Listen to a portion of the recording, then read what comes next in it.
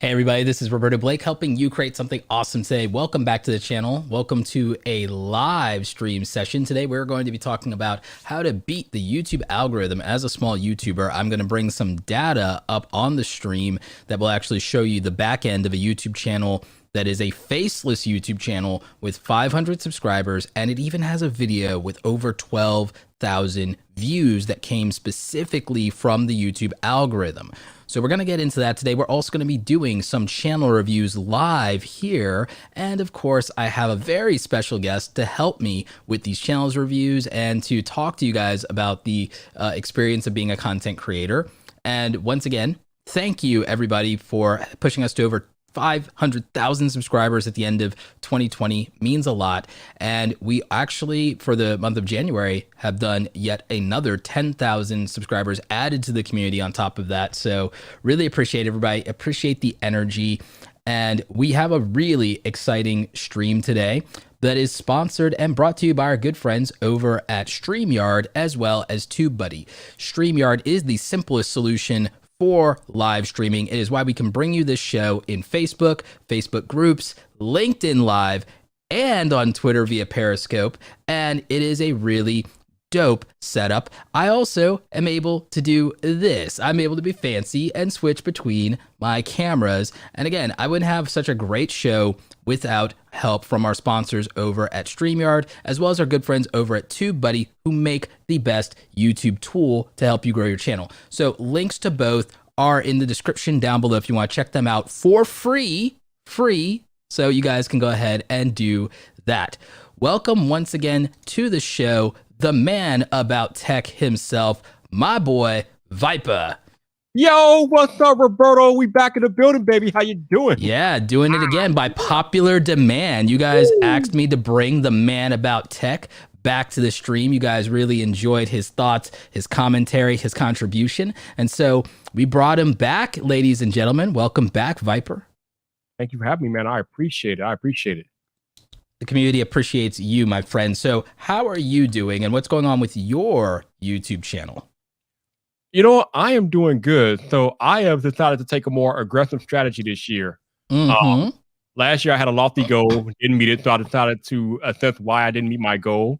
And this year I am committing to uploading 3 videos a week. So I am doing that. I have done it so far in January, every week this last month, or actually still January, but every week in January, I've uploaded 3 videos every week so far. So I am trying to keep to that, and we will see what happens. So, and you haven't missed an upload, right? Not at all. Nope. That is impressive, my friend. You know, that's what Graham Stephan did for 2 years, and that's what got him where he is today. Nice. So before we get started, Roberto, yes, people are going to ask, how can they get their channel considered for review? So can you please explain in detail what that process is? Yes. So we've actually put those instructions in the description. So please read. Reading is fundamental. We also have made it the pinned comment of the stream. So what you'll need to do is, one, we will be reviewing some other channels that may not super chat if we can get to it, but we're going to review up to 7 channels at least. And again, preference will be given to super chat donations and to existing channel members. So that is what we're going to be doing.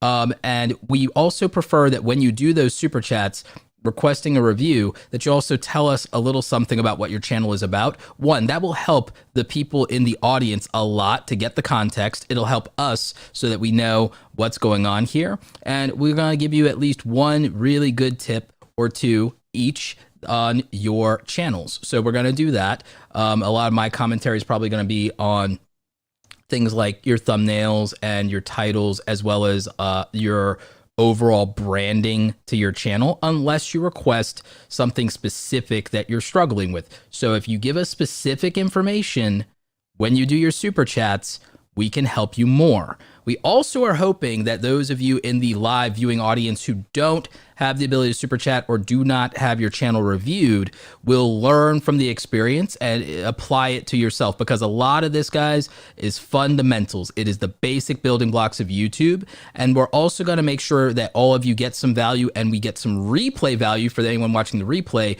by talking to you about the YouTube algorithm and being a small YouTuber. Viper, how many subscribers are you at right now?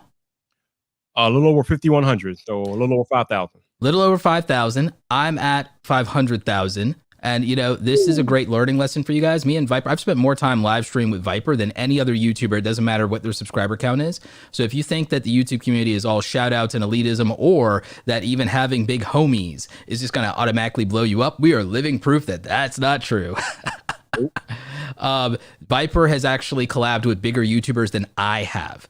Like, Viper, you've had guests like Jonathan Morriston, iJustine, Marquez, you've had multiple times, everything like that. You have interviewed bigger YouTubers than I ever have, and more big YouTubers than I ever have. You know, I've had a few moments, but yeah, like Roberto said, just because you collab with these bigger creators does not mean you're gonna get shout out or anything like that, or it's gonna blow up your channel. Even if you do get a shout out. Yep, exactly. Seen it with my own eyes, my friend. And we also want to give you, like, again, that difference of perspective, because like Viper, you have some videos that have been getting some real hits, even though you have 5,000 subscribers. You've been like killing it on some of the views, and it's always been about basically whatever the topic was, right? Yeah. So last time I was on here about a month ago, we were looking through my channel briefly, and we both noticed that my iOS 14 video kind of hit a few times last year. So yeah, so I've been doing a little bit more of that this year and some other stuff, and yeah, been doing all right.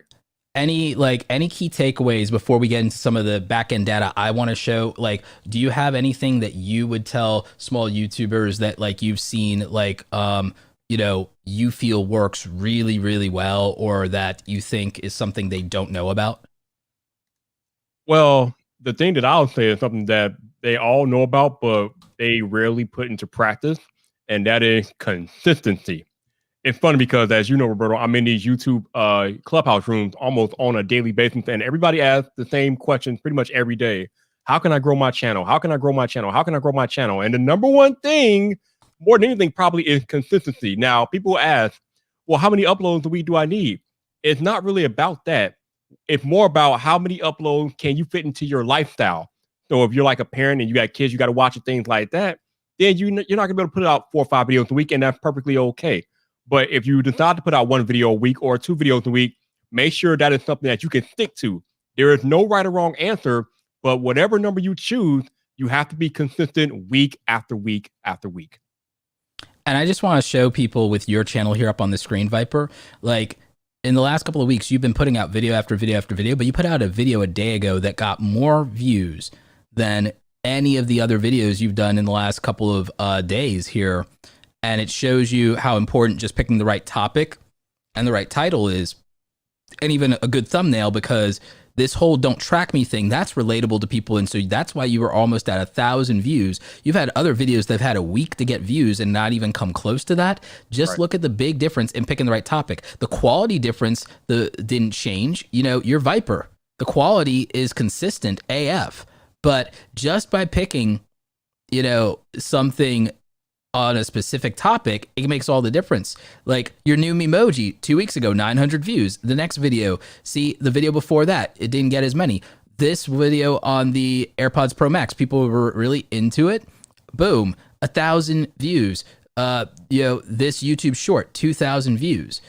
The video before that, 300. So like all these YouTube myths that small YouTubers have, the death spiral, oh, if this video did bad, the next video will do bad. It's all nonsense. Videos perform based on people being interested and excited about a topic or not, a title that makes the topic easy to understand, and a thumbnail that grabs their attention. And only after that does the quality matter, because the value's got to be there. It's got to be worth their time. And then the quality will make them stay or go.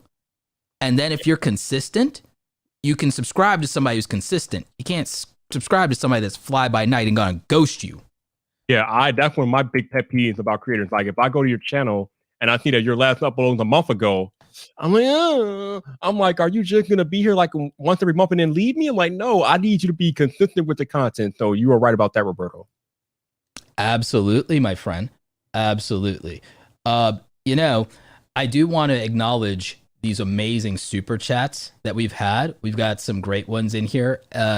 Let's see here. Let me try and find them and pop that up on the screen here. Yeah, Just I give am. me a I'm trying to keep a running tally in the private chat, Roberto. FYI. Thank you so much for doing that, because that's gonna really help me. But our boy Renee Ritchie, appreciate you both for doing this. Viper is in Clubhouse more than Roberto is in Sith robes. Yeah, that's true. You know, Renee only knows that because he's in there with me. yeah,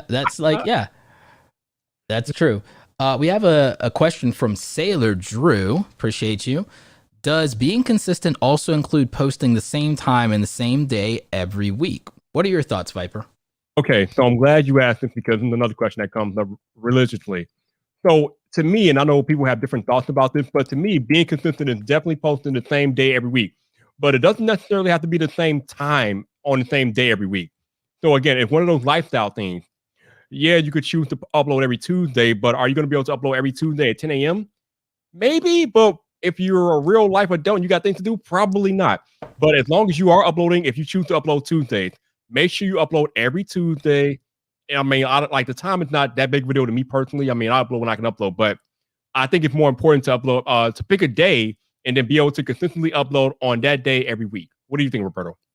I agree with you, and I think a consistency is more about days than it is about the time of day.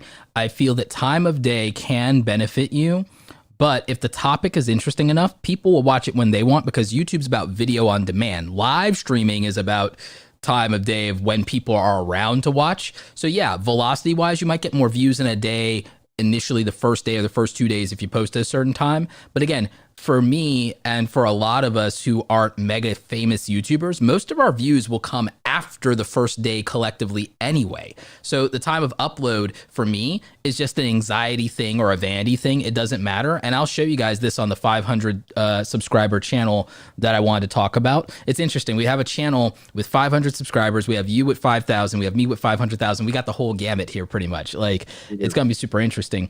And I want to talk about something that Hella Base said. Those views look pretty lean for 5K subs.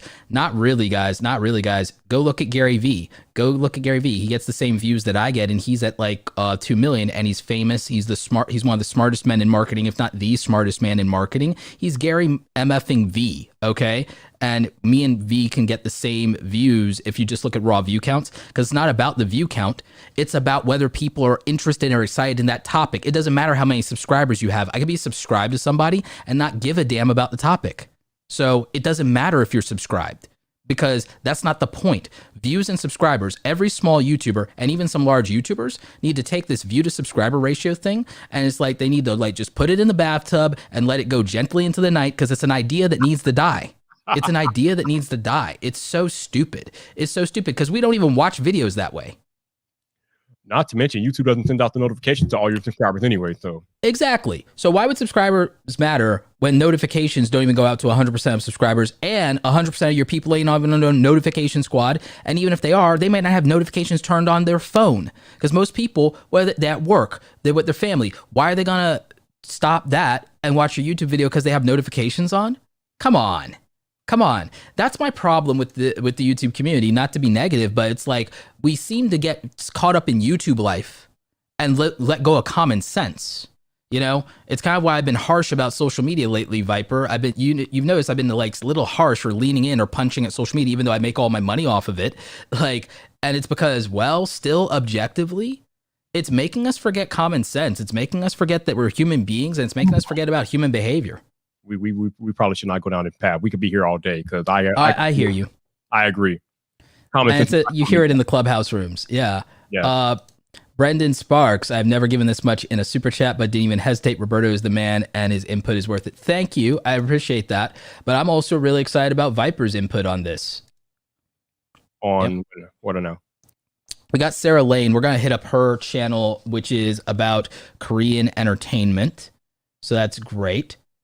Let's see here. Also, if you guys are super chatting, wanting channel reviews, you got to stick around, because there's no like timetable for us. We're just chatting, so it doesn't. It could be, we could get to it at any time. So you really want to stick around. Yeah, for real. What I am gonna do though is I'm gonna look up this DIY lifestyle channel, because that's actually very interesting to me. I was talking to one of my favorite female creators, and she was, we were talking about her brand. We were talking about what's going on with her. And I encouraged her to think of everything she's doing as a lifestyle and to kind of build her brand from the concept of the lifestyle that she lives and then portray that in her content. Because I think that it means she won't feel very limited. I also felt that it would be great positioning for brand deals in the future because she's almost to 100,000 subscribers and she's not doing brand deals on her YouTube channel, believe it or not. She also wants to get more consistent on uploading, kind of like you, because she's been uploading every now and again. It's been a month since her last upload, but it's because she actually just moved for one thing, so she had to get set up again, and she's mostly a streamer. So I was encouraged her to say, hey, to make it easy to both do a live stream, because that's really hard to be a Twitch streamer, especially as a female streamer. And then it's hard to be in a new place, get set back up again, but then it's hard to do all of that and then still make a YouTube video. So I was encouraging her to start to make her life as a creator a little bit easier by thinking about her life as creator as a lifestyle instead of like treating it like you can treat it like a career and a lifestyle. I don't believe in making it like a 9-to-5 job. Like I'm actually kind of against that. Yeah, that's definitely sound advice. It's always easier when you can like just integrate everything into your natural way of life anyway. So no doubt. I agree. So this is Beautiful Living. I would want to make maybe even your channel name, which is a wonderful idea, Beautiful Living. I think you need to make it more unique and something brandable, maybe something that in the future you might be able to copyright. So like maybe you can expand on Beautiful Living and like add one more word to that. Adding one more word to that could be good. The logo, your logo here is impossible to read, especially in light mode on YouTube. So I would think about that. And it's also, I do like the font though. So don't get me wrong, I like the font.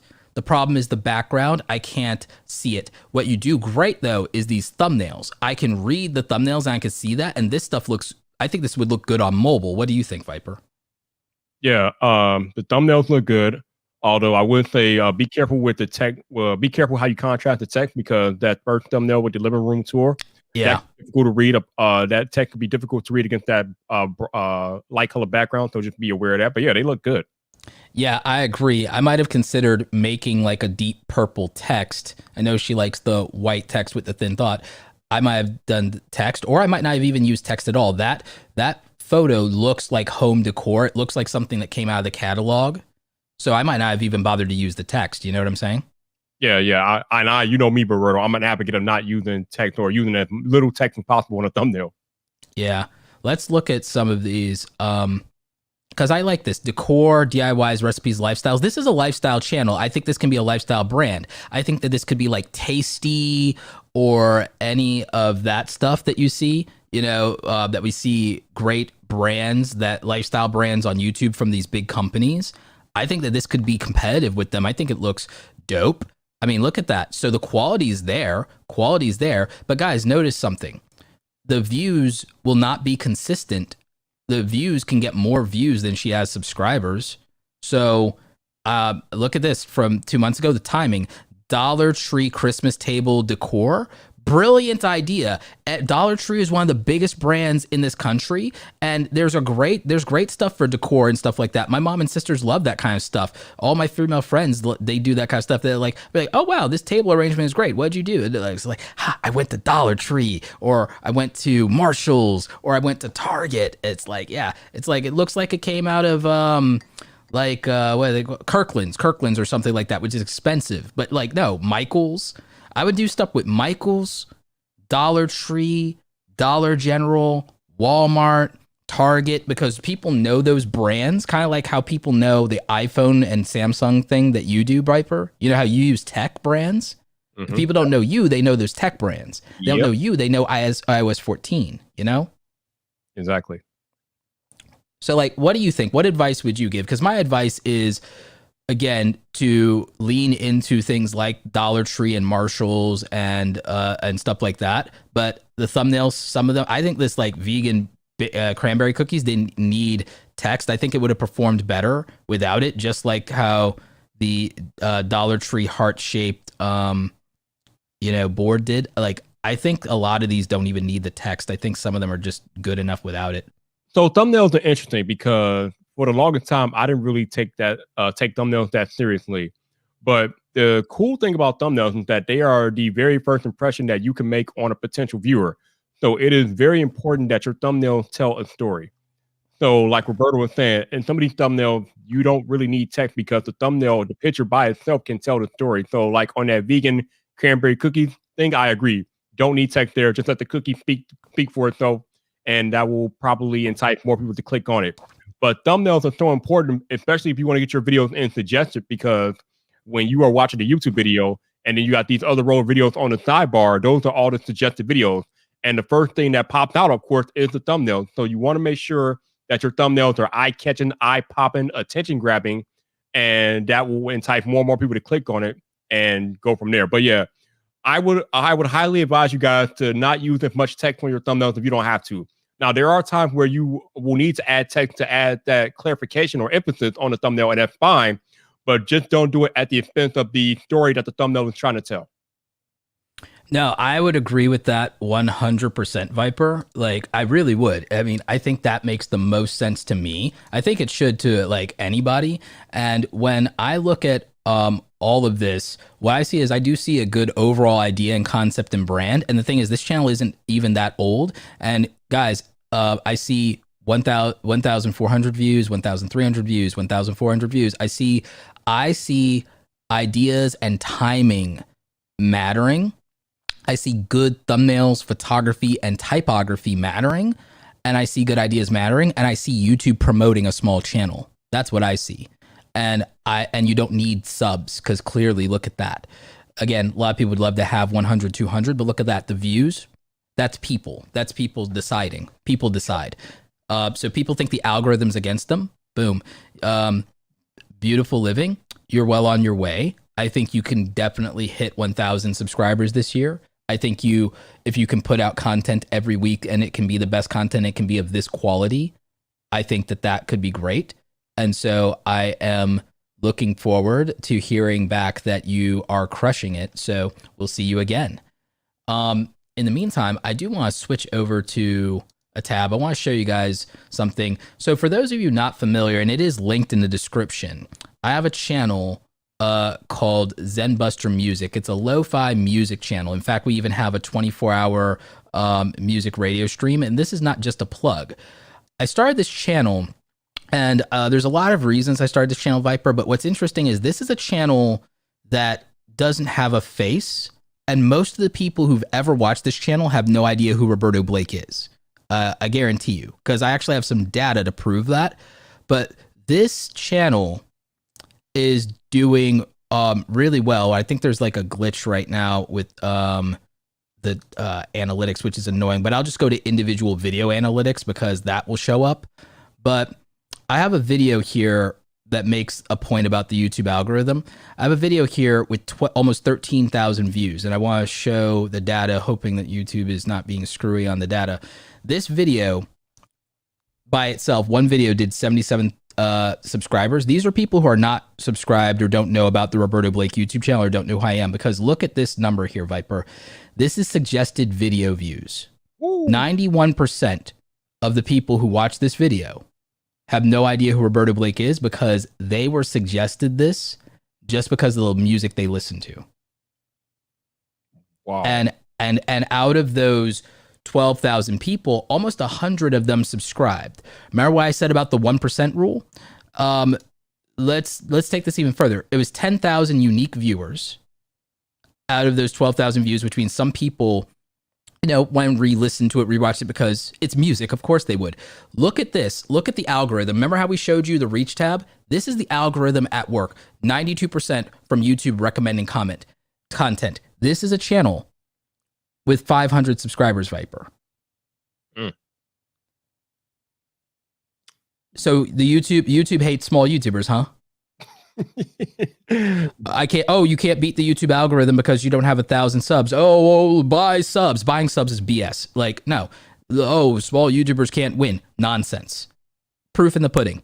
This is a channel where you can't say it's because somebody's attractive. This is not because somebody has a personality. This is music, and they don't know anything about the music until they click on the video. Yeah, the whole YouTube doesn't promote small creator thing is kind of nonsense. Like I said, I have a little over 5,000 subscribers, and I have multiple videos over 30,000 views. So yeah. So there's not really a correlation between having subscribers and getting views. There is one between getting views, though, that become subscribers. See, look at this. This tells us that views become subscribers, not the other way around. And then in terms of how people found the content, yes, I did promote it in my social medias, but it didn't matter. What happened was YouTube's algorithm happened. Yeah. And we saw the data for ourselves. There's no amount of me promoting that gets me to the same result on this video. And this video far exceeds the subscribers. And then if you look at, the thumbnail, if you look at what this video's thumbnail is, with a girl swinging in the sky with the moon or the sun over there, that's just a really attractive thumbnail, and the colors are there. It's like, it literally just came down to people who were listening to music already would see this in their suggested, and would just go to the next song and go, yeah, I'll go to this. And then when they start bopping to it, they're like, I'm feeling this. That's all it is. That's why it produced. You know how I need 4,000 hours of watch time to get monetized? Every YouTuber needs 4,000 hours to get monetized. One video gave me a quarter of monetization. This one video might by itself get me halfway to monetization on its own. Ooh. Yeah. That's real. That's serious. And that's just one video. And you'll notice that from the publishing here, I've just been consistent with this channel. I've been for 2 weeks just uploading dope music with the dopest thumbnail I could make. Look at that. I uploaded 14 days in a row. 15 days in a row, just hitting it. And, the views on different things are different. And I'm not saying this to brag, and I'm not just here to promote my music channel. I'm using this as a teachable moment to show you guys, because you almost never get to see any other YouTuber's data. So you live in the bubble of your own content. I want to show you that this other one is getting reach off of suggested videos. It's hitting. YouTube's algorithm is promoting this other video. It's not a fluke. It's not just one video. YouTube's algorithm is promoting this video too. Look at suggested videos. This is insanity, and just so you guys know, I'm using almost exactly the same metadata in terms of all of the descriptions and all of the tags too, because it's a music channel. Since it's a music channel, aside from adding the title to the tags, and I don't even think I do it to the description. I think my descriptions are identical unless I promote a different music playlist or new songs come out and I promote the new songs in description Viper. But that's not a change that would really affect the YouTube algorithm. All of my tags are basically the same, and it's the same genre of music, and there's no personality, and I'm publishing at almost random times of day because it's music. And music also, it's no lyrics, so it can go international. You see what I'm saying? And it's not because I already have an existing fan base, because the videos are reaching beyond my existing fan base to random people through suggested and people searching for lo-fi, or it just comes across their homepage or whatever. So I'm sharing this data with you because it can help you understand how YouTube truly, truly works, and that, the algorithm isn't your enemy.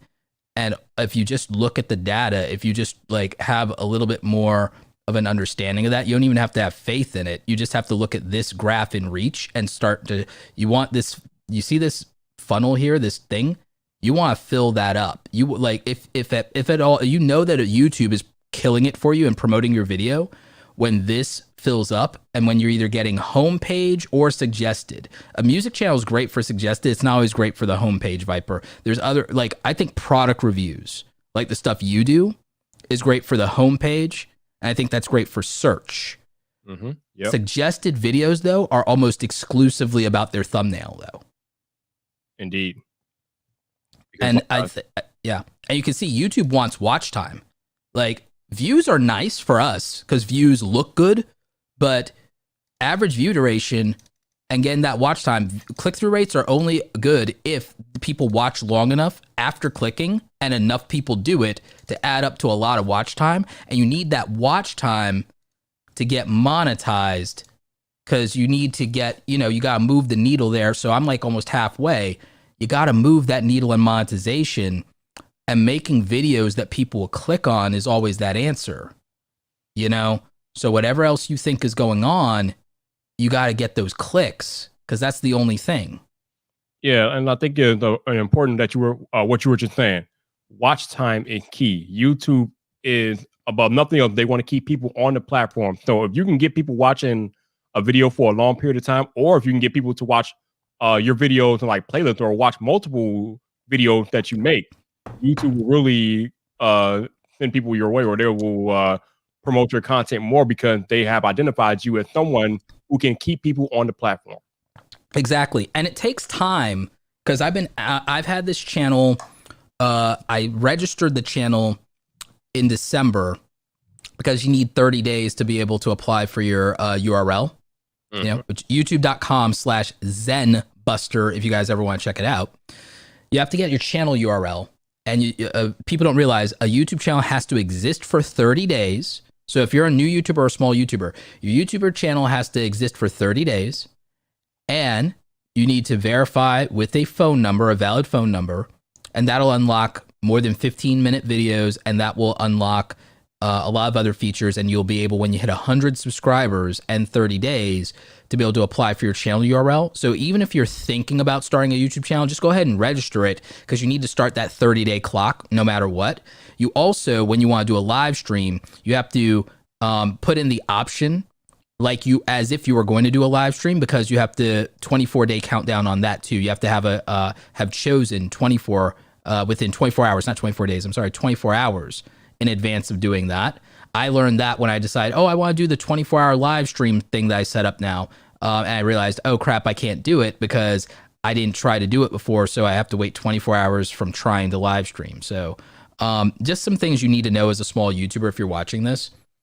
All right, so a couple other things. Yeah. Oh, go ahead. Yeah. No, go ahead. So a couple other things. We have 462 people watching this live stream right now.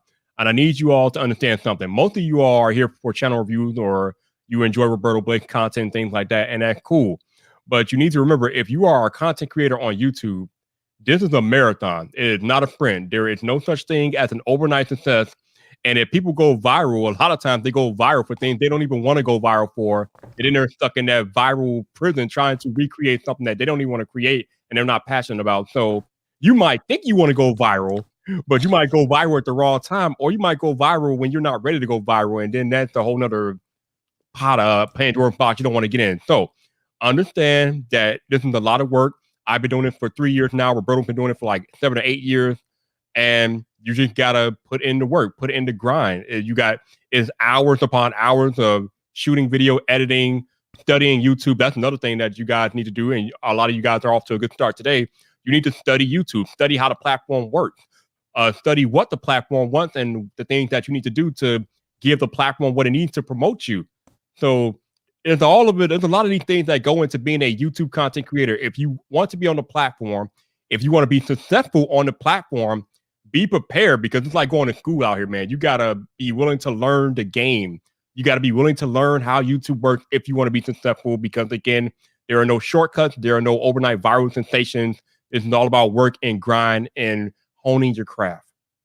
100%, Viper. And I'm glad you said that, even as a small YouTuber, because I mean, you've seen it yourself. Like you said, you have 5,000 subscribers, but you have videos with 30,000 views. And like, that's a lot.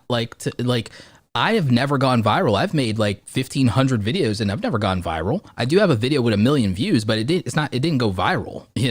I got that over a period of time. All my stuff is over a period of time. My main channel, this channel you guys are watching, it's the long game. I've had 100,000 people unsubscribe over the last 8 years, not because I did anything wrong or I got canceled or anyone hates me. It's that they moved on to different content, or they even got off the internet. There's people who get off the internet. It's been 8 years. Of course I've lost like more subscribers than some people have. Of course there are people who aren't still watching that subscribed a long time ago and never unsubscribed. It's been 8 years. The other thing people don't respect is churn. That's why the problem with expecting that if you have subscribers, you should have views. What if people decide, what if you have an Apple channel and people switch to Android but never unsubscribe from you? No one talks about that. No one talks about that. What if people subscribe to your channel for your lipstick reviews, but they don't watch your wig videos. Like, people don't think about that. That's why it doesn't matter. Subscribers are great for marketing. They're great for a sense of community, but you should really just say, great, I have a subscriber. That's one person served even one time. And I'm grateful if they never support me again. They supported me once, and that's enough. And just think about it like that. Just be super humble about it and not expect that it means anything more than that. But it's still good to be able to say, hey, I've helped this many people, or I entertained this many people. You know, at least this many people, that you can quantify that. It doesn't matter if you never do it or do it again. You gave them value. You made 1 minute of their life better or interesting or more informed. You did that. That's enough to be proud of. It doesn't need to do anything more than that. It's great if it does, and I want to help you make sure it does. But like, if it doesn't, so what? That's still better than nothing.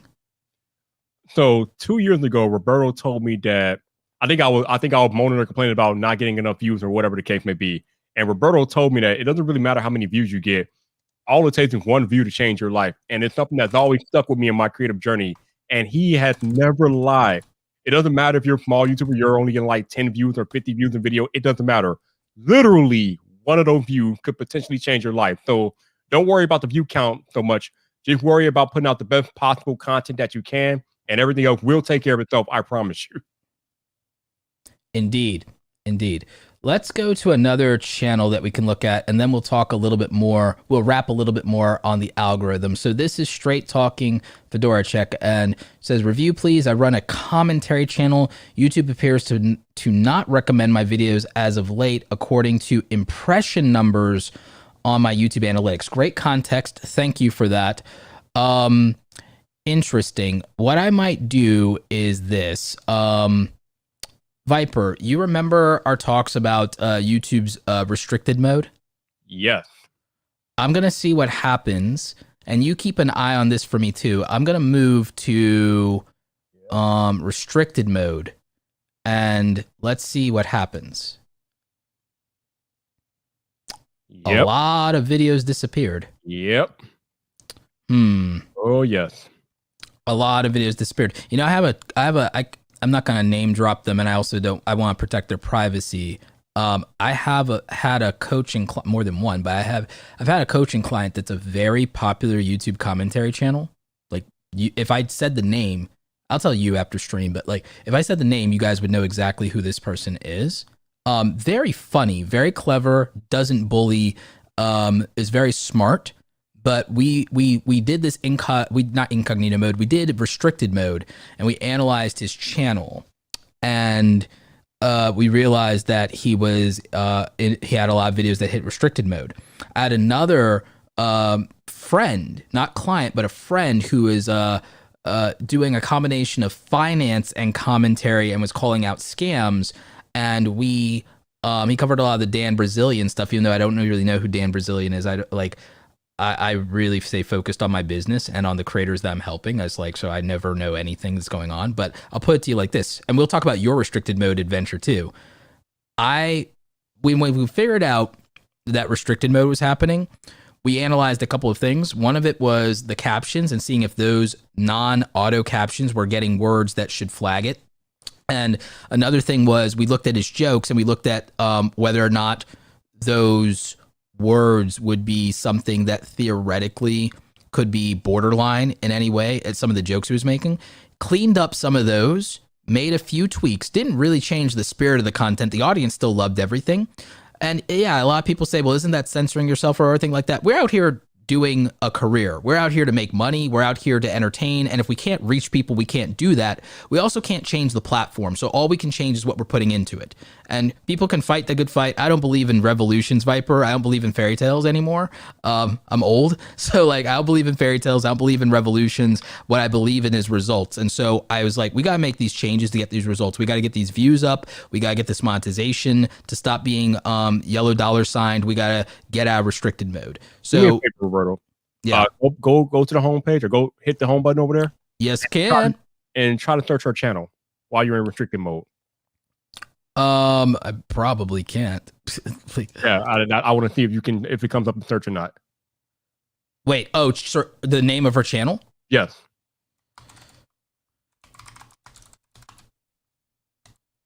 because her video might come up in search, but the actual channel might not come up in search. Yep. Once again, that's a problem. That is problem. That is a problem. That is a problem. Because what's going to happen is that every video that you put out is automatically going to hit restricted mode as long as your channel is ended up like that, probably. Yeah. Ugh, pain. Yeah. So and the thing is, it's hard to solve this issue because the main thing is you have to make a bunch of videos that aren't hitting it. And again, I can't do the audio for your content. We can't do that. But if you some people, and I know some people are like, well, some big YouTubers get away with doing this or saying that or doing this or doing that. It's like, it doesn't matter. It's like, they're not getting hit. You got to deal with the reality. Like, I can't fix the system, but I might be able to tell you things that may help you fix what's happening to your channel. And so, Viper, you had this same issue. What'd we do when you had this issue? Oh boy. So I actually got lucky with this. Well, number one, I got lucky because Roberto Blake brought it to my attention. I didn't even know this was happening until he brought it to my attention. So I started doing this toggle on YouTube, and it's if you click on your icon or whatever, you have the option to go down there and put your YouTube browser or YouTube channel or YouTube.com in restricted mode. So when you put it in restricted mode, it will literally filter out your videos, and I think there's like different types, but I think there's like age restricted mode and things like that, or there's restricted mode via like other things like maybe profanity or just other like words that get flagged. But I got lucky because my whole channel, like her whole channel is in restricted mode. My whole channel was in restricted mode, which means if you searched it, it would not come up, and it was like that for a year. So one day I just got fed up. I literally, luckily, there's an appeal process for videos that hit restricted mode. I sent 8 videos back to YouTube to appeal because they were all flagged by restricted mode. So somebody at YouTube must have got tired of me sending my videos and to get appealed, and they finally removed all of them from restricted mode, and they actually ended up removing my channel from restricted mode. So yeah, that's what I did. I just threw a bunch of videos at them to appeal, and I guess they figured it out and they took it out of there. But yeah, it is a pain, and you know what, Roberto, it's terrible. And the thing is, we found out the reason your stuff hit restricted mode was the auto captions. Yes. The auto captions, one, were putting your stuff sometimes into a completely different language. Yep. And then number 2, the auto captions were also sometimes putting very vulgar words or slurs into your stuff when you weren't even saying that. They were putting slurs in your video when you weren't even saying that. We had someone here in the community, not a client of mine, but someone in the community who had a thick Irish accent and was saying he was being censored for his points of view and stuff like that. And then I showed him the screenshot of what the auto caption said he's saying. It's like, no, I didn't say that. But if I had said that, oh, well, fair play to them. Like, fair play to them. They should absolutely. And then he was like, okay, so I see now. And so then what he did was he went to, you know how I use rev.com? Yep. I hooked him up with rev.com. He started paying for closed captions because his stuff was like 3 or 5 minutes. So it was like $4. So he didn't care, but he cared about the monetization and the restrictions and feeling like he was being censored. Cleared up all his problems, and he started on Twitter and going, yep, you know what? They weren't censoring me. Sometimes it is literally a technical issue. He was like, if I had said what they thought I said, what the robot thought I said, he was like, I would have deserved it. But he's like, but I didn't, and it was just a mistake. And he's like, I corrected the mistake. And he's like, if you can't afford it, do manually put in your own captions, but review your auto captions. Yeah. So like, that's what he did because of his thick accent. That's not his fault. That's the way he was born to speak, and that's his culture. So it's not his fault, but the robot doesn't know any better. This technology is not that old.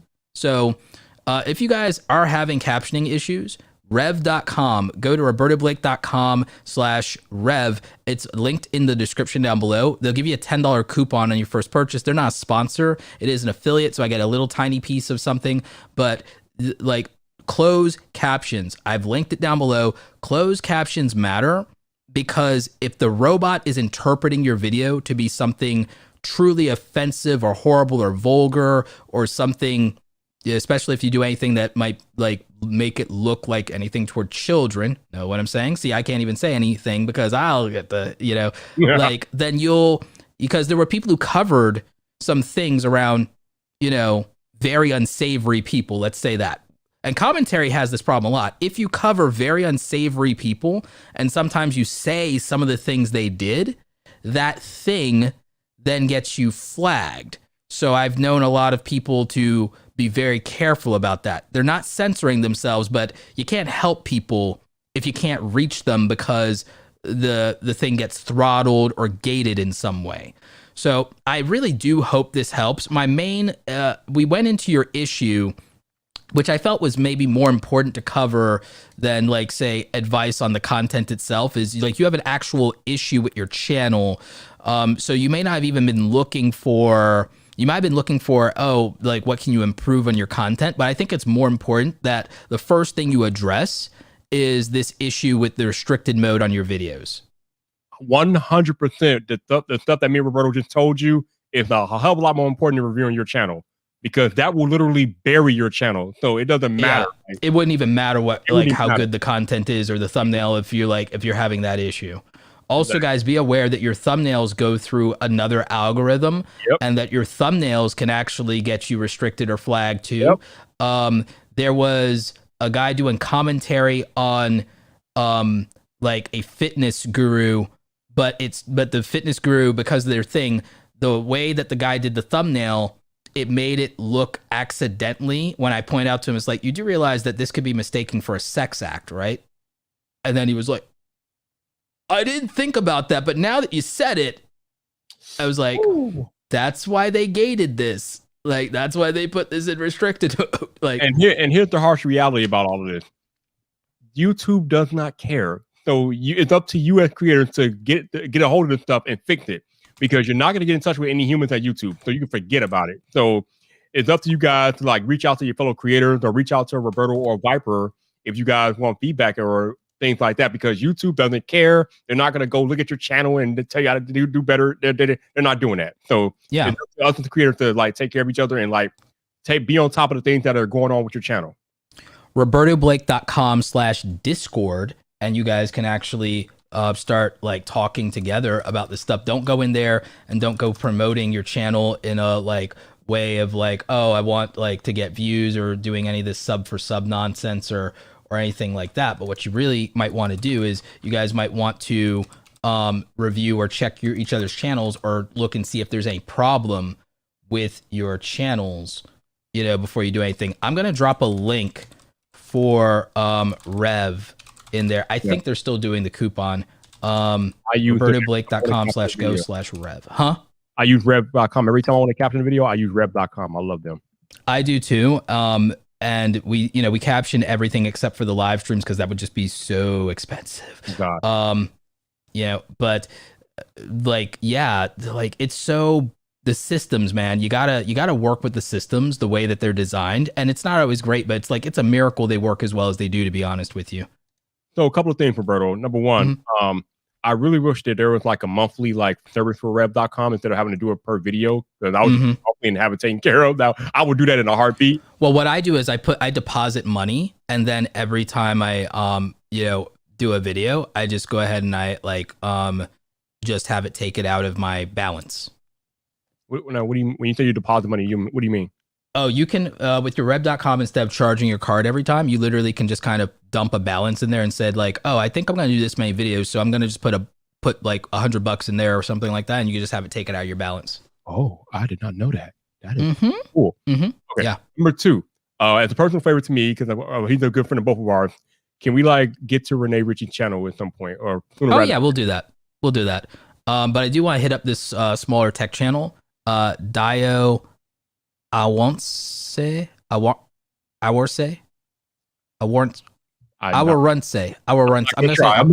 gonna call him Deo. I'm just gonna call him Deo because I hate butchering people's names, and I don't have the ability to I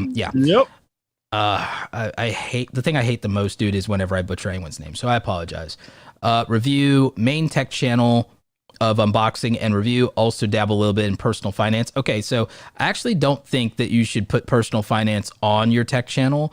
I think right now, especially with the way the world and YouTube is right now, is that if you build a personal finance channel, you'll crush it. So you make it its own channel, and you'll make a lot of money because the CPMs are higher.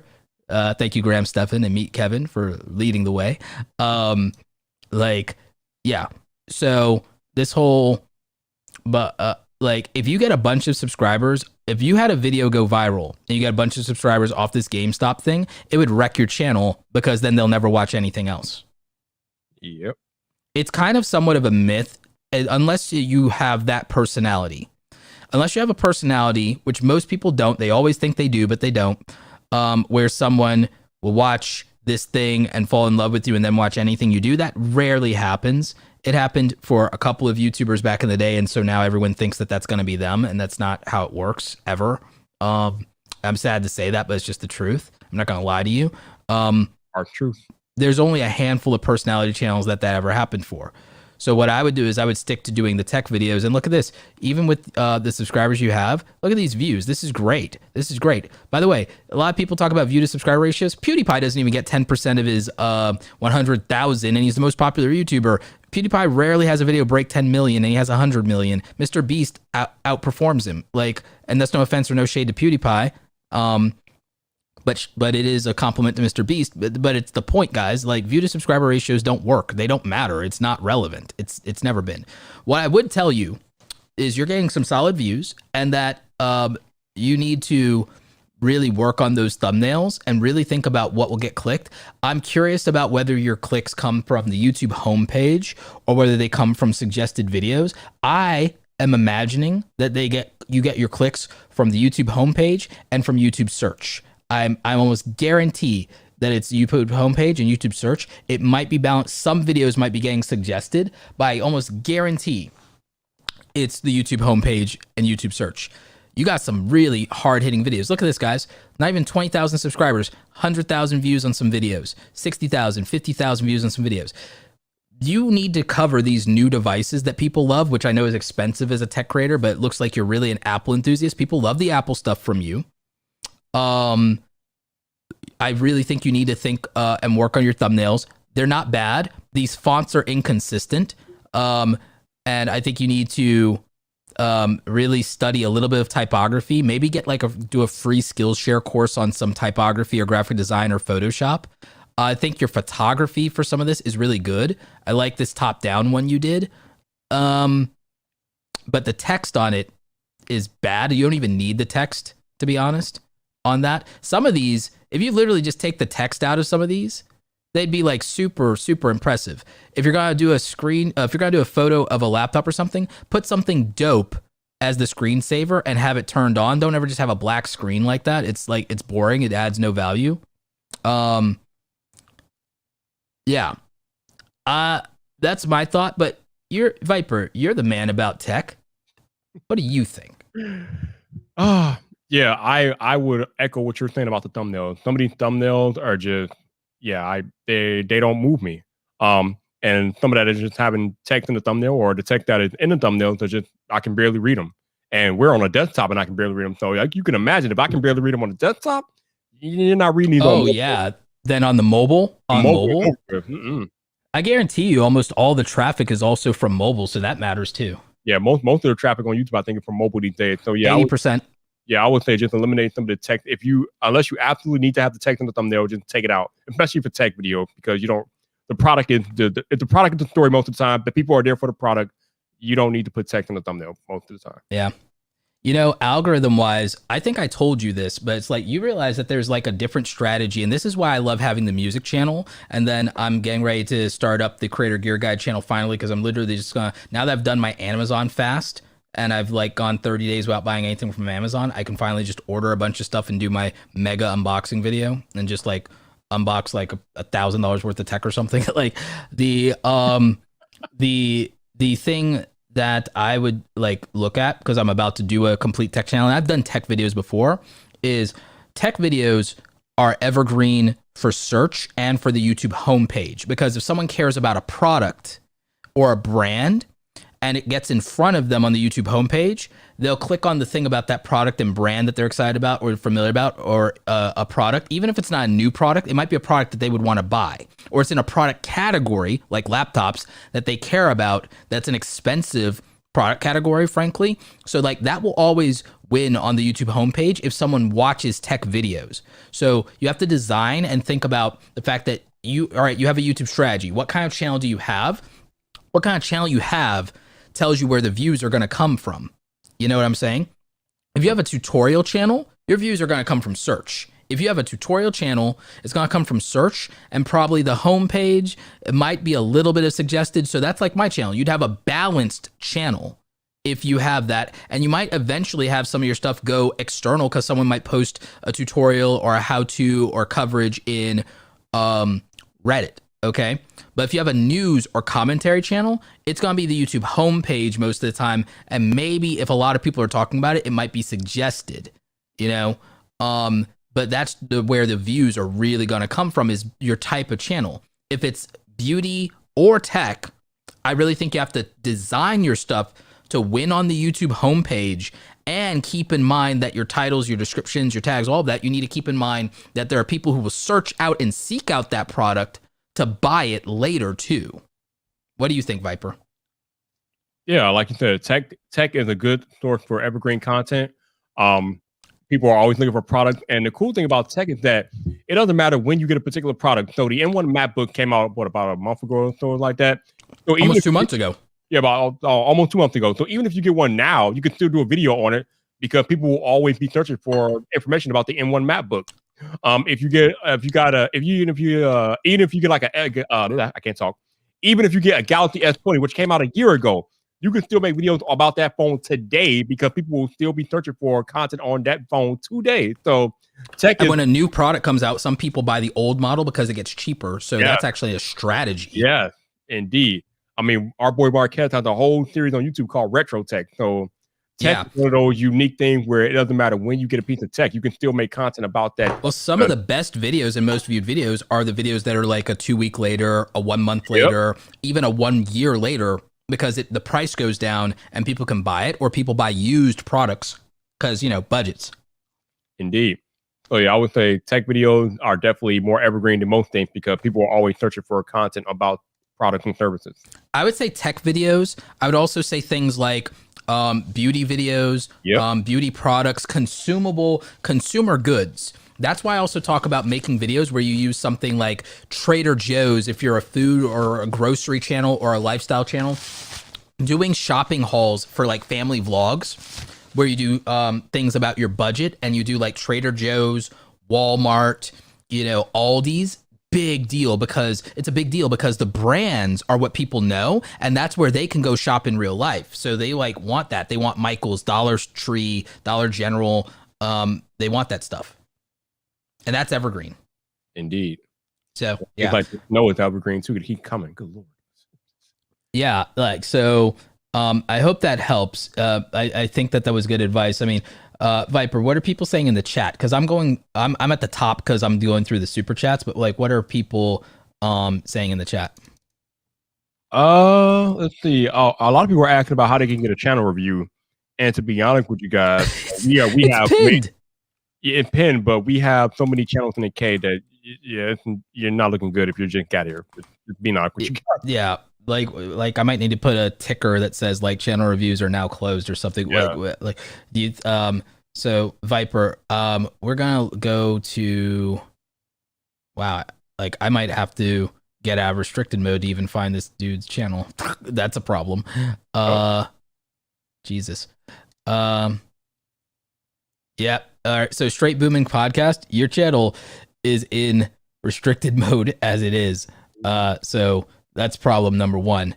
And for looking at what your video is, like for your stuff is, I don't know why it would be. I'm going to bring it up for Viper to talk about while I put up this ticker that the super chats, the reviews are over. But like, I love that it's a hip hop anime podcast channel. I think we talked about this on Nick Nimmin's stream, so I love that. If you're cursing at all, that could be an issue. Yep. But I don't see why this would be in restricted mode. You might need to appeal that too. But Viper, can you man that while I make a ticker here for dealing with the super chats? I already see the problem. I already see it. I've only been looking at this for like 5 seconds. I see your issue. The use of the word war.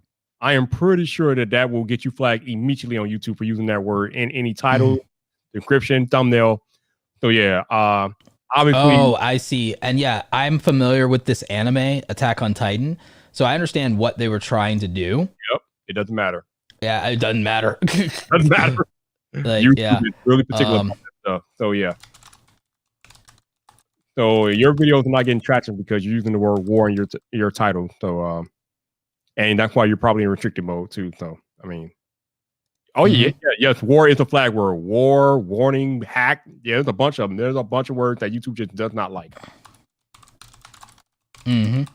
So any of that stuff could get your videos or your channel put in restricted mode. So you got to be aware of what you're putting in your titles, your descriptions, and your thumbnails. Even the thumbnails, like Roberto said earlier, even text in the thumbnail can be flagged by the algorithm. Or hell, just even a picture of the thumbnail. I remember 2 years ago, I had a thumbnail and it was like an Apple, it was an iOS versus an Android thumbnail. But in the thumbnail, there was like a picture of some MMA fighters. Like I think somebody was on the ground putting a reverse choke on somebody, a rear naked choke. And that video got no views. And I'm like, damn, why didn't it get no views? And then it hit me. I'm like, oh, because I have in the thumbnail, there's a picture of a guy putting a reverse choke on somebody, and YouTube probably flagged it. So you got to be careful. Yeah, like any number of those things, like could really like screw you up. And again, I know you'll say, but like, oh, somebody else did it or this or that, but it's like it doesn't matter. Like it matters when it hits you. It matters when it hits you. It's an imperfect system. I know the expectation is that systems should be consistent. They are not, my friend. Like, but what I will say is, I'm familiar with a lot of anime channels. Here's my issue with this: the typography on your stuff takes a lot away from, because the typography is not good type design. No offense, but I don't expect you to be a graphic designer. But it also takes a lot away from these really stunning images that would be more interesting on their own. And I know there are anime channels that have text and an image, but they do it very well, and they've also branded it very well. Look at someone like Nuxtaku, for example. Nuxtaku is probably the current, frankly, as far as I'm concerned, probably the current leader of the anime community on YouTube at this point. So look at his views. It's like, they don't lie. He's almost at 2 million subs. Now, there are bigger anime channels than him, but not bigger on engagement. His channel's engagement is through the roof, bigger than channels that have been around forever, and he hasn't been around that long. So I would say take inspiration from that. Here's the other good news. I think you're doing great for having a channel for a month with 5 videos out and being in restricted mode. Yeah. I know YouTube likes to sometimes say that being in restricted mode doesn't affect your views, but I have literally seen a correlation. Like I have a friend who's like a massive YouTuber. I'm talking a couple of million subscribers and multiple channels, and is very YouTube famous. And I talked to her about this quite a bit, and it was killing her channel. It was killing her channel. Like, so I would say that it's like, I don't want to hear it. Yeah, like there's no way. Unintended. They may have not designed it to do that. That's my thing. YouTube doesn't design things to work a certain way sometimes. It doesn't mean they don't happen. So I trust the experience of content creators, but content creators won't always be right about why something happens. Like how people used to think demonetization suppresses a video. You and I figured out, no, it doesn't. We understood what the relationship is, but it's not the cause. It's a flag. It's not the cause. Restricted mode, having your video or channel restricted mode, I am 100% certain it affects the way your video pushed out. Your video. Well, I couldn't even find his channel when I searched in restricted mode. I couldn't even find his channel. I think I found like a video or two. I couldn't find his channel. Yep. If people can't find your channel searching with you, you can't tell me that it doesn't affect your views. Yep. Exactly. If I literally go looking for you and can't find you, how does that not affect your views and your potential? It means a shout out wouldn't even help you. Okay, so I need you to explain it better than me, Roberto, because a lot of people in the chat are asking, what exactly is restricted mode, or what does that mean exactly? Like, all right, so this restricted mode, when you scroll here, there's this thing that says restricted mode at the very bottom of the YouTube menu. And like, this helps hide potentially mature videos. No filter is 100% accurate. These settings only apply to this browser, and then you choose to activate or not. Now watch what happens. It's as if his channel doesn't exist. Holy Lord! It's as if his before. Wow. So guess what? So And people say, well, that doesn't matter if you don't have your thing on, right? Well, no, because if somebody's web host, sorry, not web host, ISP, if your ISP might have, even without you doing it in browser, certain flags and conditions or something like that, like that's different. Because like, here's the thing. By default, if you're at school or at your job, or if you work in the education system, or if you work at the hospital, Dr. Mike told me this. Dr. Mike, like millions of subs, he told me that videos that hit restricted mode are not viewable at the hospital that he works at. So when his videos, as a big YouTuber, if he hits restricted mode, he can't even watch his and find his own videos at work. And he makes, you know, health-based content, right? So like, he told me this. Like, again, this is not conspiracoid, and this is not me coming at YouTube or anything like that. I'm saying that there's a lot of things we see as creators that we can't always fully explain 110% because we didn't program the thing. I do have a tech background, but I'm not going to sit here and pretend that I'm a computer science major when I'm not.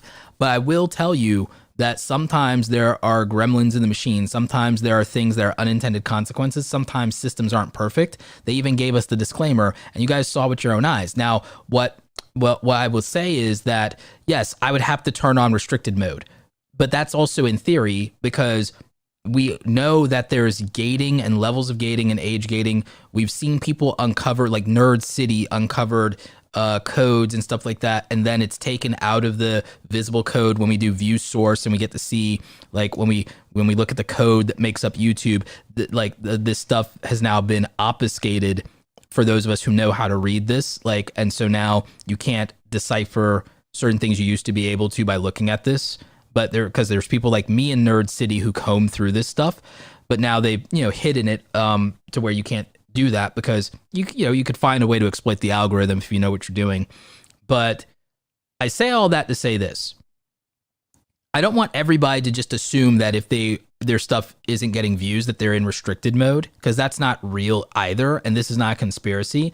I'm just trying to help you understand that there are things that can flag and or gate your channel or make it harder to reach. Now, if I am not in restricted mode, I can search for Straight Booming Podcast and find it, just like we said. And yes, less than 1% of viewers turn restricted mode on. But I don't know how YouTube treats videos that are in restricted mode when you're not in it, in terms of how it pushes them. As best as we can tell, because you've experienced this, Viper. Yeah. There are clients of mine and friends of mine has experienced this, is that there's a big difference between the performance of videos not hit by restricted mode versus videos that are hit by restricted mode. Yep. And I've seen it whether you have a small subscriber base or whether you're the biggest YouTuber. Remember when no one could find PewDiePie's channel? And remember when PewDiePie had a video that, like, there's no way in hell it could have that few views? Remember that? Yep. And people were thinking he got censored, but it was just a glitch. So, yeah. I guess to sum this up, for those of y'all asking what restricted mode is, it's basically YouTube's version of shadow banning. I don't like saying shadow ban because that feels like it's intentional, which is why I made that video about PewDiePie and whether he was shadow banned or whether it's a bigger problem. And my answer is it's a bigger problem, because shadow ban implies censorship, and it implies intentional censorship. I don't have a better word for saying it other than throttling, because I believe it's closer. You and I are both in tech, so I feel that the more appropriate word is throttling. So what I feel happens is that it's gating and throttling, but that's probably flying over people's heads. So for their purposes, I guess they say it's shadow ban. Mm-hmm. But yeah, it is definitely real, and it's definitely something you guys should be considering. But don't go down the rabbit hole. Yeah, don't go down that rabbit hole, because that's not going to always be the answer. Yep. So we got our boy Doc Williams. What's up, Doc? So, Doc, your channel is a channel that talks about idea to online business step by step. So, first of all, I do like this banner. I like this banner. This is clean. What do you think, Viper? That's clean, right? Yeah, banner is legit. Let's look at the videos. Although that Mm. that I can't read what's on the right side of the banner. Doc Williams, build with me. Yeah, that Okay. the written thing needs to be larger, and then maybe even reconsider that handwriting font because, like, you know. But Viper said it himself. He can't read it. So if you can't read it, you can't do anything. Let's see. So it looks like you got 3,000 subs, and you're talking about online apps and businesses. And I like this, that Clubhouse versus Space app review. Okay, so I'm digging what your thing is about. I think that the dark background is a little too dark, and I think that I'd rather have your face closer up and your hands for body language stuff. I think the like almost full body thing isn't really helping you convey stuff. I had to figure this out for my thumbnails as well. I also think that, like, I don't think that this is like strong enough for mobile. I don't think this is like strong enough for thumbnails being on mobile. What do you think, Viper? No, you're right. But here's the thing. I do like the vibe, but I have a unique perspective on this because I've seen his channel before, and his thumbnails were not like this a month ago. Like, he's done some changes with his thumbnails, and I'm so down. we can acknowledge that. So yeah, he definitely made some changes with the thumbnails that I like. Before, his thumbnails were like kind of a little too busy, but now they're like more simple. And I like how clean they are. I will say that. They're very clean. So he made some changes, but yeah, look at that. This is growth. Like, this is change. Like, last couple of months. Like, so. But let's look at what thumbnails, titles, and videos were the most popular and hit with the audience. Boom. Look at that. And it's not just, old videos. It's like, look at 15K views on 10 months ago, a stream, 4K views 4 months ago. Like, okay. Oh, before we go any further, just highlight Roberto's point about your face being bigger in the thumbnail. Look, all these videos, no full body picture. They're all like close up of his face. Facial expression, man. Your face tells the story. And then, like, that Netflix in your hand. So using the logo, using the fonts, and then that facial expression, that's more intriguing. That's more interesting. I also think you could lighten up the background, like throw a little bit more purple instead of the black. Like, because I like your purple aesthetic. I like that. I just think it's too dark. I would like the backgrounds to be closer to what your banner is, and make the edges dark, but put more, like, more pop, more contrast, especially with your own skin tones. Like, put some contrast on there. And then also for the cutouts of you, don't just throw the cutouts in there. Put some sharpness filter, contrast, saturation, like what I do, because we're a similar complexion. Like, don't just take it straight out of camera and let it be flat. Like, make it pop. Put some HDR up in there. I mean, it's an HDR. Yeah. Look, I like this make a Roku channel. Like, see, I'm like, I'm intrigued. I like the text. I like the font. I like the fact that the facial expression is weird. I like that. Like, I think, like, again, making faces works. I mean, even look at this thing from 4 months ago. It's like, with your face, like, that got 900 views. That's like, it's doing better than a lot of things. And again, you have 3,000 subscribers. So, like, look, for me, anything, when you're under 10,000 subscribers, anything that gets 500 to 1,000 views is a win to me. Not because I'm thinking of view to subscriber ratios, but I'm thinking of the potential of loyal audience you've learned to reach. You've learned, if you've gotten to 10,000 subscribers or on the way to 10,000 subscribers, you've had time to learn.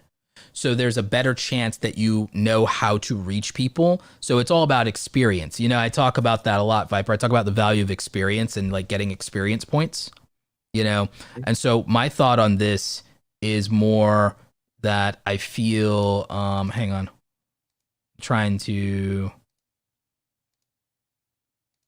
was trying to put his thing on the screen slightly smaller than us, but that's not doing what I want. But the thing I would say, Viper, is I think this channel has potential. I think that it's a matter of, like, look at that. That's good video quality right there. That's good quality. It's good framing, good backdrop, starting out strong, doing some, like, Twitter commentary. Like, all right. So I think there's just some things with more the thumbnails being able to grab our attention and resonate with us, because you've proven you can do it. You've proven you can do it. You've proven you know things people want to know how to do, and it looks like there's services that people want to understand. So I would look at like the newest and biggest apps and services. There's a lot of things people want to know about. Netflix, want to know about Zoom, want to know about Hopin. Like if something is performing, and the versus stuff. But to me, it feels like who you're reaching, I think you're probably fragmenting your audiences, because you're trying to sometimes reach average like consumers with things around like maybe like Netflix or something, and then you're simultaneously trying to reach people who will build apps. I think you got to make a choice. And the thing is, the app building community is going to be smaller than the average consumer. So views wise, I'd make a choice of whether I want to build a community of coders, builders, app developers, or who want to make online businesses and stuff like that, or if I want to reach regular people who watch YouTube. I'd make a choice about which audience you want. What do you think, Viper? I think I kind of noticed that too. So yeah, I would definitely say pick a lane and then stick to that lane. Another thing I want to talk about real quick is I think it was last week I had Marquez on my live stream when we were talking about faces and thumbnails in the YouTube face. A lot of us make fun of the YouTube face, but there's a reason why you all will see the YouTube face up and down the platform. And that is because it gets clicked. It works. And the reason why it works is because it sends out an emotional trigger to people. People want to know, why are you making that face in the thumbnail? So as much as we like to make fun and ridicule the face, people like you all watching will click on the video with the faces because it works. It establishes that potential emotional connection between the creator and a potential viewer of the video. So they can make fun of the YouTube face all they want, but it will continue and it will always get clicked over and over and over again because it is something powerful about that emotional connection with the YouTube face. It's real, people. It's real. Indeed. Indeed it is. I could not have said it better myself. And if you also want to better understand like why and how like that YouTube face works, then I definitely recommend you guys look into our homies over at TubeBuddy. TubeBuddy is the #1 tool for YouTubers, hands down. And I'm not saying that just because they are a wonderful sponsor and my top tier best paying affiliate, although I know everyone would love to believe that that's the reason why. It's because it's legit the best. It's like, you know, it's just the best, hands down. That's why so many people use it, including Mr. Beast team. So guess what? TubeBuddy has a really great feature that I'll show you guys later in the stream. So you'll want to stay tuned after we do a couple more of these channel reviews, because we want to honor all these wonderful people who have super chatted, all these people who have been mad patient. Thank you for sticking around. But we want to give you guys who are not getting super chats and not doing channel reviews, we want to give you some real value. And we can do that because of our friends at StreamYard and our friends at TubeBuddy. And one of the things we're going to do is later in the stream, we're going to show you the back end of my channel. And we're going to show you a feature I used in YouTube to help me put out a video where just by doing the thumbnail correctly, I was able to get 90,000 views in a week on this video, even though the previous videos I'd done hit like maybe 10 or 15 or 20,000, which is still great.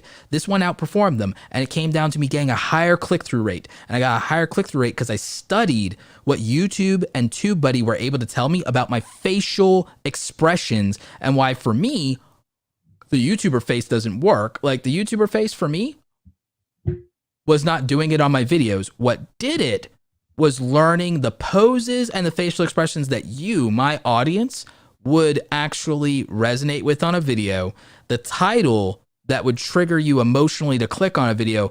And I wouldn't have had as good of an understanding of that if I didn't have more data to work with, and my data, not anybody else's. My channel, my data, and that's what TubeBuddy helped me figure out.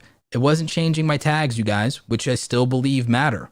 You know, YouTube says tags don't matter as much as we think they do, and I agree with that. That's not the same thing as saying they don't matter at all.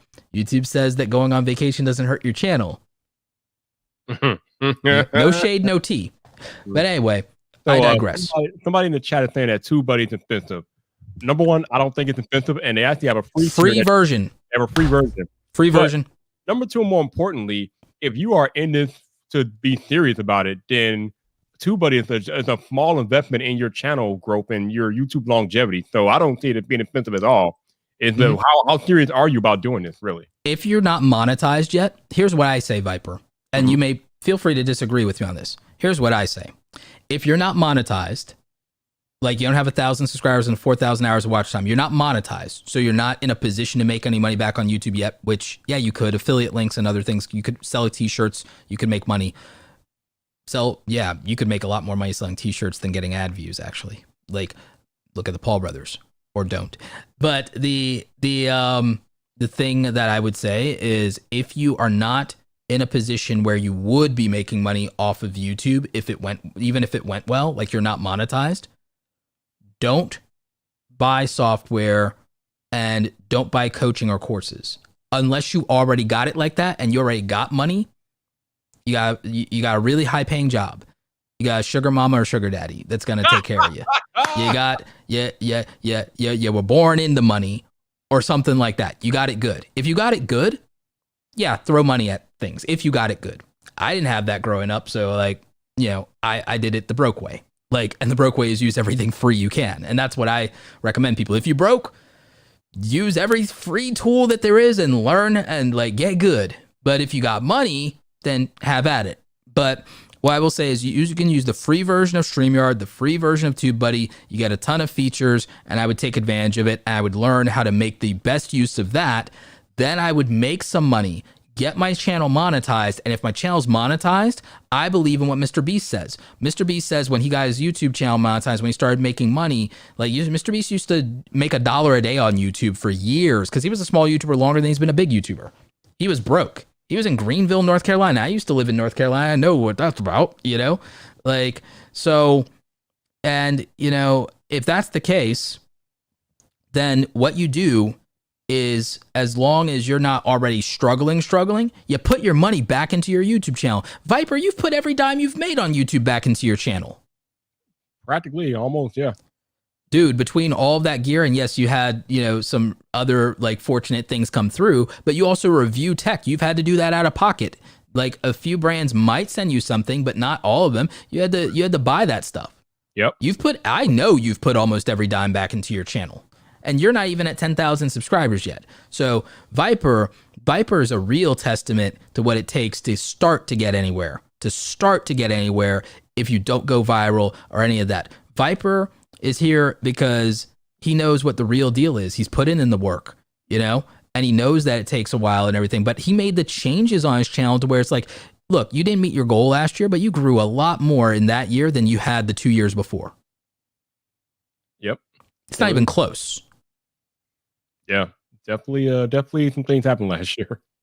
Yeah, but it's not even close, and that was even with COVID, so I feel like what I want to tell people is, again, anything we recommend, anything sponsored, anything linked in the description, if you're making money on YouTube and you have a steady income, it's worth putting money back into the investment of your craft, your channel, like any other career. If you put money into your career, whether it's your tools of your trade or learning your craft, you will be more successful over a period of time of being better equipped. But if you don't have the money, make do with the best you can. And as it relates to putting money back in your channel, it's not about you. It's more about your audience and giving them the best possible viewing experience and best possible experience being on your channel. So if that means spending money to upgrade your audio, then do that. If that means spending money to upgrade your lighting, then do that. Now, I'm not saying that you have to have the top tier gear to have a YouTube channel, because that's absolutely not true. But you definitely want to be thinking about people who watch your videos. Are they getting the most optimum experience possible when they click on one of your videos? And for a lot of new creators, that starts off with audio. Audio is always the first thing that anybody should invest in on a YouTube channel, in my opinion, because that's the most important thing, audio. Audio, lighting, lens, then camera. Audio, lighting, lens, and then camera. That's what I believe. Do you agree with that? No doubt. So yeah. I want to take a quick detour because I definitely want us to review Renee's video channel because it's going to be quick. We're not going to have a lot to say to Renee, but I want to get it on anyway because Renee. So you want me to do that real quick and then I'll circle back to Brendan? Yes, because Renee is an example of somebody who is doing it the correct way. So we're not going to be there long. All right, I'll bring it up here on the screen. All right. Because Renee has been absolutely crushing it, and he's had his channel for less than a year. Yep. And again, there's gonna be some people who are like, "Oh, but he was on a personality on a different channel before," and blah blah blah blah blah. Like, yeah, cry me a river. Right, look at the quality. Like that's Renee. But before you even get to that, it doesn't matter if Renee was a personality or he had a reputation. YouTube doesn't care. The algorithm does not care. The algorithm did not know Renee for a can of paint. The algorithm That's true. Was, but that's true. Yeah. And again, look at the consistency of those thumbnails. That's some good thumbnail right there. Even though it's simple, but it's subtle. I like it. I'm like sitting here and I'm like, man, maybe that's how I need to make. If I cover the, because I have a new MacBook Pro now, I'm like, maybe I'm just gonna take Renee's thumbnail, like, right, like, it's like, yeah. Now Renee knows that I'm not a big fan of using text, but if you're gonna use text in your thumbnail, this is the way. That is the way. Yeah, this is the way. The Mandalorian, baby. That's the Mandalorian. This is the way. But then look at how he organized his playlist. This is smart. This is smart. So Apple 2021 product reviews. If I'm coming to a tech journalist, if I'm coming to a tech analyst like Renee Ritchie, first of all, let's admire that branding. That branding is dope. That's nice. That's nice. I'm about that. I'm feeling that. Okay. So that's pro. I like it. Yep. I like it a lot. Then let's look at the rest of this. He's telling me M2 MacBook Air, a product that doesn't even exist yet. And he's telling me, but I care about that with Face ID 5G. Like, he's telling me what I care about. M2 iMac, like, again, telling me what I care about. New MacBook Pro 2020, telling me what I care about. Okay, so if you're doing, and this is just tech, this is any product review, or this is any topic. Like, even if you're a commentary channel, leading with the thing that I care about in your title, whatever that may mean, is important. So playlist wise, and he gets a description for his playlist. Renee isn't lazy. Renee isn't taking the chance that, does YouTube care about the description? Does it care about that? Is it all about clickbait? He's doing everything he can to tell YouTube what this video is about and who might care about it. That's how you do it. Look at this. And also, guys, look, Renee avoids that timestamp in the corner. He avoids letting the text, if he can, he avoids it hitting that corner. So keep that in mind with your designs too. Nothing too important goes there. So boom. Now he's promoting a podcast that he's a part of down there. And so, yeah, if you look at Renee Ritchie, it's the example of how to put together a professional YouTube channel. And 1 year, and look at where his stuff is at. So one, shout out to Renee. What I would also say is his stuff for mobile would make sense, because you could still read that even if it was small, because we're about the size you would see on mobile, I think, or close to it. Yeah, his stuff is good on mobile. Yep. His stuff is colorful, but it's the right type of it being colorful. So it works. And again, we see the product, we see the thing that we care about in those thumbnails. Let's look at what his oldest, even though he had experience from being a part of another channel before, let's look what his videos from the beginning. So these thumbnails, even these were still well designed, but you can tell that he evolved and he got better. These are still good. They're consistent, but I would say it's still an improvement. I would say this one, the iPhone SE one, is like where he really found the magic personally. Yep. Yeah. This dude is a model of consistency and doing it right. And look at the fact that his branding with his choice of fonts is consistent. It's none of this, a Renee Ritchie thumbnail, whether he's in it or not. That's branding, guys. That's branding. So, yeah. And then quality on top of that. Once you click in, if you hover in, this is going to be quality. Look at how this is. This is So just think about that. This is powerful. Viper, I think you need to study Renee's channel. Oh, you don't think I have? Yeah. Oh, Yeah, I'll be all but about like it. hard, dude. Like Yeah. for real, like hard, like like super hard. Like, but yeah, yeah. There's a lot of lessons in looking at how this channel is set up. You Yep. know, I mean, hell, for that matter, my lo-fi channel. Like, if you look at how that's set up, let me type in Zen Buster music. Like, if you look at how I set up the music channel, again, because not everybody will like get what we're talking about if I don't like show them another example. If you look at how I set up the music channel and these different playlists and these different things, whether it's the hour-long loops or any of the other stuff, and then YouTube music channels are a little different in the fact that they also, when you upload your music to Spotify or whoever, if you have it set up that way, it'll post the albums down there or whatever. But like, if you look at it, it's intentional, it's thoughtful. If you look at the way there's consistent branding, even though I had to pay an artist to do some stuff, if you look at the individual singles, I mean, there's just a lot to having a truly consistent channel. So we're gonna move on to Brendan Sparks. We're gonna move on to Brendan's channel. It's like, so Brendan, it looks like you're my competitor. Like, I'm joking, but yeah, let's like, so helping creators start and grow on YouTube. Thanks. Okay. So we all definitely need a community of people helping new content creators. Let's see. Add descriptions to these playlists. Yeah, add descriptions to these playlists because that will definitely help you. I think with YouTube Shorts, even though the short shelf in mobile doesn't give you a thumbnail, I think on your regular YouTube channel for branding purposes, or if people end up seeing it on YouTube, I think it should still have a thumbnail. But that's my view on YouTube Shorts. Other people have differing opinions on YouTube Shorts. Mike, I'm curious, Brendan, as to whether or not you have a previous YouTube channel that you grew, because what you're gonna get is a lot of people are going to challenge you on whether you've grown a YouTube channel before. Me and Nick Nimmin grew YouTube channels without doing YouTube tips stuff before. Brian G. Johnson started with iMovie tutorials. Sean Canal had like 3 failed YouTube channels and 2 relatively successful ones before he started doing YouTube tips.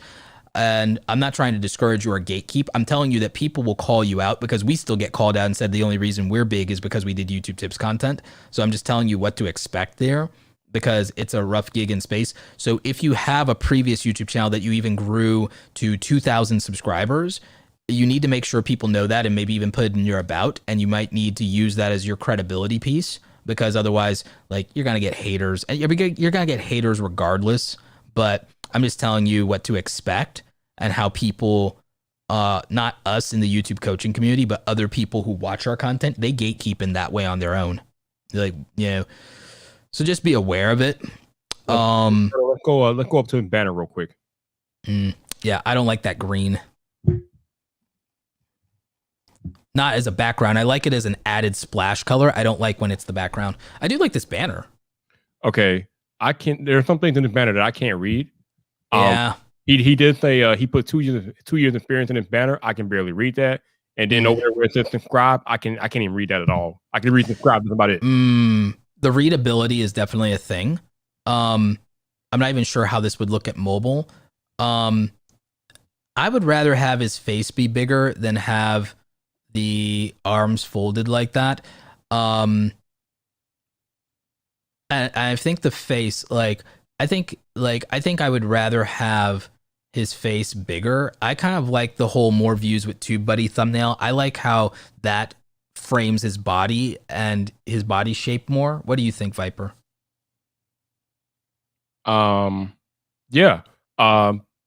It's a more flattering photo of him for sure. Yeah. The making the face bigger is always a win. Mm-hmm. But yeah, that's definitely a good start. But yeah, that text needs to be you gotta do something about the colors in the text, because some of that stuff, like I said, is not readable. Mm-hmm. I like this thumbnail. I like this thumbnail with all the homies. And I also know what this type of video is. It's a type of video where he's not trashing them, although I haven't watched it, so I can't say for sure, but I'm going to assume it's a video that's not trashing our homies. It's a video that's saying you need to do the work yourself. You can do all of this, but if you don't apply yourself, it doesn't matter, which I agree with that message, but I'm making an assumption there. So I like that. Even when you're doing a live Q&A, like we're doing, you want to design a thumbnail for it.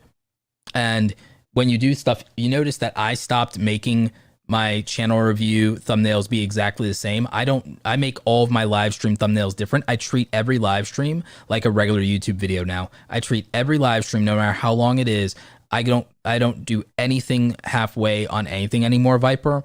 Like, so no more, oh, this one template by itself. I use it as a baseline. I might use my templates as a baseline that I've made for myself, but I won't stop there. I will do everything to make the thumbnail for the individual video as unique as possible, or at least look like it's drastically different, so you won't skip that and think you saw it already.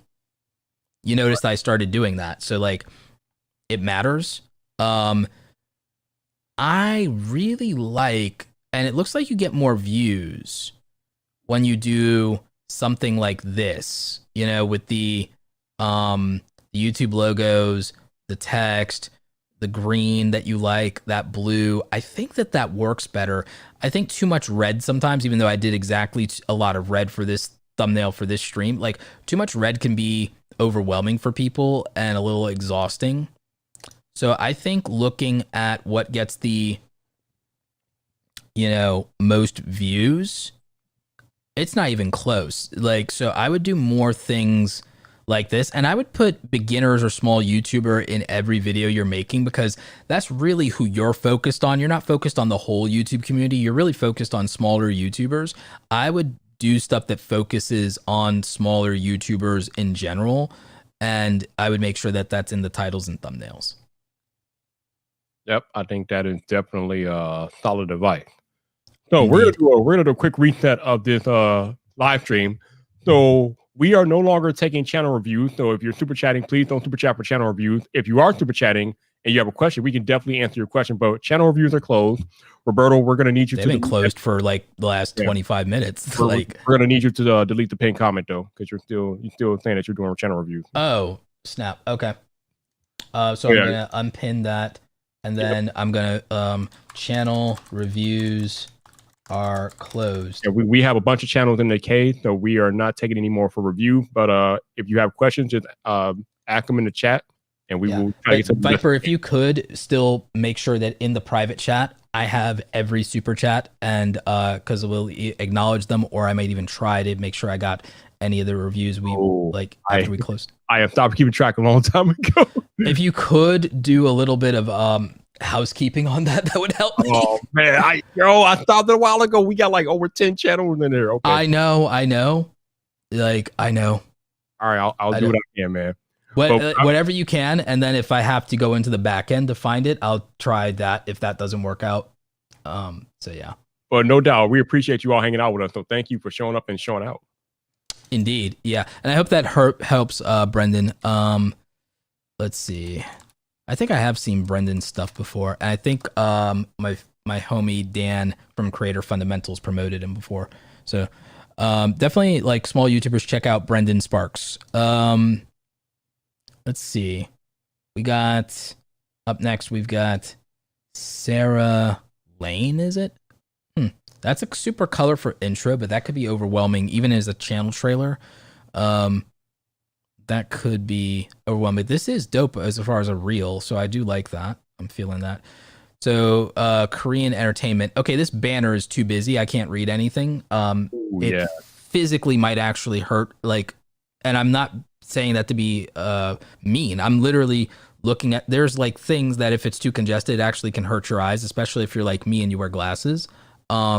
There's a whole system of typography that is designed to make it comfortable for your eyes, and this is doing the opposite of that. So I would simplify and clean up the banner and not have it be so overwhelming and so clustered, because it's like I can read those words, but I can't, if that makes sense, Viper.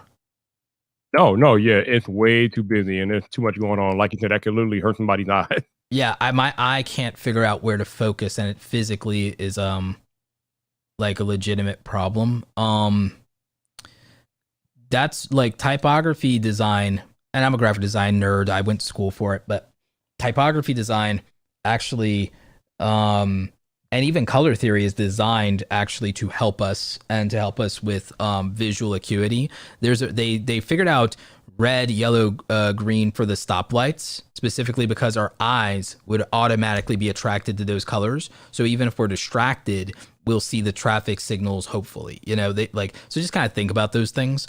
So your thing is about Korean entertainment and culture. That thumbnail with the K-pop artist that debuted is kind of interesting, but it's also, again, the background is colored. Not colored. The background is cluttered.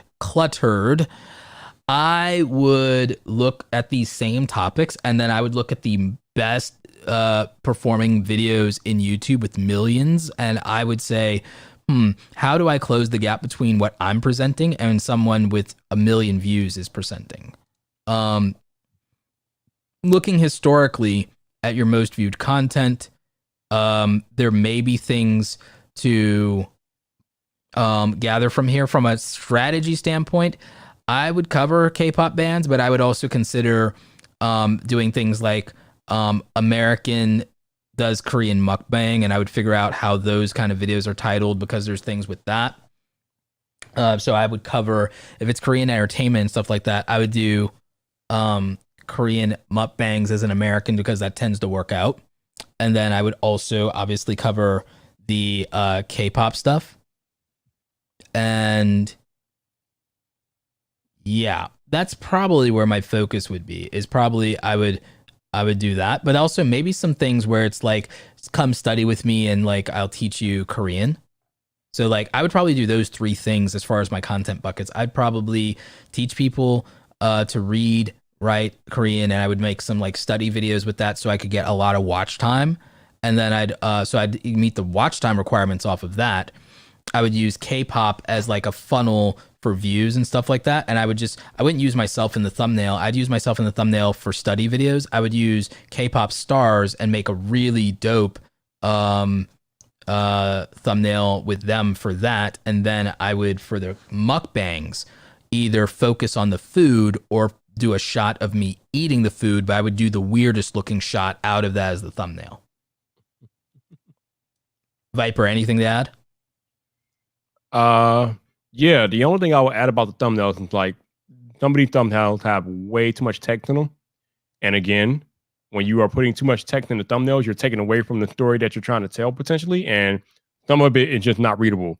The big thing that you guys need to understand, when you are making thumbnails, you need to check your mobile phone and see if the thumbnail is actually readable on your mobile device, because most people are watching or viewing YouTube via a mobile device, cell phone, tablet, things like that. So pull out your cell phone, go to your video, and make sure your thumbnail is viewable on your cell phone. If you feel like it's viewable on your cell phone, then you're good to go. But if you can't read it on your cell phone, then you need to go and make some changes. Indeed. Well said, Viper. Well said. I absolutely would agree with that. I'd agree with that. Because again, I think that people have to, everything you do has to put the viewer first. Just like you were talking about earlier, whether it's an investment in your channel. Again, look at like how all out I went for these live streams. I'm saying here, I got the switcher going on. Me and Nick Nimmin don't play. We doing that cinematic live stream universe on you. You know, we got that flex going on, but we aren't doing it just to do it. We're doing it because it just shows that we're going out of our way to make a better experience for the viewers and everything like that. I did everything in my power to make the audio as good as possible for you guys, you know? So, I mean, look, he got that Shure SM7B. Like, look at that. Mm-hmm. Yeah, coming with that Joe Rogan quality for you, you know? Yeah, so, I mean, I'm even getting ready to add yet another camera angle. You know, tomorrow, because my Amazon fast will be over tomorrow, I'm ordering like a bunch of stuff like that's sitting in my cart, because I did 30 days of discipline, Viper. I did 30 days. Man, look, 30 days. We're on day 31. Go ahead and pull out your phone and order that stuff now. Why are you waiting for tomorrow? You done did the thing, man. You did it already, man. You good. I have everyone's permission to go ahead and break my Amazon fast after a month now. It's over with. It's done. Break it. Yeah. All right, so I'll break my fast. I'll break my Amazon fast. I've been given permission. Like, you know, the man about tech has said I can start buying tech again. So I guess I can do that. Yep. But yeah, let's see. I want to acknowledge some of these super chats. We will do the ones who have reviews in the queue from when we had reviews open, but I also want to get to some of the smaller ones because we appreciate super chats large and small. I just want to see if I can put any of them on screen though. Also, have a question here. Roberto, is it possible to grow decently on YouTube without showing my face? I've been told a lot not to worry about lighting, but honestly don't feel that showing my face adds any value to my content. If you really believe that not showing your face doesn't add any value to your content, don't. And you can make a faceless YouTube channel. Remember, I made a faceless YouTube channel this year, Zen Buster Music, linked in the description down below, where I just have a music channel. I'm not the face of that channel, and the thumbnails that get the most views don't even have faces in them. They have people like doing weird fantasy stuff, like but people know they're going to listen to some music and they're like, wow, that's that thing looks dope. If that looks dope, maybe the sound is dope. Does it go with it? And then go, yeah. And then they just start bumping. And the next thing they know, they've been listening to an hour-long track and I got all that watch time. So I'm just saying, Blue Dragon. There is a YouTuber called Dream who has never showed his face. Dream, yeah. He has 17 million subscribers, so it can be done. It can be done. It can be done. And he was a small YouTuber not that long ago. He said he was going to break YouTube and he did it. There you go. Like, yeah. So you got people out here. You got people out here swinging. Look, even if you don't think you're attractive, I mean, he wouldn't mind me saying this. You know, and we're homies. Like, look at Boogie. Look at Boogie. It's like, you know, like Boogie was morbidly obese, is still struggling with weight and his appearance and everything like that. And 4 million subscribers. You know, the only reason sometimes Boogie doesn't get views is because sometimes he says things that'll get him canceled, or he gets into beef on Twitter. Like, literally, Boogie would probably just get infinite views if he deletes Twitter. Like, you know, because he has a community. He's liked well enough by a lot of people. He didn't get to 4 million by accident.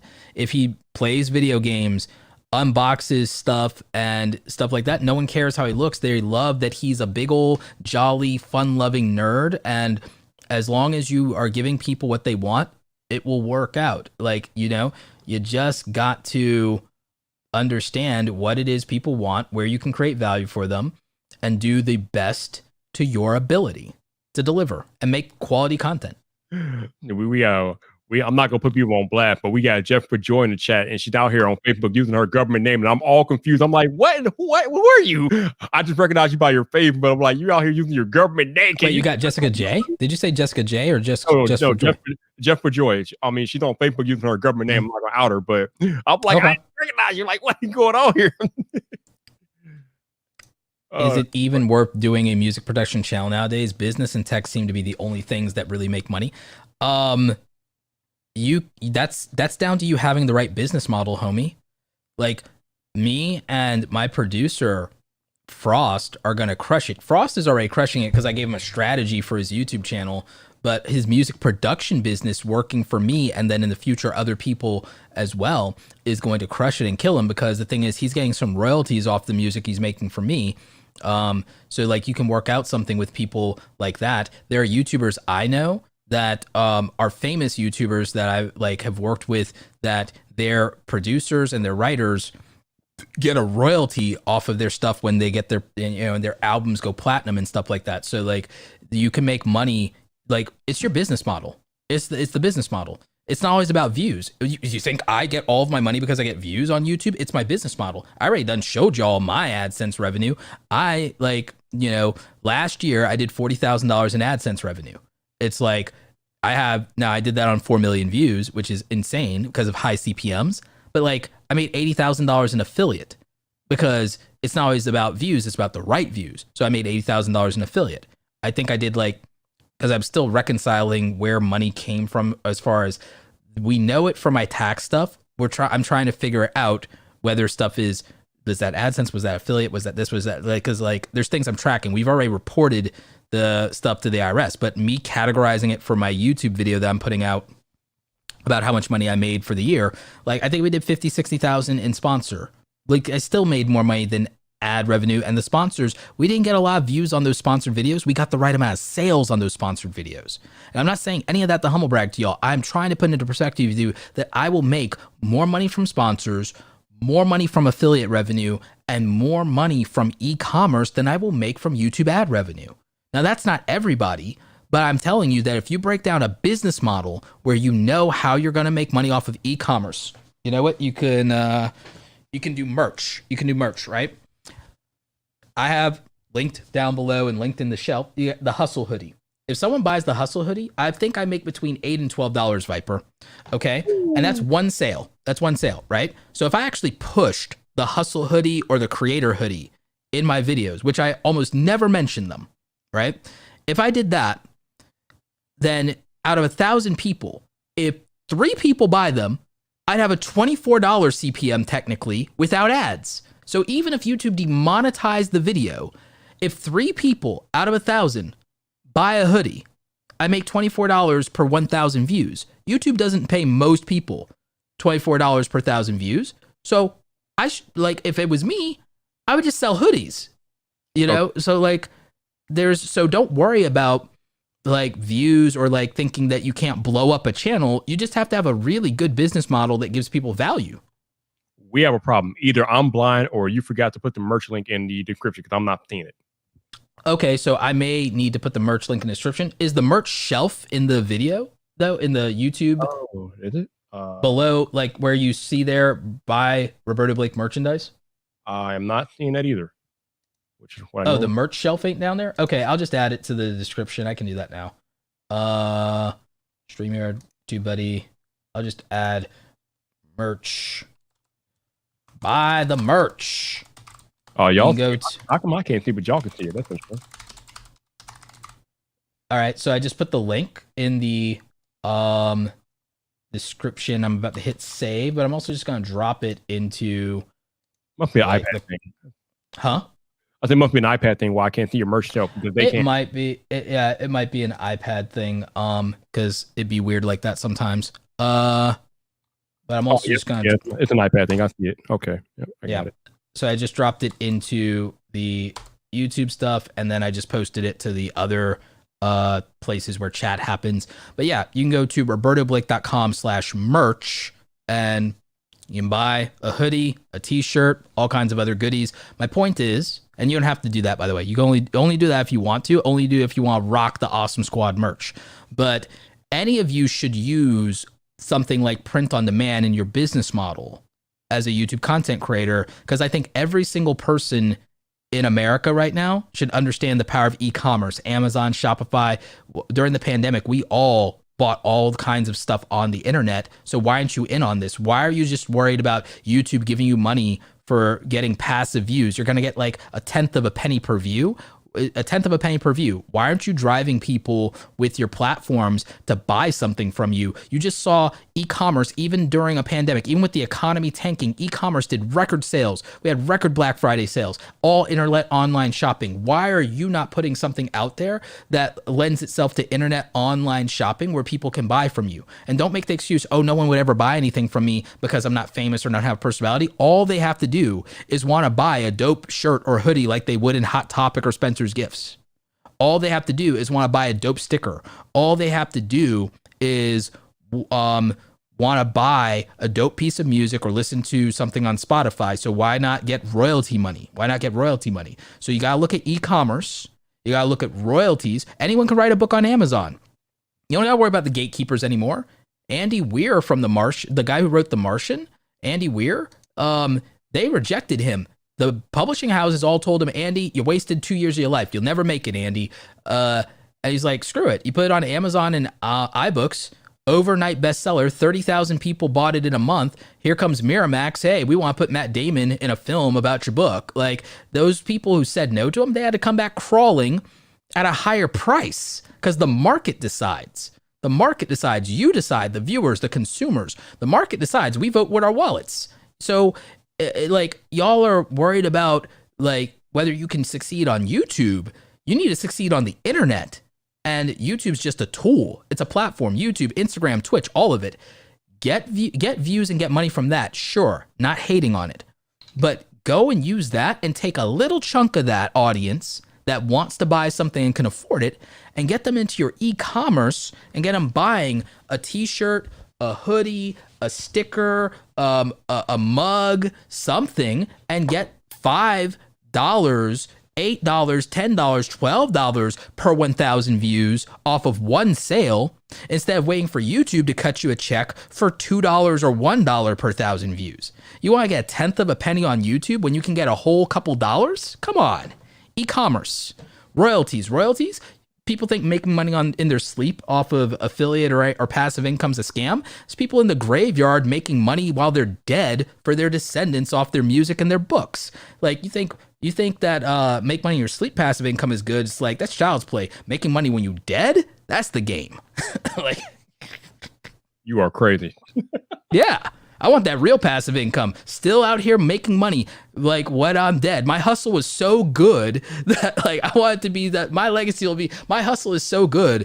I'm still putting in the work from the grave for my descendants. And you know I'm joking because I'm the Sith Emperor. I'm going to live forever. Oh, we know. Excuse me, I'm over here buying your merch though. Mm-hmm.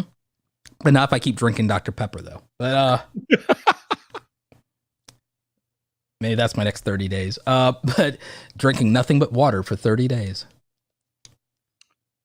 Oh, got it. All right. Let's go. But yeah. So I just wanted to shout out to Mark J Music. I think you can do a production channel. I think you can make money off of people like me and Viper who buy audio gear and headphones off of that. Because I think you're just thinking of it wrong. That's like the business model is like the hardware side of that. Then also getting people to your music. If you are producing that music, getting them to that. So you get the royalties, blowing that up off Spotify. If you're getting royalties from your artist, getting money off of that from Spotify. So I just think it's a business model of looking at making money off the platforms, making money off e-commerce, making money off of royalties, and making money off of affiliate marketing. Yeah, there are so many different ways to make money being a creator. So absolutely. Yeah. My mini feed of alerts don't actually always tell me about the super chats because it's like it does, but it can only hold so many of them at a time. Excuse me. So yeah. My homie Naruto explained, any audio recommendations for de-esser programs looking to move away from Audacity? I'm about that Adobe life, man. I'm about Adobe Audition, Adobe Premiere, I'm about that life. Viper, actually, you could do it in hardware too if you get something like the Rodecaster like me and Viper. Viper, we've got the de-esser running through our hardware for the most part, yeah? I believe so, yes.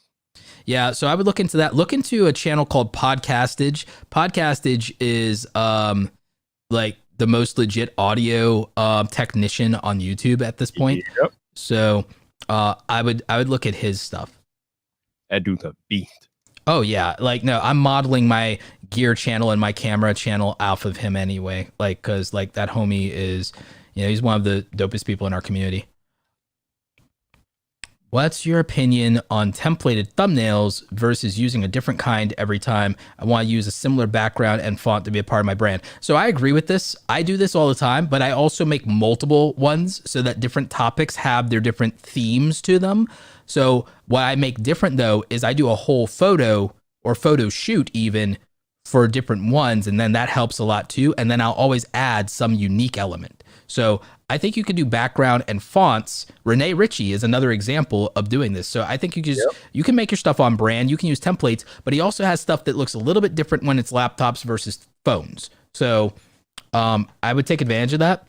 And I would say the difference is not the fonts or the backgrounds. I'd go more with the photography to make things different. Sound advice. Yep.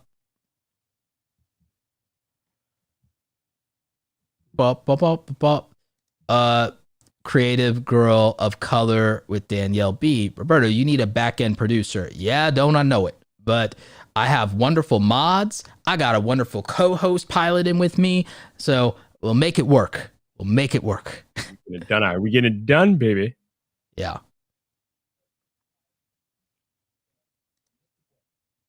Great videos. Question: how do you attract viewers to a niche which is emerging? For example, VR gaming in Hindu language, so no one is doing it.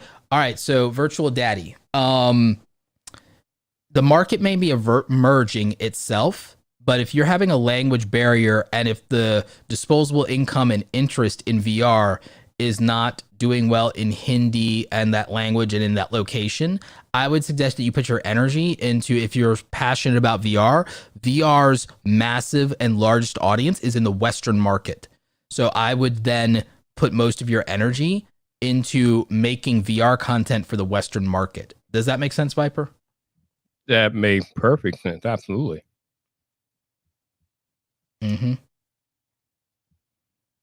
Overgrow Society. Do you still have a discount code for the Creator Academy? For awesomecreatoracademy.com, I think there's still a coupon code for the YouTube starter kit. So I think it's 20 off is the code, but I can't swear that that still works. Yeah, if you want to check out awesomecreatoracademy.com, we have a lot of great stuff over there.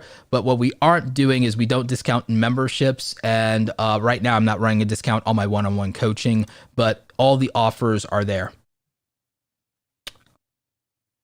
Let's see.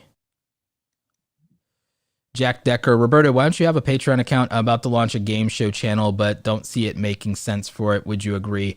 Game show channel. Game show channel. I'm not sure if you're doing a game show. I'm not sure how a Patreon works in terms of your offer structure. I need to do a video about Patreon at some point. Maybe I'll see if I can reach out to the CEO of Patreon, because that could be an interesting thing to do. But the hard thing with Patreon is figuring out what people want when you haven't built an audience that's telling you exactly what they want and a demand and an experience that they are willing to invest money in. Which is why I like products more. I like products more because as much as like I appreciate things, and I would appreciate things like Patreon support, and we do some things for channel members and stuff like that. I like products though, but I'm in the education side. If I was in entertainment though, a Patreon's easier to do. And also I think a Patreon makes sense for a podcast. So I think the difficult challenge is making something you can be consistent with and deciding whether or not you're creating an experience or if you're kind of creating access to something consumable. Viper, any thoughts on Patreon? I mean, a lot of people do Patreon, and Patreon is good for a lot of creators because Patreon only takes 5% of the revenue that you accumulate. Whereas YouTube takes 30% of every super chat and every membership, by the way. Membership, yep. But some people prefer doing memberships on YouTube because it keeps people on YouTube, because we always talk about trying to get people to move from platform to platform isn't always the most ideal situation. Mm-hmm. So, I mean, if you're all about making the revenue, then by all means, go start a Patreon. Not only that, Patreon would also not just be a revenue play, it would be a play to have a more diverse ecosystem and less dependence on YouTube. Because like we talked about in my video, social media is over. It's very hard to rely on platforms, and technically Patreon's a platform too, but platform diversity, as hard as it is to move people over, it's still essential, because if you keep putting all of your bags and energy into YouTube and then anything happens to your account, you get restricted mode, you get deleted, you get trolls, you get hacked, like our friend Prosser, the old channel hacked everything. If you put everything into the YouTube and Google ecosystem with no diversification and then something goes sideways, that's game over potentially. I don't like that. Scares me. So, I agree. But let's dig a little bit more deeper into this, because you and Andrew Edwards and a bunch of other people talk about diversifying your platforms, and I completely agree. But when you are brand new and you're just starting out, I don't know, you don't really have them set up, but don't push them. Okay. Have them set up, because what you need is, first of all, if you did decide on like your channel name and your channel URL when you get to 100 subscribers, you got to do a land grab and you got to get your name and all the other platforms for consistency. Sometimes you won't even check beforehand. You had problems with getting Viper in everything, so that's why you came up with the 3 Ys. That is correct. So like, I believe even if you're not going to push everything, you grab everything because it's a land grab. Because like everyone thinks of social media as the publishing business. I think it's the real estate business. Just like McDonald's isn't the food business, it's the real estate business. Okay, so it is good to go ahead and get everything on all the platforms. But as far as like being present on all the platforms when you're first starting out, I don't agree with that. I don't either. I say focus on 1 or 2 platforms where you're going to go hard at. build up your audience, and then once you have an audience, then maybe think about diversifying them across platform. But when you're first starting out, no, absolutely not. Yeah. I think TubeBuddy is great for content creators and live streamers. Like the way I use it anyway, because I'm not just doing SEO. I'm using it to help me even with analyzing. Well, I have the Legend edition, which is where you get the features to learn about your facial expressions, and that data. We'll show you that later in the stream and things like that. So it depends on what you're doing. But I would say definitely get the free version in the link in the description, and then think about how you could apply it to your channel using those tools. Yep. TubeBuddy is legit. Definitely. Yep. So let's see. Scrolling. Anchor Down Boat. Thank you for the $4.99 super chat. My channel blew up 8K in 3 days. What should I do to keep it up? I did have an interesting event happen to me. So you had an interesting event happen to you. So why was that event interesting is what I would think about. And then I would say, start making more content that appeals to the people in the comments of that video, because they're the most vocal about why they're watching it and what they're enjoying. So I would do that, and I would capitalize on it by saying, all right, an interesting event in life happened to you, and you put that into the content. Create the conditions for more interesting things to happen to you. Yeah, so about that. So in your case, you kind of went mini viral for an event. So we as creators, we have to be careful about things that blow our channels up. Like I was talking about earlier on this live stream, you can go viral for content that you didn't intend to go viral for, and then you find yourself in this trap of, oh, do I make more content because that's what blew up, or do I make the content that I love making and not worry about it? So then it becomes a creator conundrum, because you're trying to reproduce that viral event, and that's not really what you want to do. So just be careful about that. I mean, yeah, you might have something that happened that made you go viral, but if that's not the content that you're really passionate about and want to do, don't fall into the trap of, oh, I got to reproduce this, because you're not going to be happy doing that. Yeah, I agree. And what I was saying is, if you do like what you went viral for, what I would suggest, if that is the case, because it'll happen to where sometimes you won't.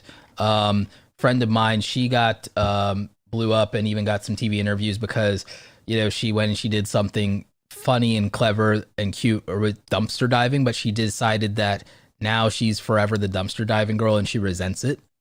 And she hates that. She got no, she does not want to be that as an identity. So we had to figure that out for her eventually. But yeah, you want to be careful with that, just like Viper said. But if you do want to capitalize on an event and you can live with it, then you have to think about, well, what would recreate those conditions? Now, if it's something like a shout out, then you can't really recreate those conditions, and you don't want to rely on that, because then other people built your brand. You didn't. You don't even own your audience at that point. Shout outs can be good, but people will even tell you that, oh, well, so-and-so made you, even when it's not true, so just be careful with that kind of thing. Like, a lot of people think, oh, I won't care. But it's like, yeah, you'll get down the road and it will bother you. Oh, you'll care. Mm-hmm. Yep. Yeah. Oh, man. All right, so let's see. As far as the ones that it'll let me put up, let me see here. So I think you hit most of the ones that weren't like channel reviews. I had a whole list in the private chat, and I think you went through most of them. Okay, thank you. That really helps. And I will get to the other channel reviews. We've got a lot to cover in the show. And like I said, thank you, WMTV. Yeah, we got a lot to cover, because the thing is, as long as Viper can hang, because what I do want to do at some point is I do want to show you some more of the analytics stuff that could help you guys. Let's look at Floopy Donkey. So I checked my channel, and my videos and channel are hidden in restriction mode. I've been checking all my subtitles and they look fine. Suggestions. Again, I would check again. There's other things that could do it. And again, look at words in your titles, your descriptions, or even your tags. And like Viper, for you, it was almost all the captions, I think, was the main issue, right? Yeah, the auto caption. But he said the subtitles are fine. But I would make sure that it's auto captioning in the right language, because that's a big one. If it auto captions in the wrong language, then yeah, it's not a good look. And yeah, you really have to go through and like just watch the video with the subtitles on and make sure that there's no words that got in there that not supposed to be in there. Because yeah. And then I would like, again, I would like really think hard about, I'd really think hard about what is in the title, descriptions, and a tag, and think if there's any possible way at all that it could get flagged or throttled in any way. Even if you think it's like it's borderline or something like that, because remember, even medical videos get that to happen to them. Even medical videos, even news, especially news and commentary. So just be super aware of that. Because like, again, I've like, it's very rare to see how it's very rare to see a video like Viper. Did any of your videos that were in restricted mode get good views at all? Like really good views compared to like the ones that weren't? I mean, some of them got decent views. I wouldn't call them good, but they got decent. Yeah. Okay. So yeah, that's my issue.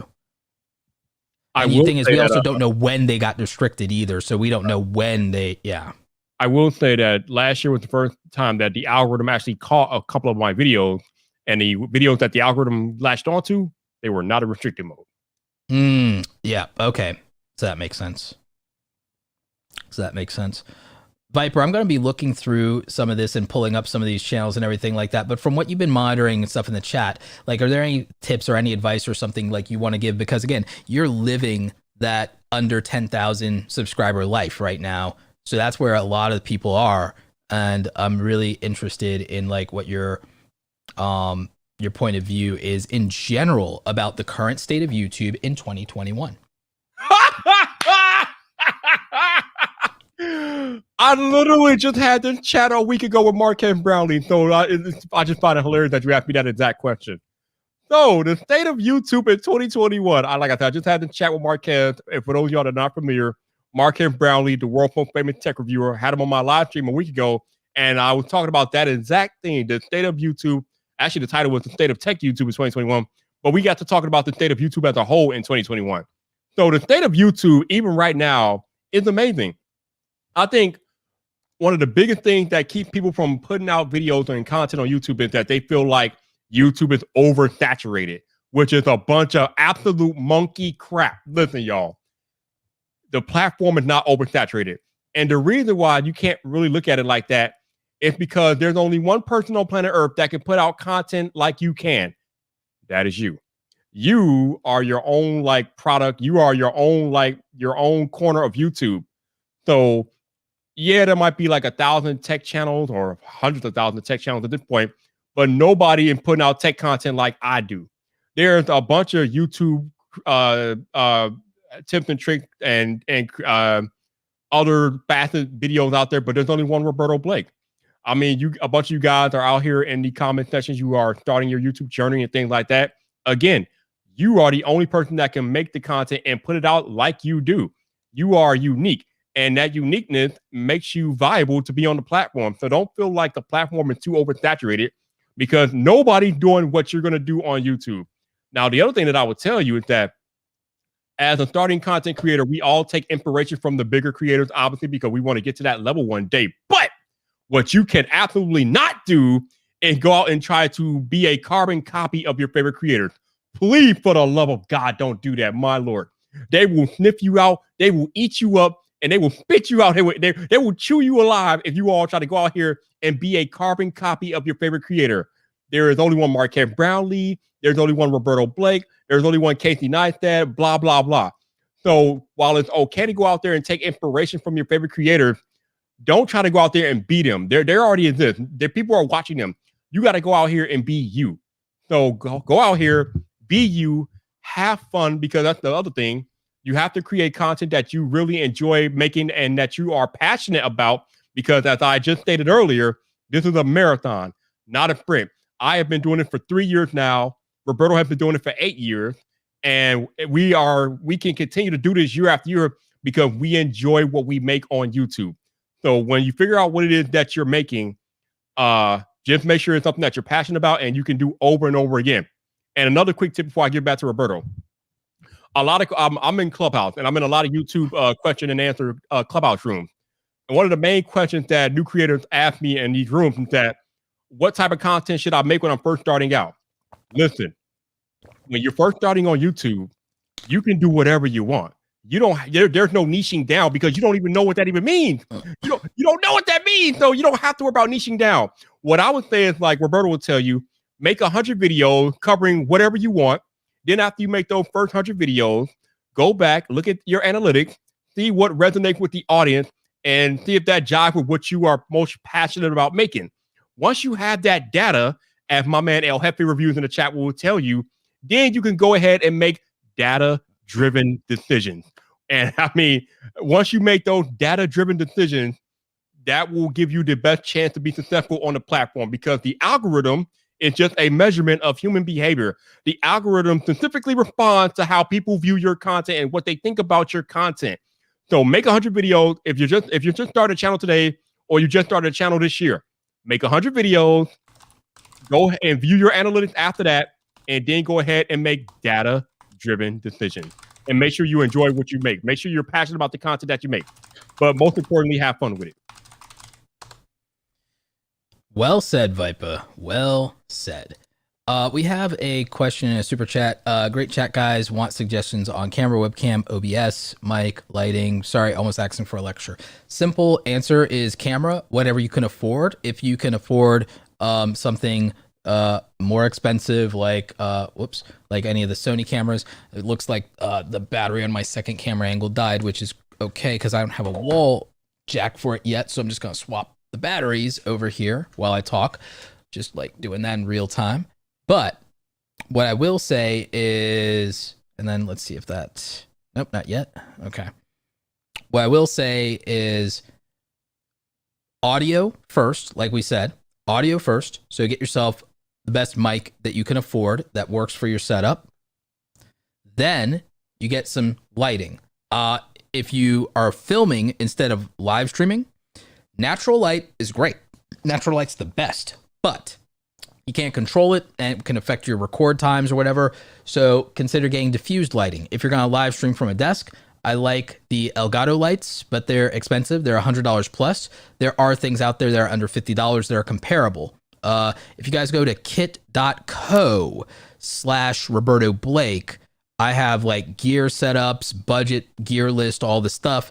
But yeah, I use the Elgato lights because it's what's called diffused lighting. You know, instead of having an umbrella that takes a lot of space, it's a diffused panel. If you can't do that, ring lights are $80. So get a ring light, you know? So microphones, if you're doing podcasts or stuff like that, Elgato Wave, or the Blue Yeti, $99, or the Razer X Siren for you streamers out there. So it's like $100, good audio, perfect audio if it's gonna be on your desk. If you need something on your camera and you're a vlogger, what's affordable? Deity microphones. Not sponsored, but they are homies. Deity microphones. Affordable. Get something under 100. I love them. They're awesome. Yeah, they're great. And they love creators. They support creators. They're a good company. So that'll do you. And then camera. Whatever you can afford. The Canon M50 is great on a budget. I have one so that I can teach people how to do content on a budget. If you've got the money, if you have the money, get a Sony A7C. I have the Sony A7S III here. I have the A6600 up there. Get a Sony A7C if you have the budget. If you don't, then get something maybe like the Canon M50 or something like that. Whatever you can afford, $500, $600. Lenses, what you can afford. It's better to get yourself like a 35 millimeter prime lens or a 50 millimeter prime lens. Those might be $200 or something. You won't get zoom, but so you have to move your camera around physically. So what? If you're a vlogger, get yourself something wide angle, give yourself a few options. You don't necessarily need f2.8. It'll give you the smooth bokeh look, all that good stuff. But f4.0 is fine because the further away your background is, like this, I can shoot at f4. This is an f4 wide angle lens. You know, I get a little bit of bokeh off this. It's not a ton, but, you know, it depends on what your needs are. So, yeah, this stuff doesn't have to break the bank. You just have to think about what you need, do the best you can within your budget, and then step up incrementally after that. Amen. That's right. Yeah. We didn't throw money at this all at once. No. And as a creator, when you're just starting out, you don't go bankrupt trying to get the top tier gear because you don't even, number one, you don't need it. And number two, you probably won't even know how to use it properly anyway. Yeah. Facts. Roberto Faith. Yeah. No, I get really upset that people spend a lot of money on things and don't bother to learn how to use them when they could have just made the most out of something more affordable. No doubt, man. No doubt. I mean, there's sometimes, even with this setup, there's things that I do that's like, okay, crap, something isn't working. Budget solution, boom. Like, you know? And if, someone brought up a good point. If you buy just the body, always put the money into getting a better camera lens. Couldn't agree more. All my money is in glass. All my money is glass. It's like I spent all my money into camera lenses. So, yeah. Although earlier when you were talking about the order of people buying stuff, you said lens and then camera, but don't you need the camera before you get the lens though? I'm talking about priority of like how much money or what you like really are concerned about, and like also what will improve quality.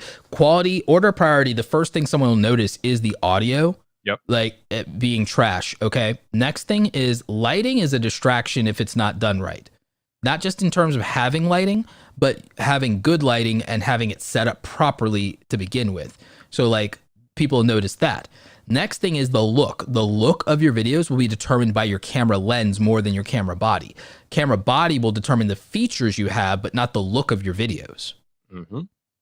You know, the lens will determine the look of the videos more than the camera. Wide angle, zoom, bokeh, no bokeh, autofocus a lot of that will be dictated a lot by the lens. Then the camera will work with that. So that's my thought. I agree. Yep. Sorry, I'm just going through the chat real quick. But yeah, you were talking about the current state of YouTube, and I couldn't agree more with what you had to say there. I got to definitely listen to the interview with Marquez. But yeah, I agree. The algorithm is also just a measure of human behavior. You know, we'll talk about that a little bit more. But yeah. And yeah, camera tech can be overwhelming, but it doesn't have to be. You know, I love Amy Landino's advice. Do the best you can with what you have where you are. Like, that's a big deal to me. Listen, I have a Sony A7 III, and I still probably don't even use it to its full potential, but it worked for the things I needed to do, so that's all that matters. Mm-hmm. People say they think some of the more expensive stuff is going to make their climb quicker. I kind of don't think it is, but what I will say is this. If you do have the money and you did invest in better production values when you're small, people notice. That might be good, but that doesn't help your content that much. You still have to provide. No, I'm agreeing with you. Yeah. I am saying that people notice it. So, like, you know, people notice when someone put in effort is what I'm saying. Oh, absolutely. But I'm just talking about the quality of the content. The content still has to be delivered in a quality way and provide value to a viewer. Camera stuff is not going to change that. I agree. All right. So let's see. I'm going to start from the top here in terms of these channels that we're going to look at. Yep, here we go. So we're kicking it off with our homie Urban Explorer. Oh, we about to go to the van life. We about to live that van life. Where Janelle at? Like, Viper, what do you think of the thumbnail? I kind of like it thumbnails. The text, the font, I should say, is consistent. So I like that. It doesn't get in the way of what he's trying to do. So I like the thumbnail. One criticism, I would reverse the black on the top to being white. Oh, when you said thumbnail, you meant channel banner. Okay. I meant, yeah, I don't know why I said that. Yeah. Why for the channel banner. The thumbnail. So like with the channel banner, I would have probably reversed that to white with a black outline for the word urban. Okay. Just because the woods is too dark there. You know what I'm saying? The letters blend into the woods there. Yep. I would agree with that, definitely. Yeah. Look at how the van stands contrast against the woods there. I need it to be like that. Yeah, that's legit. The van itself. I don't love the yellow bevel on subscribe for van life builds and travel, because like there's a point where I can't read it. I can read everything except whatever is besides van. So, That's so like I would figure out what's going on with that, you know, or just reduce it to subscribe for more videos or something. The other thing that you guys need to realize is that when you are making your channel banners, you should also consider them to be making them mobile friendly. Mm-hmm. If you can read them on mobile, now obviously on mobile you're not going to get, there are some aspects of the banner that are not going to be included because I think YouTube shrinks it down for mobile. But you still want to make sure that whatever is visible on your mobile device, as far as channel banner is concerned, you want to make sure that whatever is visible is readable and legible on a mobile device. Agreed. I like that he has this most valued content. The most watched videos that brought people tips and tricks and value. I like that. Ooh, that is nice. Camper. So like I like these playlists. Ooh, I like that HDR thing going on with the But thing is, you'll never believe this is a UK. I don't know what that means, and it's a UK. Like, you'll never believe this is a UK. Like, it's titles. Titles matter. Like, you'll be amazed by the beauty of. Okay, so that title kind of makes sense, even though it didn't get a ton of views. I also am like, okay, so this is van life, but there feels like there's a lot of inconsistency in the presentation of it. So like there's a part of it where you are exploring and you're showing off the places and the things. Then there's the part where you're like doing the how-tos. I think that in the content itself, you can do both. I think the problem is in the presentation doing both. Does that make sense, Viper? Yeah. By that, I mean the titles and the thumbnails being inconsistent in terms of the value. I think it's great if you show us what you're doing with the van life and stuff like that. I just think that the issue for me is your most popular videos were in fact showing people how to live their best van life by being able to do these things. And I just kind of feel like you could have gotten some of your cinematics and some of you guys living your life into the tips, because it looks like people are coming for the tips. That's just me though. Yeah, that's some definite poignant advice. I mean, but do you agree with me? Because it does look like they want to share their journey, and I get that, but that's not what people seem to be signing up for. Yeah, it's like I said earlier. You have to go back and analyze the data and see what is hitting home with the audience, and then you got to make data-driven decisions. So if, like what Roberto was saying here, it seems like people are coming for van tips more than anything. So it looks like you might want to concentrate more on providing van tips or titling and thumbnailing the videos in such a way that even if you want to do like the lifestyle stuff, that the tip stuff is what's out in front and center, and then incorporate that into the content of your lifestyle. So yeah, I agree. There's a way that you can mesh the two, but if you see that people are coming for the tip stuff first and foremost, then you have to give them that first and foremost, and then put everything else, like try to mesh everything else on the back end, like in the content. Yep. No, I would agree with that, Viper. I really would. Like, so Urban Explorer, I hope that helps. Like, you know, and your thumbnails themselves were pretty good. So I'm not going to like, I have preferences. I'm not going to like lean too hard into that, because I think what we gave you about just the strategy piece is probably better advice than change your title and thumbnail. All right, Roberto, let's tackle something real quick. I just saw in the chat. Somebody asked, does asking people to I can't talk. Somebody in the chat asked if they asked if asking people to subscribe matters. Now there have been mixed feelings. Yes and no. Yeah, I mean I've tried both ways. I don't think I've seen much of a difference whether acting or not acting. I'm acting now because I don't want to miss the opportunity that I could pick up if I don't do it. So does asking a guy or girl on a date work? Yes, like that's not yes or no. Like now I mean, it's not that cut and dry. Stop it, Roberto. It's not that cut and dry. No, it is, because I'm saying that like you could ask people to subscribe and they can go okay, or they can go no. You can ask someone on a date, or they can go okay, or they can go no. True, but it's a little different context. I get it. I was saying that like, but here's the thing. Like there are some people who don't even have to ask in both situations. There's people who don't even have to ask. So you know, I don't see anything wrong with shooting your shot. I would say high standards, low expectations is always a winning formula.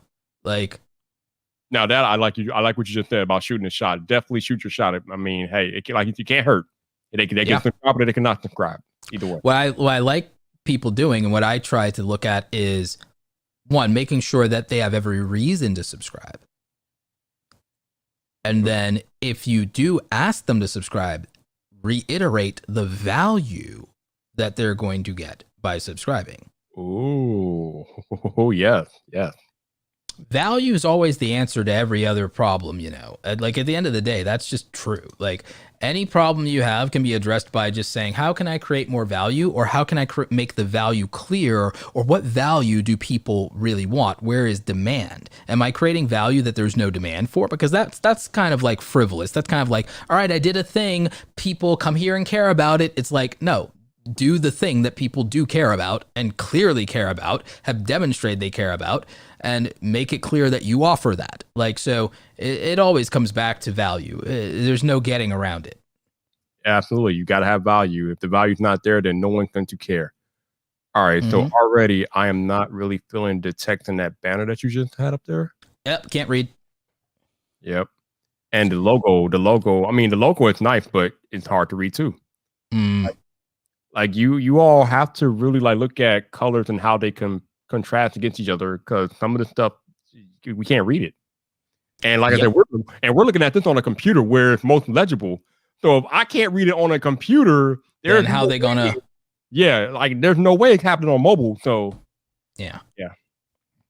No, it's rough. And I know everyone's not a graphic designer, so that's why if you're not, lean into photography. Then lean into photography if you're not a designer. Now there are some good design elements and good design thoughts here, because I see some of what she was trying to accomplish, and some of it's actually really good. It's thoughtful, it's artistic, if nothing else. Yeah. But art is not the same as design. That being said, though, I do like the thumbnails for these shorts. I don't think they're super effective, but they were leaning in the right direction versus some of this stuff from a year ago. It's too repetitive. If I saw this in the YouTube homepage, I might think I already saw that video and I could skip it. That's why you can't make your thumbnails exactly so similar that someone would skip it because they thought they saw it already. You know, you can use templates, but there's a way to do it. Part 1, part 2 is not the way to do it. You have to make every thumbnail unique enough that I won't skip it and assume that I already watched it. I also, frankly, if you're going to do a channel update, make a piece of content, have a channel update in it. Do not make channel update videos, my friends. Do anything but a channel update video, for the love of God. If you need to update people on what's going on with you, make it a title and a thumbnail that has some content in it and has some value in it, and then shoehorn the updates into that. People do not watch channel update videos. They do not. Unless you're a famous YouTuber, no. I do like this. This is the stuff my mom would watch. This homesteading stuff, my mom would watch this. So it looks like you're concentrating on YouTube short strategy for right now. And it seems to perform better than some of your other content. I wonder what your most popular content is. So yeah. Now it's your YouTube Shorts now is your most popular content. So you have something that's working there. And I like this. This is calming. Like I could see the value in this content and the homesteading thing. I think it's a lot of the packaging in terms of the titles and the thumbnails more than anything else. Oh, here's the question, bro. This is another one that I get a lot in the clubhouse. People are always asking about YouTube Shorts and how. Should they put them on their main channel, or should they make a separate channel for YouTube Shorts? Since she is pretty new and it does seem like she has traction with the shorts, do you think that she should just focus on making short videos instead of just making non-short videos? How do you think? I think if you're a small YouTuber and you've been struggling to get any traction and you think you can make good content in the shorts format, then I think you should. I think if you already have a channel where you've established yourself and people have expectations from you, shorts probably won't meet their expectations. And I think at that point, you're just chasing virality. This channel, the same is true for live streams though, because people used to ask, well, will live streams ruin your channel? Now, the thing is, that used to be a different answer because the algorithm would treat things a certain way. But the biggest problem is the expectations of the audience. So, but you notice when me and Nick started doing our live streams differently than we've been doing them, when we really stepped up the quality, when we we went there to where the quality of our live streams feels equal to or greater than our regular YouTube content. Same thing with Sean Cannell. We were able to make live streams work. Now, granted, YouTube also fixed live streams with the algorithm. Thank God. Thank God. I've even seen premieres not tank videos anymore. So I think it's more of a matter of premieres have a different strategy. Live streams have a different strategy, but the quality and value has to feel like a normal video would. And I think the same thing is true for Shorts, Viper, although I do respect that Shorts is treated differently with the algorithm instead in terms of its push. But with 80% of YouTube traffic being on mobile devices, that's the thing that gets me with YouTube Shorts that hits differently. But I think if you have an established channel, it's about expectations and quality. If you don't have an established channel, experimentation is fine. Just don't expect loyalty views out of doing shorts if your shorts are not consistent in a theme. This would work for her because 13 Moons is consistent in the homesteading stuff. And if you like that, you like that, But if someone's an entertainer and they try to hit a trend, they're going to get a lot of attention off of that trend, and then they're going to do a regular video and nothing's going to happen. Gotcha. Okay. So because the expectations of the type of person was a different type of, you know what I'm saying? Right. Yep. Consistency isn't just about uploading on a regular basis, my friends. It's about consistency of expectations. Use common sense when doing content. Take a comment, Viper, you notice how I started saying, well, what would a common sense approach to being a content creator look like? And it's been my new thesis for everything. This is why. It's human beings watching our stuff. Everyone's trying to game the algorithm and nobody's thinking about how they're going to put the audience first. Ooh, you make a good point, because I tell people, you know what, at some point, even as creators, we have to take the creator hat off and put the viewer hat on. It's like you said, how would the audience view it? What does the audience need? Even when I first started YouTube, I used to go back and watch my videos and think to myself, what would I add to the video as a viewer, or what would I want to see in this video as a viewer, not as a creator, as a viewer? And if you think about it like that, then you make the video more audience and viewer friendly, because you are thinking about it from a audience viewer perspective instead of a content creator perspective. Because content creators, we're narcissistic. We have the biggest ego. We think we're the greatest thing on God creator. But none of that matters when you are trying to get other people to consume your content, other people that are not you, other people that don't think like you do. So if you take your own content creator hat off and watch your video from a viewer perspective, you might get some insight that you didn't really think about beforehand. Yeah, I agree. Somebody in the chat was saying premieres is hard on smaller channels. I've seen a channel your size, Viper, crush it with premieres because he set the premiere up in a couple of days in advance, and he also promoted it in the community tab. And then a bunch of people showed up, including me, on the premiere. This is a channel that reviews manga, right? So when a new manga chapter is going to drop, it's an anime thing, So I'll say, what is manga? Yeah, manga is Japanese comics. It's Japanese comics. So it's just it's the visual comic version of anime, basically. Okay. So this dude, he basically is becoming how there's Comic Storian and Comics Explained? Mm-hmm. Yep. He's like Comic Storian, but for a specific genre of manga. So there's a whole niche in becoming the Comics Explained of this one, that one, or specializing and stuff like that, and doing dramatic readings and kind of almost radio drama of a specific niche of written material. So doing these radio dramas of these comics is a whole thing, right? So there's plenty of opportunity in that. There's plenty of opportunity. Some people could do it for a specific franchise and they would kill it, right? I bring this up because since he knows that, okay, this week the next chapter is going to drop, this week the next, he promotes it and builds up anticipation for the premieres. Then the premieres get a bunch of people in them, and he also gets all the live chats and stuff like that. But then later the replays do fine, because also when the premiere is over and then people see the video is up, they also see when it shows up in the homepage or search that also already got views. Psychology. You're more likely in some cases to watch a video that already has views on it. So premieres, if you promote them and can gas people up to watch them, can then create a situation where once the video is done premiering and it's live, it has all these views on it. And so then anybody, when it shows up in their feed or in their homepage and they weren't someone who got in on the premiere, will see that this video just came out and has like a crap ton of views on it. So again, people are just throwing up videos without any strategy, that and then wondering why it's not working. But they're not treating every type of content with its own respect. That's the thing. You're not respecting what a shorts is and what the experience for the viewer is of that. People are not respecting, well, this is what the perfect live stream would be as an experience. This is what the perfect 5-minute video is. This is what the perfect 10-minute video is. This is what the perfect podcast interview is. This is, you get what I'm saying? People are not respecting that you would have to, of course, have everything be quality, of course, have everything be packaging, of course, have everything have good lighting and audio, all that. But they're not respecting that there's a different thought to making something and to watching something, depending on what it is. Indeed. Yep.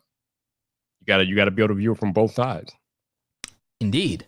And that's part of what this whole put the audience first looks like, is what am I making for you? And how do you want to watch it? And how are you going to watch it? And how are you going to find it? And how are you going to find it? Remember, I told you, I know that for a music channel, the game is suggested videos. It's suggested videos. And it could be, if you do music covers or music parodies, it could also be search. And it could also be the homepage if you play off that group or that celebrity or that thing. But it's mostly probably going to be suggested. So that's different. I told you, we know that a tech channel or a product review channel is the homepage and it's the search page. People need to respect that all these things play differently and that the culture for every one of the things they're doing plays different. Definitely. So we're talking about putting audience first, but I want to give you guys a literal example of how I put my audience first. So intros, let's be honest. Nobody really cares about introductions on YouTube videos. They're there for the content. But I, as a creator, wanted to put some creative flair in my videos. And part of the way I do that is via an intro. Now, my intros I used to do back, like even 2 years ago, used to be about, I think, 5, 6, 7 seconds. Too long for me. I went back and I watched the videos and I decided that intro was too long. So now my videos have a 1-second intro. I do like a little splash screen, some glass breaking, and then I'm into the video. So because I know that people don't really care about intro, but I, as the creator, wanted to put one in there just to add some creative flair, I shorten it to like 1 or 2 seconds, and then I get into the video. But before I even get into the intro, I give you a hook. I give you like a 30-second blurb of what the video is going to be about before I do the little intro, because you should never just start off a video with an intro. Like, that is crazy. Anybody who starts a YouTube video with their intro, I click off, because ain't nobody got time for that. Maybe that's just me, but I don't think that's just me. So in my videos, for the first like 15, 30 seconds, I'm telling you, all right, blah, blah, blah, blah, blah, or I give you like something that will hook you in. Then I do my little splash screen, break, shatter intro, and then I go into the video. But if you are going to do intros, I believe that you should keep them 5 seconds or less, because nobody really cares. And again, it's all about putting the audience first. You can add creative flair to the video, but you still put your audience first by not making them sit through a 10-second, 30-second, a minute-long intro. Some of y'all have some ridiculously long intros, and y'all need to shorten that stuff up. But that's an example. Indeed, I agree with that 100%. I mean, you noticed I started like doing that. Eula McPherson says, "Can you talk about your 24-hour live streams and whether or not they are an effective tool? What types of channels would do well using them?" Channels that, like, for example, if there was a channel that was doing a 24-hour stream of the GameStop AMC stock ticker stuff and everything like that, a channel like that would have killed it. It would have killed it. They would have made so much views, subs, bank. Like with the Mr. Beast versus T Series thing that blew up in tile channels. vidIQ blew up off of that. Flare TV blew up off of that.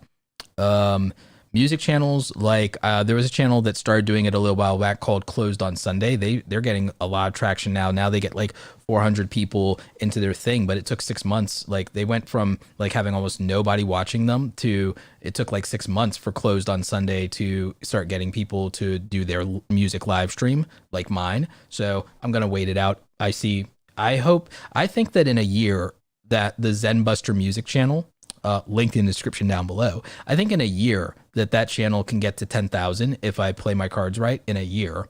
But if it doesn't, it doesn't. But it'll get monetized, I think, within a month. So because we're halfway there now, and it's been 14 days. So I think in another month should be able to hit monetization. So the 24-hour live stream is technically getting views. If I showed you that on the back end, let me see if I can show you on the back end. Yes, 5-second intros are too long. Yeah, it really is. I would rather you do a cold open and then do a plug after you've done a cold open, some value, then do like it later, you know? Let's see. YouTube's dashboard stuff is super interesting, how you have to do certain things. All right, so the total views that this has gotten since I started streaming it a couple of days ago is 1,000 by itself on the 24-hour live stream. So that's pretty dope.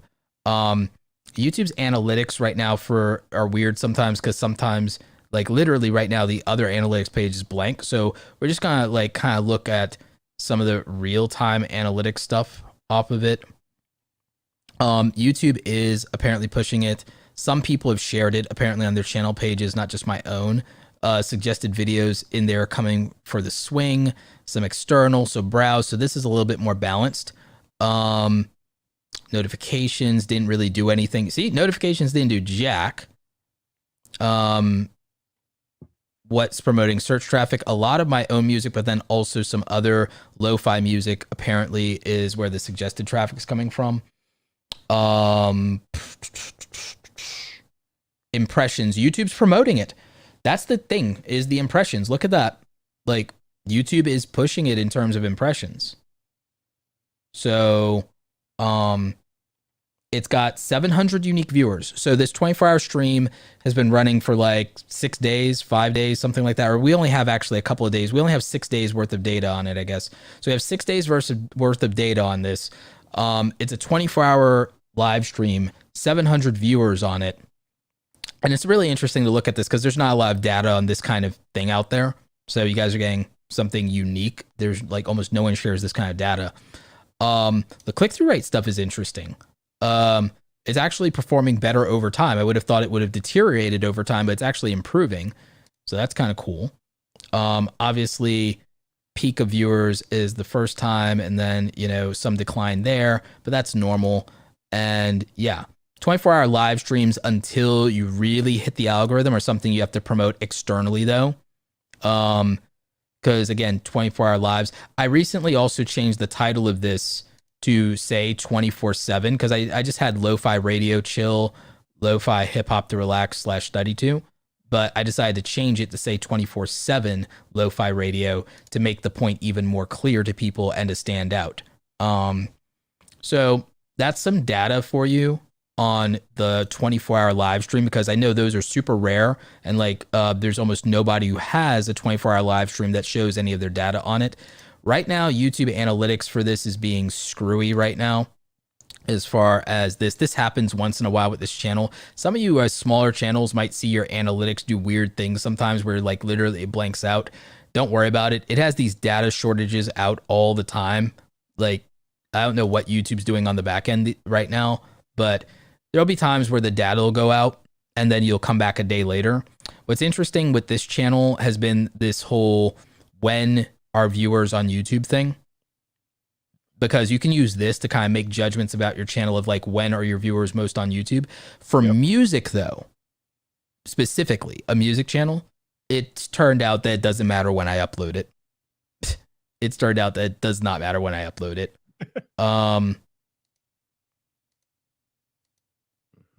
Yeah. Yeah, you don't. It's kind of weird because you don't even have like a large block of when your people are on the platform. And then subscriber bell notifications. Look at this one. Like, it's not even. This is exclusively a music channel, and it's not even. It's not even. It's not even like, it just barely is like double digits. It's not like, so if you do get people with notifications on, that theoretically could help. So just be aware of that kind of stuff. Now, the thing is, there is data for this channel, but it will happen if I go into individual videos. If I go into individual videos, I'll get data, and then I can use that to understand what's going on. with the content over as a whole. The most important thing to me is the reach tab. This one is not hitting with the algorithm, not yet, but it could later because music is so interesting that it could later. If I scroll down to analytics and I do something that's a little bit more interesting here, I can go to since upload, and on impressions, I like since upload because see what you need to see here is this. This is that 48-hour period, Viper. This is that whole, okay, YouTube's promoting something for like 48 hours and then the dip. You see? Mm-hmm. So like you want to look at that. Let's see. If I pick another videos analytics, let's pick this hour-long compilation and then let's do the same thing. This is important. I hope no one's dipping out because this is like the secret sauce. You want to know about the algorithm? This is the secrets right here, is understanding distribution. So look at that. And dip. And then look at how it's performing here algorithmically. This is what tells you what's flowing with the algorithm. So let's look at something that the algorithm favored.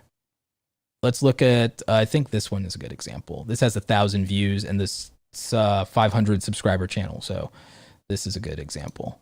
And yes, views always deteriorate over time until they don't, or unless they don't. But let's look at impressions because you can't get views without impressions. So again, up, peak, dip, dead, you know, but not really because it's still, again, over time is getting some views. It's not as many, clearly not as many, but you know, this is doing all right. This one will come back, you know, so it is what it is. Because this one performs strongly enough to where it will eventually do well again. I just need, because again, it's less than 2 weeks for the entire channel. So just take this with a grain of salt. It's less than 2 weeks for the entire channel. Any of these videos are music. They could pop again for any number of reasons in terms of traffic, especially if they hit suggested. So let's look at this one that is killing it with suggested with over 10,000 views on a 500 subscriber channel. And again, anyone dipping out now is missing the good stuff. Because like, look at this. This is what happened, Viper. Look at the impressions. And then as usual, it dipped after 48, but it came back strong and is now maintaining on the impressions. And this one's the one winning with the algorithm. So literally, this is a 500 subscriber channel, y'all. This is a video on a 500 subscriber channel that did 10K views and produced 78 subscribers that said, dope, I want more. Okay. Now, granted, if they're relying on YouTube to give them more, since they got this from suggested videos on their homepage or something like that, they may not see it. It may not be clicking, or they may not expect it to be the same thing. Who knows? Like, you got to think about these things. But the opportunity, which a lot of people don't believe YouTube's giving them as a small channel of an opportunity. Remember, it gave my 500 subscriber channel this opportunity, and it hit with the algorithm favored it. Okay. And it was really about this click-through rate. It's really about this click-through rate. The data doesn't lie. Look at this. That's the click-through rate. So it gave it impressions as the opportunity, and the video produced. And only because the video produced did the video succeed. Now, again, it's only been like a week or 2 weeks for a lot of these tracks being out, a lot of these videos being out. So the thing is, YouTube could find the right fit for these videos in this audience at any time through either the homepage, suggested on other videos based on the music people are watching and listening to, any number of things. Somebody could share one of the tracks or songs in a Reddit community and it could blow up. There's any number of opportunities, but only if you hit the upload button, and only if you're consistent, and only if you're creating things that could work. That's all it is. That's what happens. So, you know, so that's what you would need to do. And so any of these videos could have the potential to take off. Any of them, and it could happen later. It's been now a week since I published this video, and look at what YouTube did for it in a week. If I keep uploading, that opportunity exists for any upload. It just won't always happen. And remember, I didn't have an upload that took off and crushed it right before that. I didn't need one. And then there are other videos that didn't do well. Look at this one. This one did 300, and then another video did 1,000. So you don't worry about this whole BS YouTube death spiral thing that everyone likes to talk about either. Data is your friend. Make data-driven decisions. Realize that everything is an opportunity. And again, I know we had some people dip out during the live stream because like they weren't seeing, I guess, channel reviews or something that they thought was more interesting. But this is the secret sauce. This is the algorithm. This is the secret sauce. That's a 500 subscriber channel that's punching above its weight class. And the traffic is coming from the algorithm. It's not because I'm promoting it. Initial traffic comes because I promoted initial traffic, but after that, it's all the algorithm. Yeah, when the algorithm picked up one of your videos, it is a beautiful thing. Mm-hmm. Rare that it might be. Yeah, very rare, but when it does happen, it is something to see.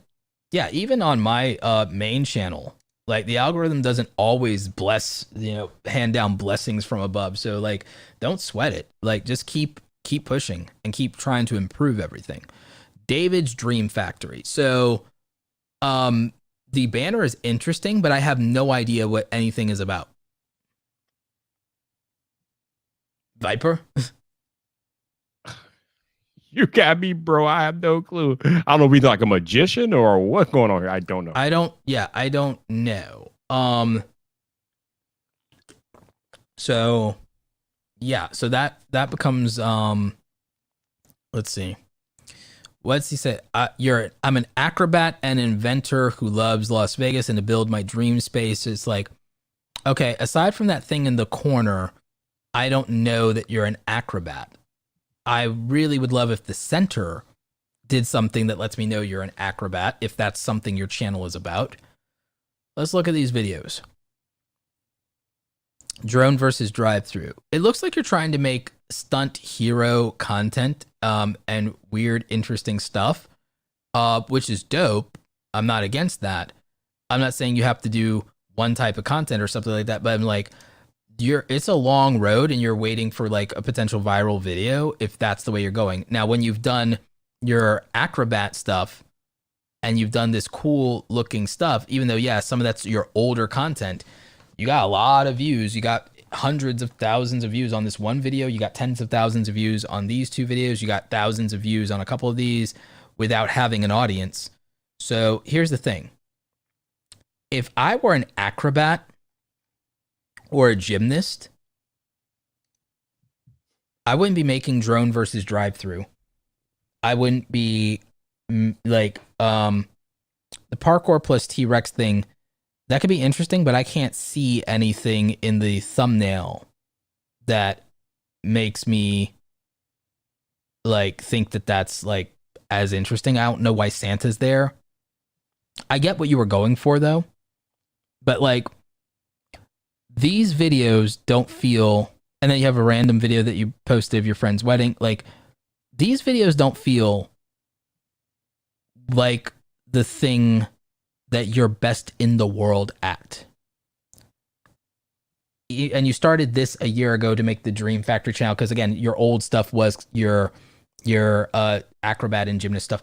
I get it. Like if I had the physical ability of an acrobat or a gymnast or a martial artist, I would make content that let me do that, since 99.9% of humans, there's no way in hell that they could physically do what I could do, which gives me an angle that no one in YouTube can compete with me in. So I would be making videos that would have let me take advantage of my physical abilities. And then if I'm in that career space, my access to exotic locations, costumes, and other things that let me create otherworldly content that's out of this world. If I were an acrobat or a gymnast, I would bring people's favorite Star Wars characters like Darth Maul to life, and that would be dope to do. If I were an acrobat or gymnast or something like that, I would recreate the most ridiculous stunt that I've ever seen in a music video that took advantage of that and use a famous or I would even figure out how to become look like a celebrity lookalike and then make it feel like you tricked people into believing this celebrity was hitting backflips in public or something. I would create that kind of stunt, that kind of prank. I would create stunt or prank or Mr. Beast like challenge videos that take advantage of my athletic ability and the fact that I can do something that 99% of humans can't do that looks really, really dope. You can do parkour and gymnastics. I would bring video game characters to life that do parkour and gymnastics. I'd put on Spider-Man in real life. I'd be doing something like that. You know, you looks like you live in Vegas. I'd be doing something with zip lines because they have those zip line things in Vegas. I'd be taking advantage of my location, my unique physical attributes and skills, and my access to resources that other people don't have. And then I'd also maybe take advantage of franchises they're familiar with and then kind of bring those things to life. That's what I would do. I would make other people's dreams and fantasies a reality in my content and things that capture the imagination or that they would have never thought of. And again, it looks like that's what you're trying to do. It's just my execution of it would have been different because I know that the things I'm telling you are things that historically have even worked or would work on the YouTube homepage. I would look at this content. I would just instead of special effects, I would use practical effects and physical ability to make the kind of content that Freddie Wong used to make that used to dominate YouTube. Viper, what do you think?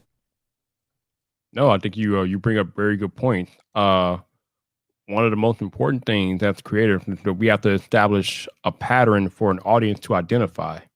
When you are making all sorts of content without a single underlying theme, you kind of confuse the viewer and they don't know what to expect.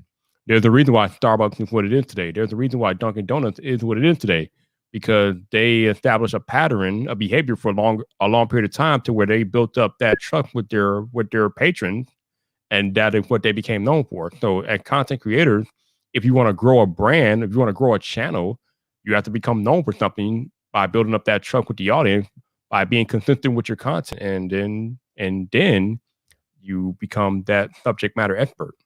Yeah. If I was David's Dream Factory, I'd be making 2021's version of this stuff. Bringing things people franchises and things they know about or ideas or stuff to life that are beyond belief, because that's how you get 10 million views on things.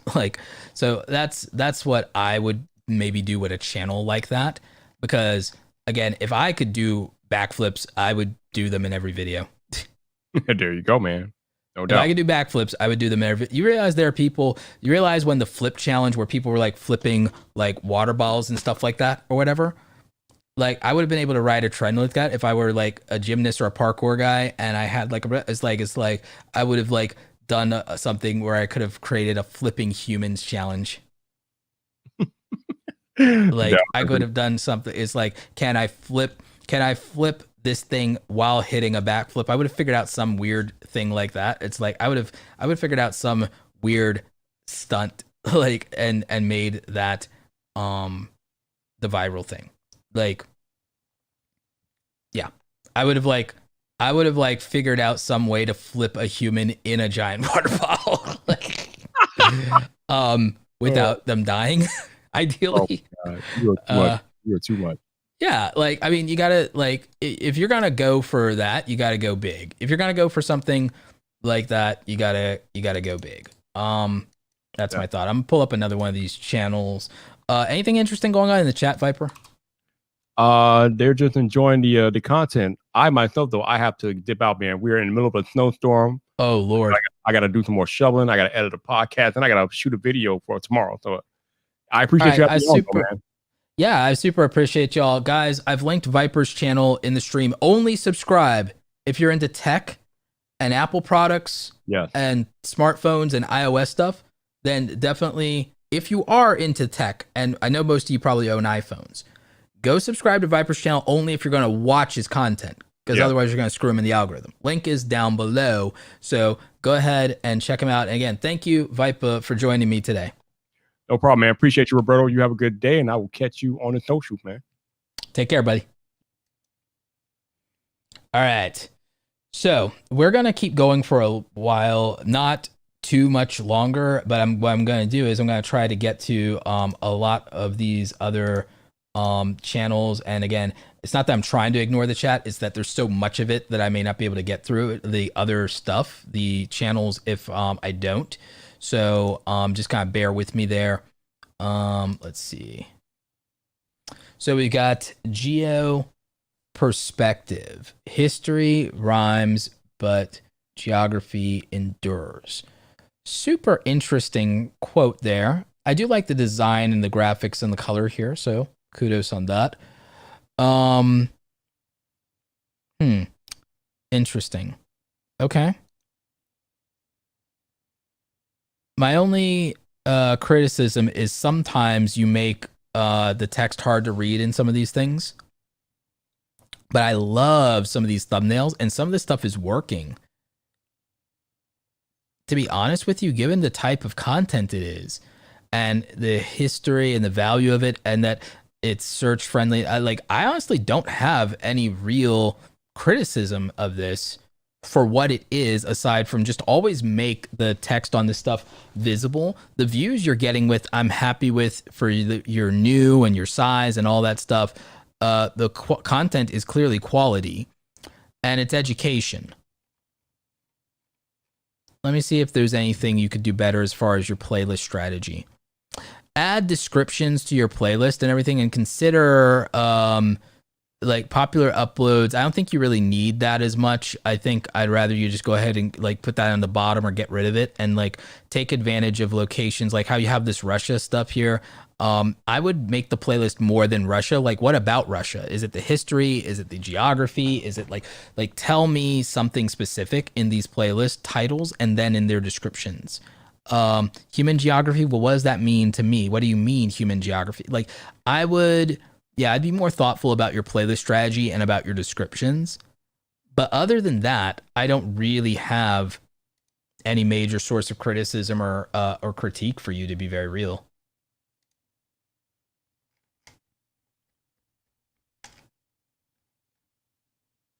Let's see. Yep, so I already got Straight Talking Fedora. I already got Deo. I already got Straight Booming, Doc Williams, Beautiful Living, Brendan Sparks, Renee Ritchie, Sarah Lane, Joshua Van Horn. I hope you're still here, Joshua. Let's look at Joshua Van Horn.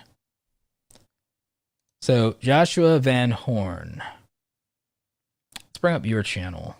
What you got going here?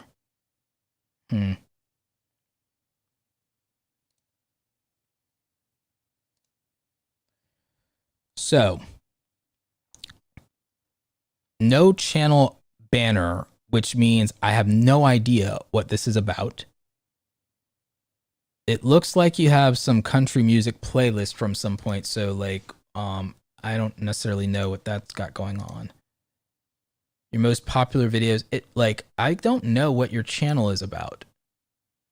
Joshua, like the biggest thing is I have no idea what I'm looking at.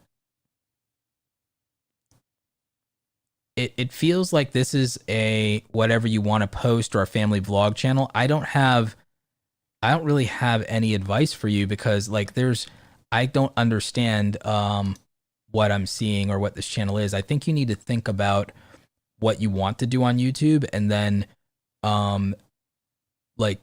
commit to something of some kind or figure out why you are on YouTube. I have no way of giving advice in this particular situation. So yeah. Let's see. Paige Bucher's live. So I think this is gonna be a live channel.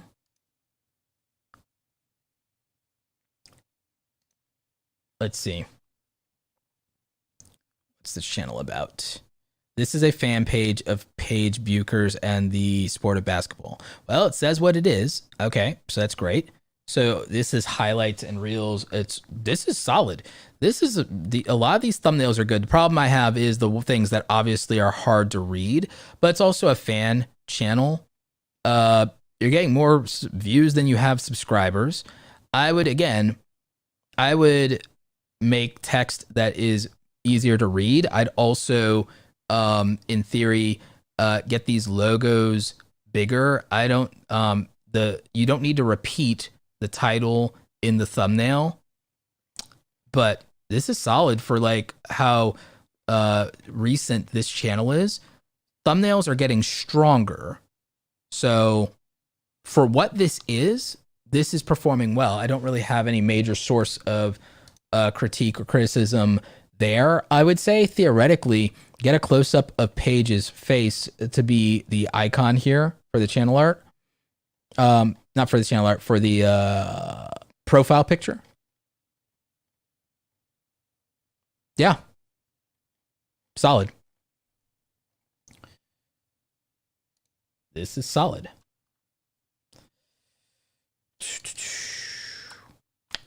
Let's see. We've got Nate next. Let me just real quick pop in on the chat.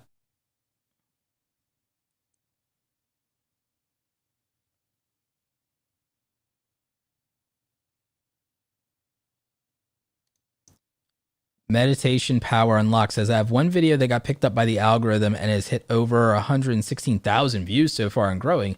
See, that's impressive. That is impressive. I'm looking at Joshua's. You guys saying in the chat, I was looking at Joshua's wrong page instead of his business page. Let me see.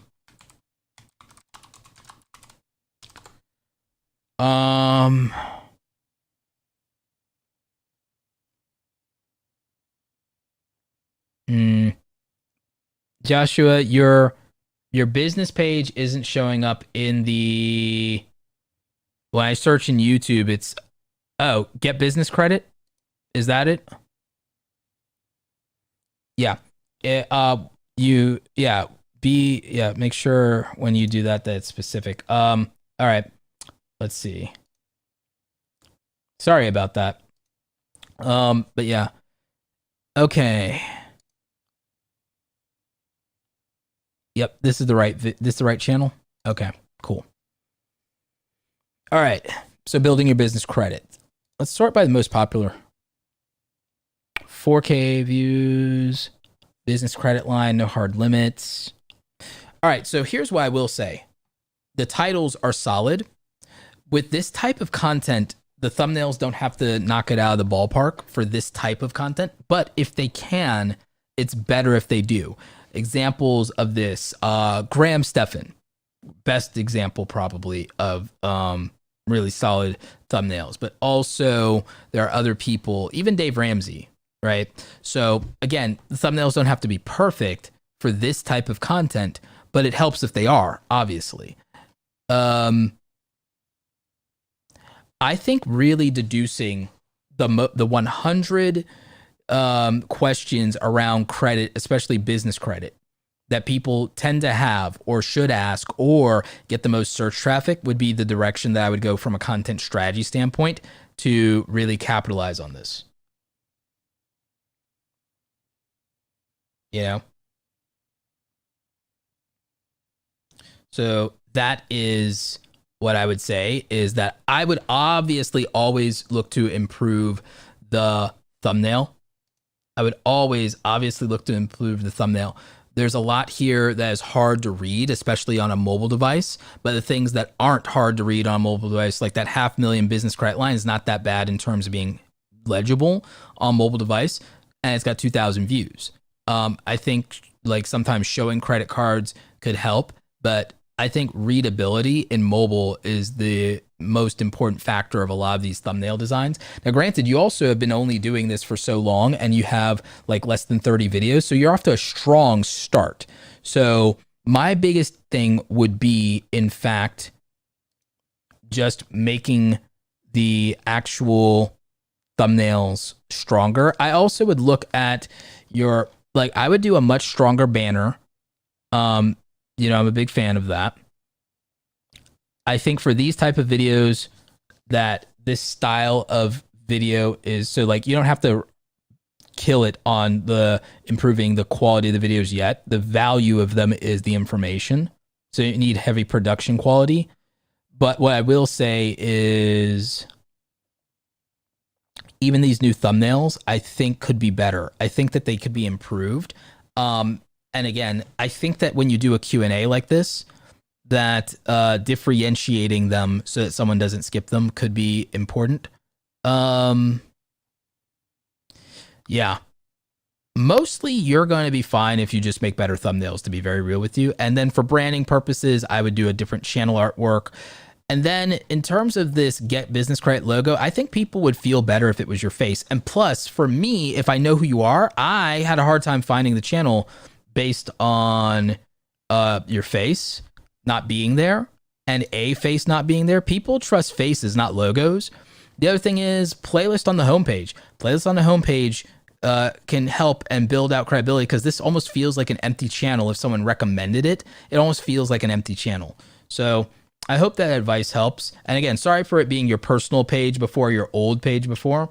I couldn't discern whether or not that was the thing you wanted me to review.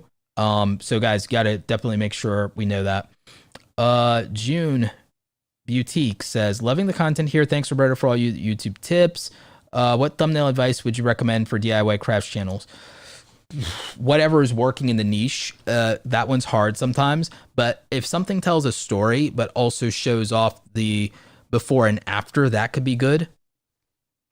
So that'd be my advice on a DIY channel.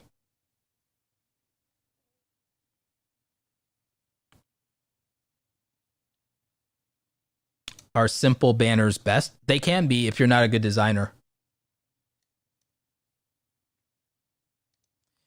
El Jefe is right. You definitely need to build playlist on your homepage, and if you have plenty of videos, definitely optimize your homepage.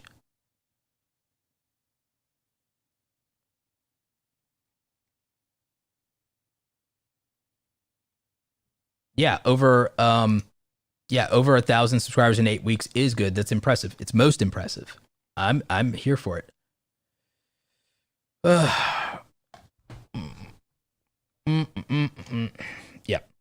Yeah, I'm going through. Viper put the stuff in the private chat, so I'm going through it in that way.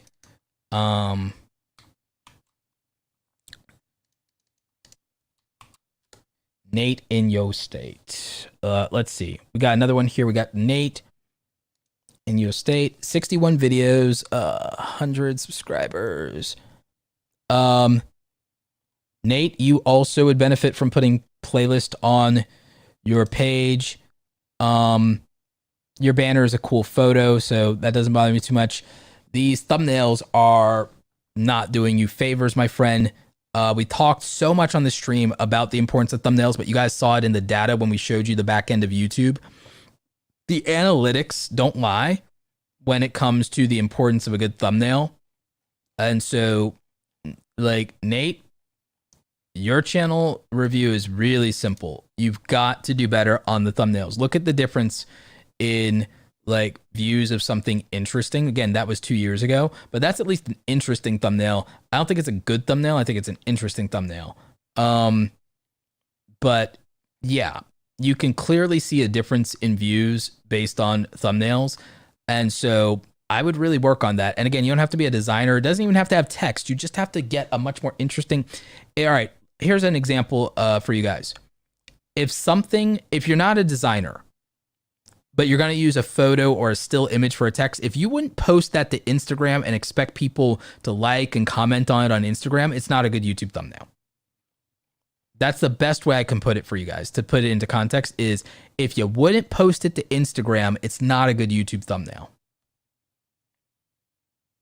Not one, and by good YouTube thumbnail, I mean one that people who don't know you are going to click on and be excited about or interested in or curious to see what's on the other side of it.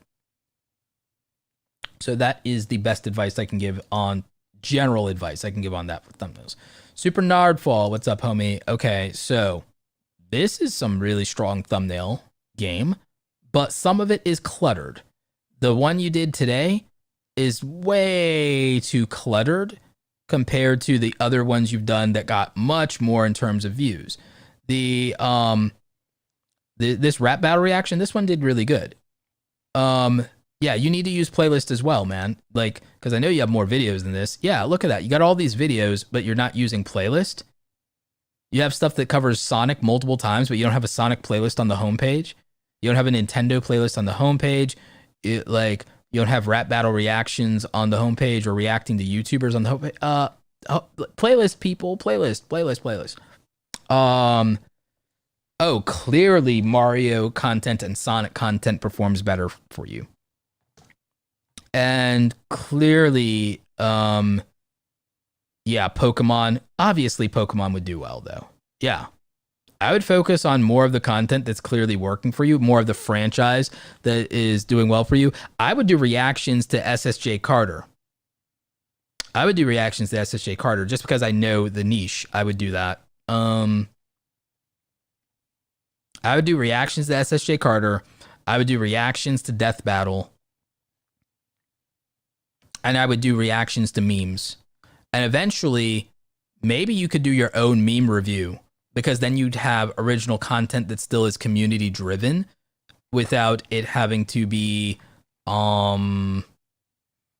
without having to rely on other people's content per se. It would rely on your community.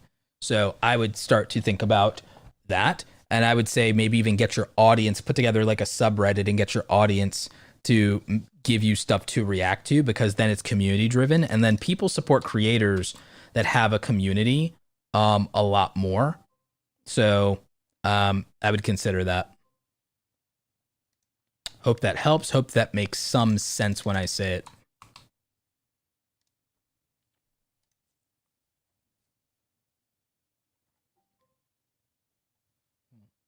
Alexa's being weird.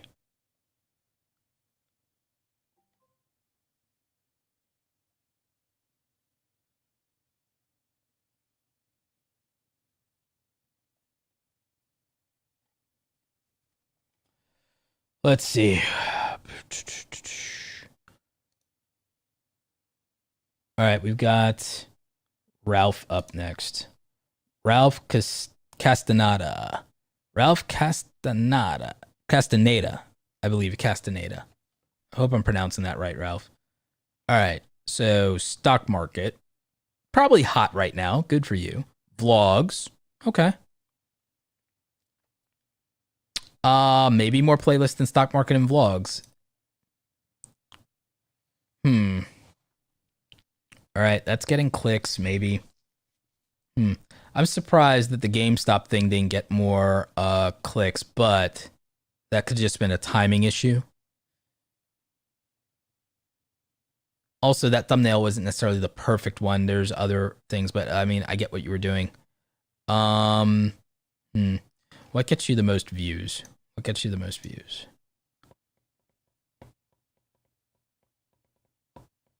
Interestingly, here's the thing. Interestingly, it almost feels like your lifestyle vlog stuff gets more views than your information-based content. That's interesting. I think you should consider doing more lifestyle content, and I think you should look at what Bieza is doing on his channel, because you guys are a similar age, it seems like, potentially. Like, maybe.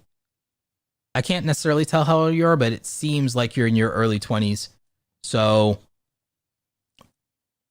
I would say lifestyle, man. I would say, like, yes, stocks is a good niche or whatever, but I would like be more interested in your lifestyle. And if you're like a trader or if you're an investor, I'd be interested in your lifestyle and you showing people what it's really like, instead of just like the information or commentary on it. I think that it could be dope to like see the life of somebody who's doing that.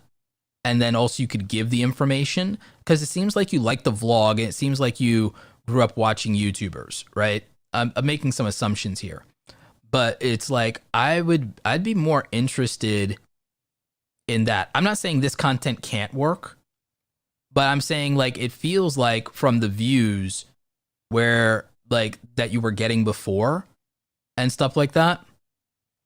I don't know. Like, because again, I think this content is useful and interesting on the stocks and the trading thing, but I feel like there's a part of you that could probably be better as a, as a lifestyle channel, and you actually have an interesting life that people would click on, I think. And I think you could still inform and educate them. So I would be more interested, in my opinion, Um, I'd be more interested in seeing what your lifestyle looks like because I think you have an interesting one. And here's the other thing. Anybody can make content about trading. Anyone can make content about trading. Not everyone has your car. Not everyone has your location. Not everyone has your look. Not everyone has your living room. Like, I think that when you think about the uniqueness of your lifestyle and you incorporate that into your brand and your content, that's how you stand out, because everyone's worried about saturate. It's like, yeah, everything's gonna feel saturated if you do crap that anybody could just do. Like, everything will feel, but you know what's really unique is the things that only you have to offer, and people don't do anything with it. Like, people don't consider what is unique that they have to offer and then build content on the back of that in a way that's accessible and entertaining or informative or any of those things. So, like, that's my issue. My issue is I think it'd be more interesting to see your lifestyle, and I'd be more interested in that, and then having your take on these things be incorporated into that than just this info dump per se. You know? Like, I see these cars and I don't see that in your thumbnails. You know what I'm saying? You're the thing that feels like you're proud of, and the lifestyle and the thing that you're super, super passionate about. I think you're more passionate about this stuff. I think stocks is what got you there. Investing is what got you there, but it's what you're passionate about. So I think maybe making what you're passionate about. So it's just a thought. Someone's asking anywhere if TubeBuddy doesn't work at all or something like that. It's like, if I didn't know how to use something, it wouldn't feel like it works. If you're questioning whether something works or it's good, first of all, there's the free version of everything, link down below, free versions of things. Number two, don't be the poor workman that blames their tools. And I'm saying that with everything. I used to wonder if this Rodecaster was worth it, and I started to think maybe this thing is overpriced. And you know what happened? My settings were wrong. I was using it wrong. I was doing it wrong. My settings were wrong. You know, there was something with my camera and where I was like, I must be doing this wrong. And then I looked into the settings. I did some investigation. And it turned out it was me. I was doing it wrong. It wasn't the camera. It was me. I was using the settings wrong, and I'd overlooked something. So just look at the fact that, like, there's a lot of other people, even people who don't promote TubeBuddy or whatever, that use it and it works for them. So always consider that, like, when it comes to anything technology based, the biggest thing is usually user error. With any technology, it's usually user error. So just kind of like work through it, figure it out, and then remember that also there's a strategy component. You can't just throw things into a machine and say, all right, machine, I threw things into you. Now give me results. Make things happen for me. Make my stuff perfect. Make my stuff work. Make my stuff rank. Make my stuff go viral. You can't do that. There's no, here, bang the keys, go viral. There's nothing like that. That's not how it works. Even with tags are not about making your videos get more views. All of you are confused about, do tags work? Should I do tags? Is YouTube SEO dead? Tags are not about getting more views. They never were. That's not even the point of tags. But I think I think YouTubers view everything through, will this get me views? Will this get me subs? Will this make me money? And I understand that. I understand that that's what you want, or maybe that's why you became a creator, whatever. That has nothing to do with viewers, though. That has nothing to do with viewers. That has nothing to do with advertisers. So why would that matter? Like, I mean, it matters to you, but like, let's think about it. Why would anybody care about your content? You have to answer that question. You have to answer for that. Why would someone care about your content? Okay. Why would someone subscribe to your channel? Why would advertisers value this? Why would someone pay for this? Why? Start with why. And also then when you start with why and you ask yourself that question, don't lie to yourself. Like, don't lie to yourself. You know? And then do everything to make that better. Do you know why I spend time doing tags. I don't do tags to get more views. I do tags to create a better chance that my content, when categorized and sorted by YouTube on what viewers are interested in, that YouTube can put my video in the right shelf in the grocery store. I want my cereal on the cereal aisle. I don't want it on the canned food aisle, just because I think a lot of people are looking for Campbell's soup. I'm not going to put Cheerios in the Campbell's soup aisle and hope that people grab it anyway. Okay? When a lot of you want to clickbait PewDiePie and just put that into your tags when it has a video has nothing to do with him, or put it into a thumbnail that has nothing to do with him, you're pissing people off because you're not putting viewers first, because you're selfishly thinking about how you're going to get views off the back of the PewDiePie audience instead of making a video the PewDiePie audience would care about.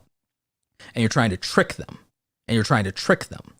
When I label my videos with a title, a description, and tags and playlist, I am trying to tell YouTube to not put this in front of anybody who doesn't care about it. That's what I'm trying to accomplish. I'm not trying to do it so that I will get a bunch of views for no reason.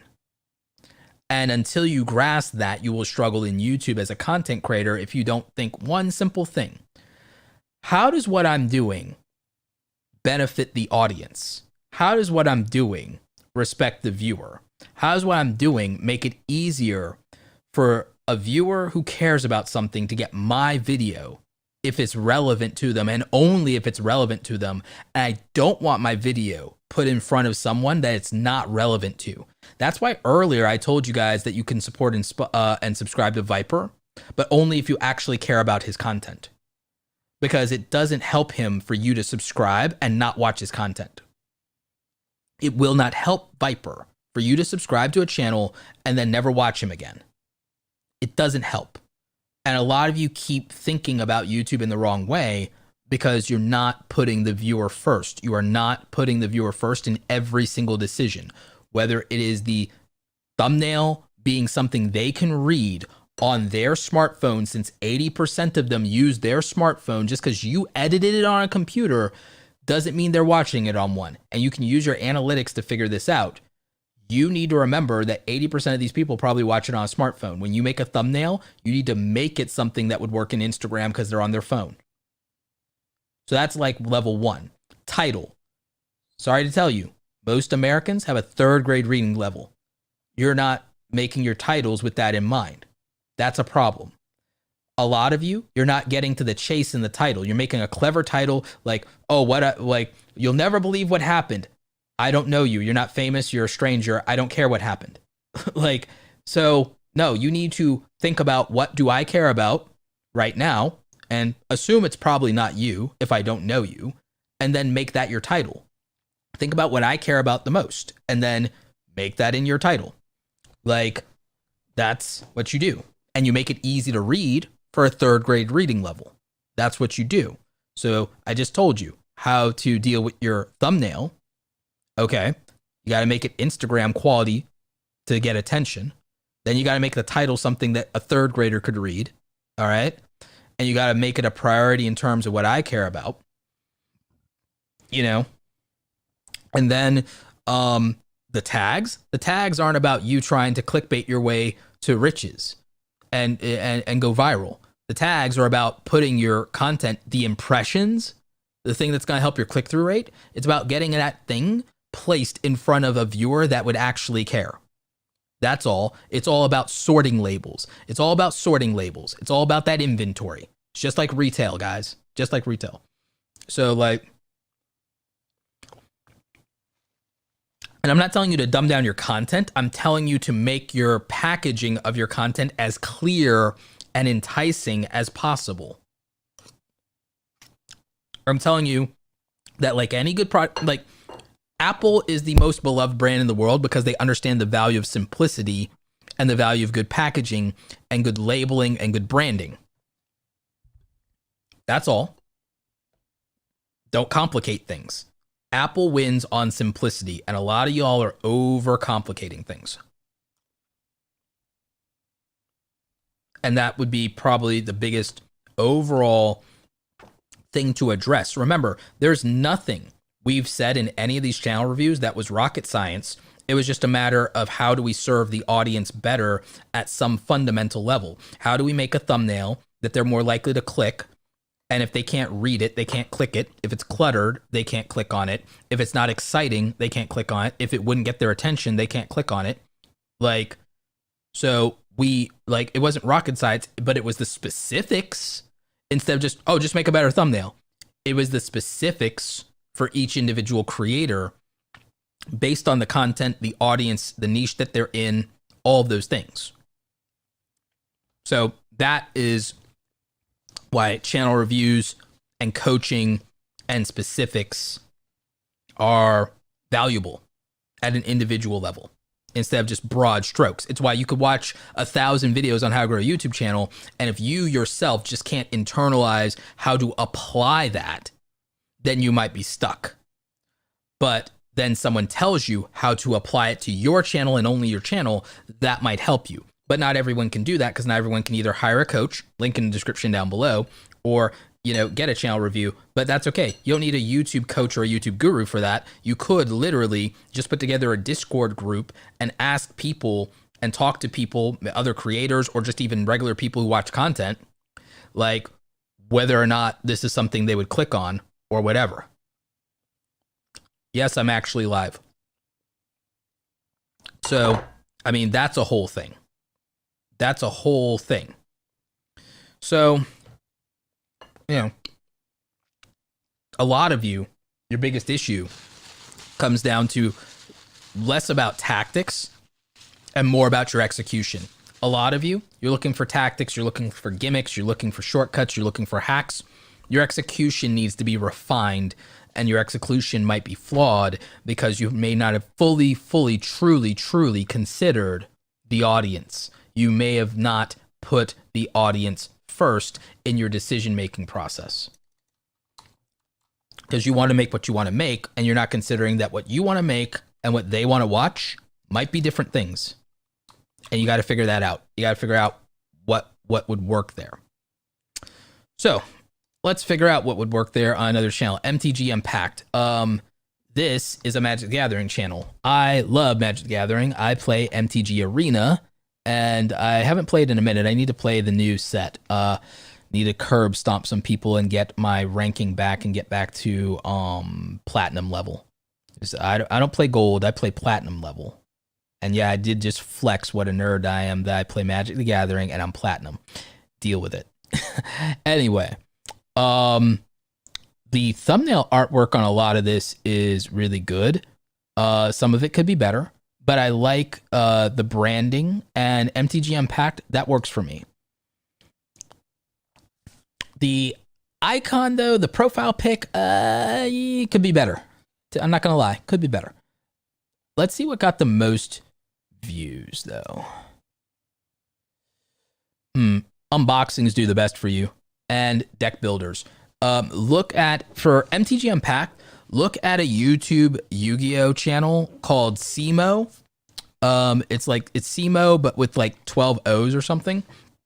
I would look at his thumbnail strategy, but if you're going to do top downs and you're not going to use your face, I would still do a variation of, I thought it was 12 O's, but I could be wrong. Okay, it's more like 7 or 8 O's, but like, okay, so I'm going to show you this like YouTube channel that's also based around a trading card game. So MTG Unpacked, you should do this, but for Magic the Gathering. This is what you should be doing, but for Magic the Gathering, I swear to God.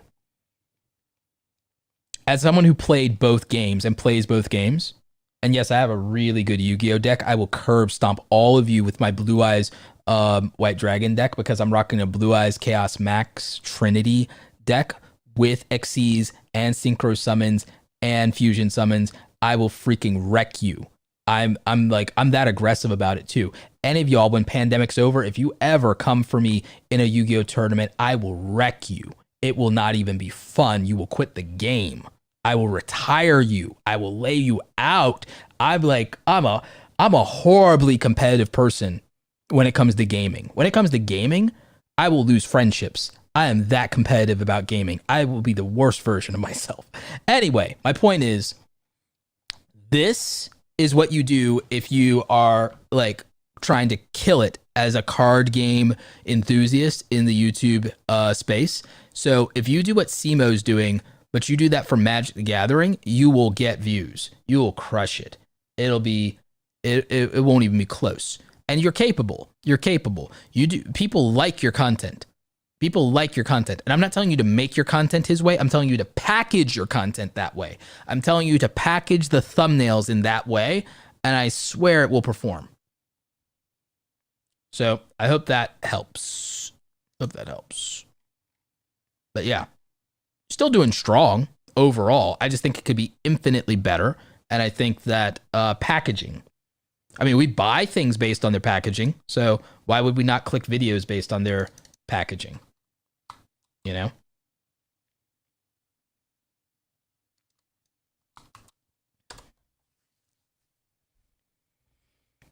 All right, let's see. I'm trying to find this channel for this next review here. I'm gonna have to probably use the channel filter.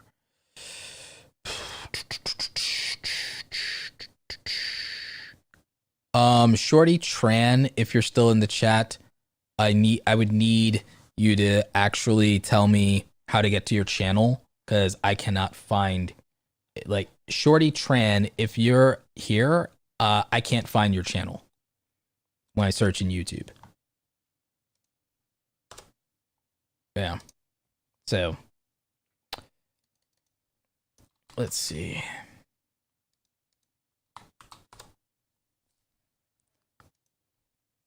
Let's bring up Cosmic W. Cosmic W. Mobile console gaming. I think we've chatted before.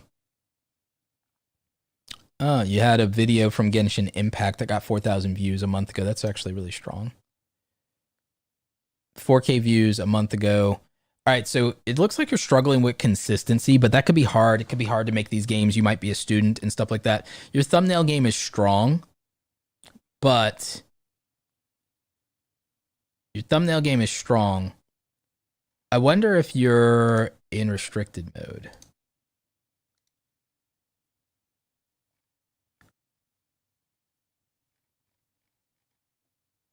Nope, your videos aren't being restricted.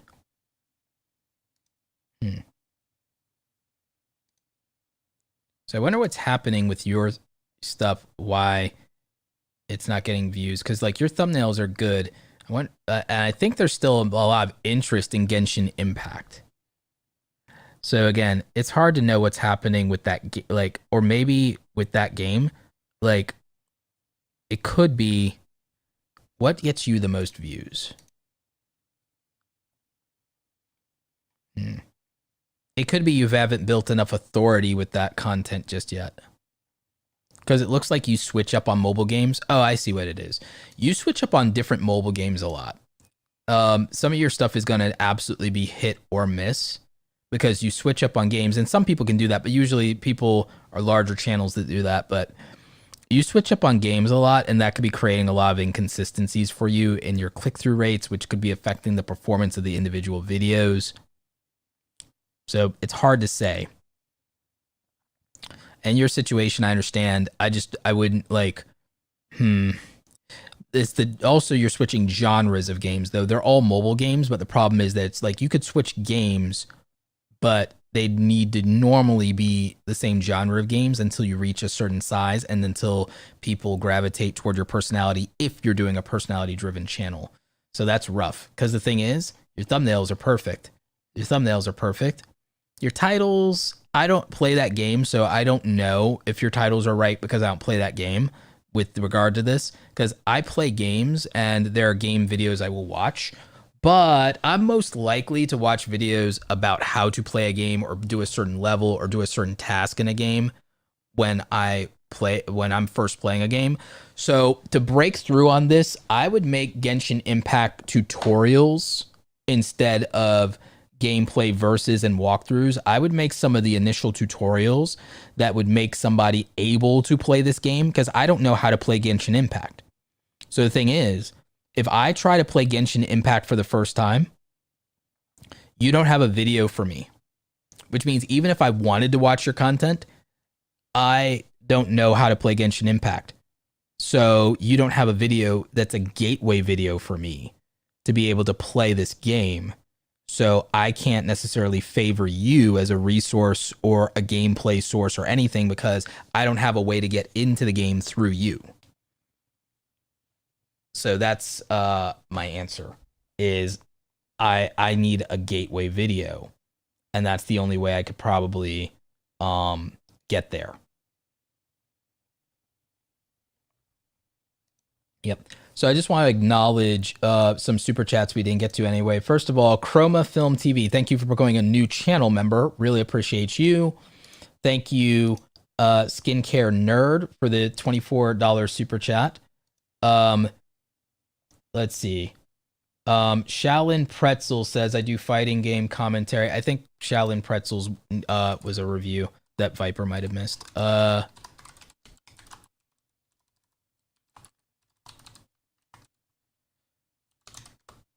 Shaolin Pretzels. You do fighting game stuff, Shaolin Pretzels. 124 subscribers. Let's see what you've been uploading lately. Oh, doing decent on views. All right, here's another problem, and we talked about this. The thumbnails are too similar. Just putting Dragon Punch 32, 33, 34, those thumbnails are too similar, and someone could skip over them.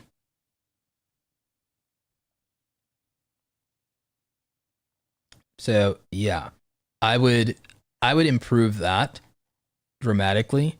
And then your most viewed stuff, I would consider some more tier list videos. And you also seem to do some random videos every now and again, like these Fiverr things and stuff like that. But again, it looks like you're young. Just like enjoy making videos if you like doing this stuff. Don't take it too seriously. You could always take it seriously later after you get some more experience. So I'm not going to go in too hard on this just because it looks like you're a young creator. So just have fun with it. My boy Viper. Hey, Roberto, the channel is Shorty Tam. I spelled it wrong. Okay, thanks for that. That helps. So I will revisit that. All right. So Shorty Tam. Thanks, Viper, for taking care of that. All right. So it looks like in this thumbnail, this one thumbnail, you're almost silhouetted.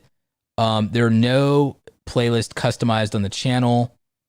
The banner is fine. Come see what I got, how much it cost, all that good stuff. All right, so this feels very much like product reviews. Like, you're doing good. You get views. Excuse me. You get views. I do think that the text and stuff is too cluttered. I'd almost rather it be photos almost only, because the text is really cluttered, because it's really hard to read this stuff. But I do like that you show off the products no matter what. And it looks like you've improved because you got more views than you used to. So readability is a big deal. Let's see what your most popular stuff was and see what people want from you. Haul videos, apparently. Haul videos. Yep. That might be a little hard with the pandemic, but you could probably get through that. And like I said, with a lot of these haul videos, if you use places that people can get to, that are like much more like would be in their community or something that most Americans know about, again, like Aldi's, Michael's, Trader Joe's, Marshall's, Old Navy, like these staple local brands, I think that would do well. Yeah. I do like this style of thumbnail here. So the Ray Dunn Hunt and Haul, I like that style of thumbnail. That feels a lot less cluttered. Yeah. Now, I think you're doing solid though overall. because even again, your recent videos, you are getting views. I just think that, like, again, if you could get your thumbnails to show off product and not be overwhelming and hard to read with the text, I think that could work. So yeah, good stuff there. I like it.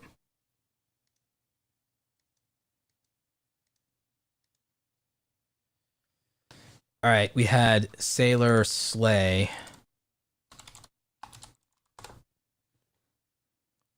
Let's see. I like the art. I like the art, but some of that is hard to read as far as that text.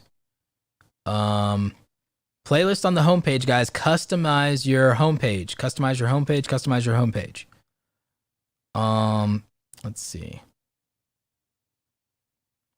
Looks like you're doing reaction videos. Look at some of the thumbnail styles of the larger reaction YouTubers. People may or may not like them, but like even Tyrone Magnus, regardless of what anyone thinks, like he did make that genre work. So I would look at stuff like that. You're in anime and stuff like that. Look at Nux Taku. Like anything Nux is covering will get more views. So like in terms of series, you know that Attack on Titan's huge right now. I would be reacting to that. Because it's in its last season. What else is doing big right now? Attack on Titan's doing big. Ray Zero season 2 is doing big. Like whatever's from the winter season of anime that did really popular. Rent a Girlfriend. Yeah.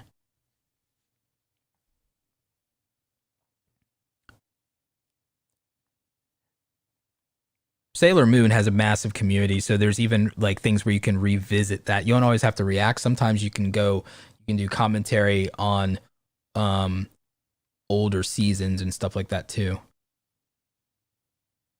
You could also do tier list content, but your thumbnails need some work. There's like a whole genre of this. I mean, the best person in terms of anything anime related is straight up like anime related. Like the best thumbnail creator in the game is my boy Nux Taku. It's not even close. It's not even close. Like, so I would go like, I mean, another one that's good is like in the niche is Giguk. Always about Giguk, you know, like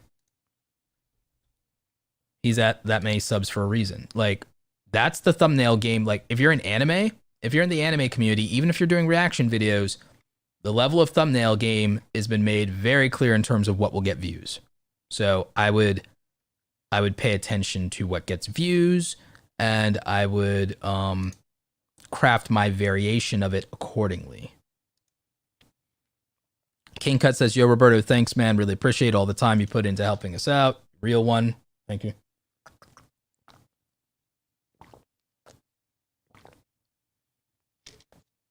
Oh, God, I'm not going to have a voice after this.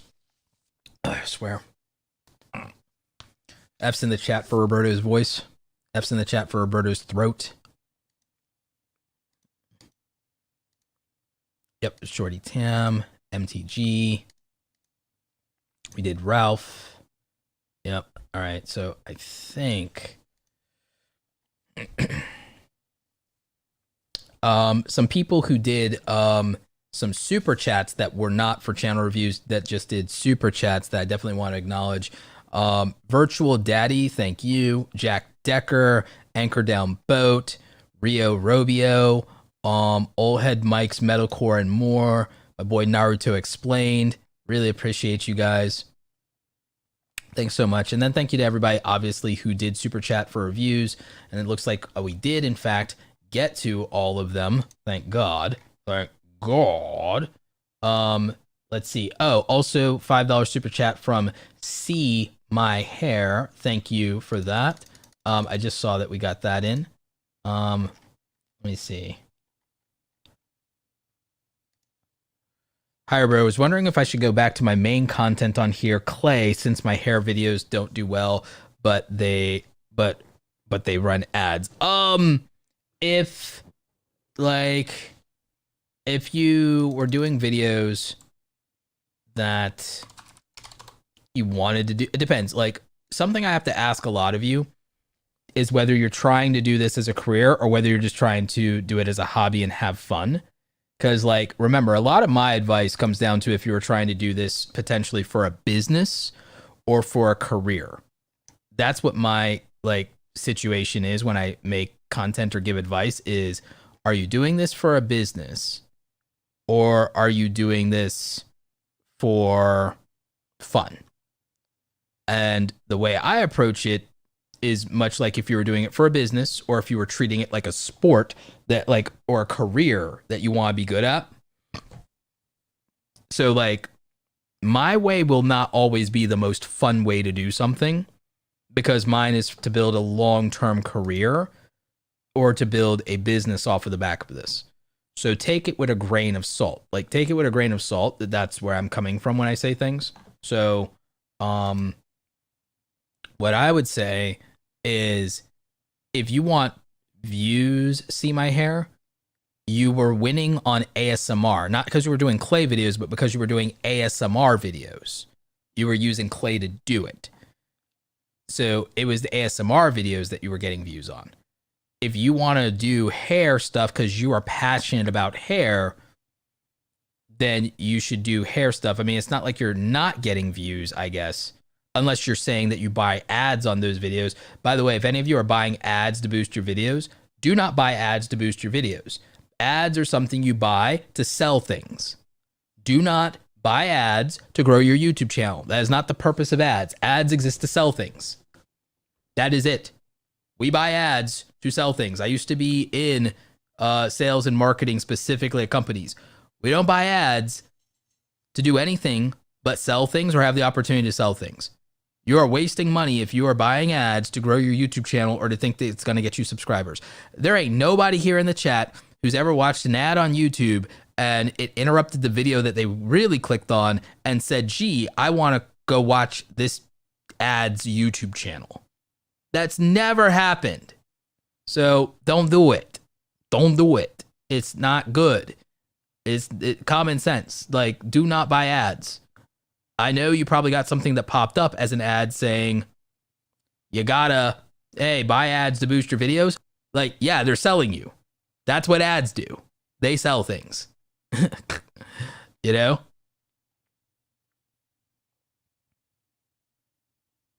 So that's what I would say about it.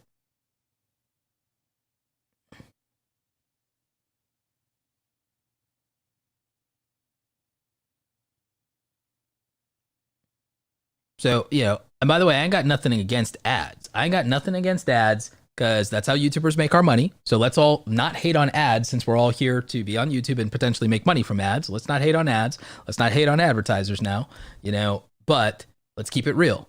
But we're not looking at that. Now, we'll like an ad and we'll go from an ad and we'll say, oh, I want to buy that thing. Because like, guys, if I see ads for camera gear, I'm like, I'm not mad. I'm just not going to subscribe to that channel of the ad per se. I'm not mad at the YouTuber, but if you throw camera lenses on my YouTube feed or whatever for ads, I'm not going to be mad. I'm going to go spend money.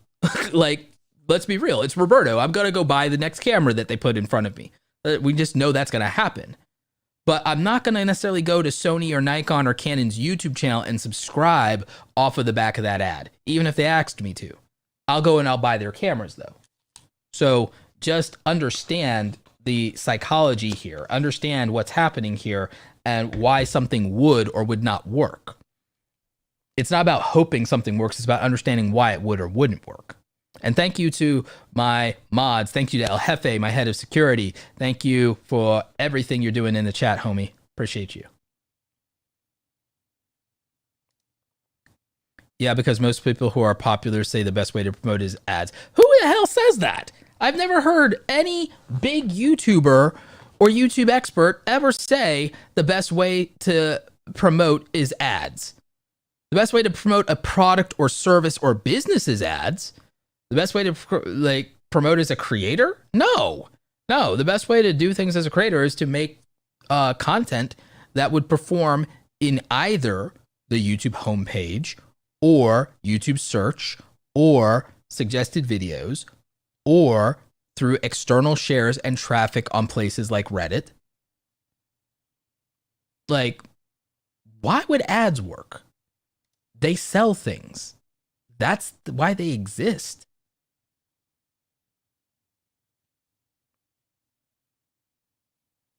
Like, yeah, I've never heard anybody like ever suggest that. And it's like, and I would happily debate them in a live stream. Like no. You know, like I said, I mean, if I show you the data, even on like my other channel, like my music channel. So this is a music channel. Most of the people who are on this music channel, they're not from me promoting it. Like, it's from them finding the music channel. And that's because YouTube, with the algorithm, did that. Like, when you go and you look at the 12,000 views on this, it's from suggested videos on a channel that has 12,000 views. It's suggested videos. The channel has 500 subscribers. Subscriber counts don't matter. And YouTube doesn't hate on small channels. It's got to be the right type of content for the right type of traffic source. It's these YouTube traffic sources that matter. Suggested videos, homepage, channel pages, browses the homepage, search, like external, like these traffic sources all have their own strategy or gimmick to them. Okay. The YouTube homepage, if we go to YouTube, like I'm here, like I'm logged into my music channel, but I'm in an incognito window. But think about it, I'm on my music channel. And so whatever I watch when I'm logged into my music channel, which is usually music or something like that, plus some popular YouTuber stuff, like, is what shows up here. Okay. Because the algorithm only cares about what you do. Not even what you're subscribed to, what you do. Because like, I ain't even subscribed to anything on this music channel. Like, except for music channels. The only thing I subscribe to on this music channel is other music channels. That's it. But you notice my YouTube homepage has things that are not just music channels, because I watch things that are, especially since we've been reviewing channels today, but incognito is a little different. But like, I have things here that are other than music channels, and yet all I'm subscribed to is music channels.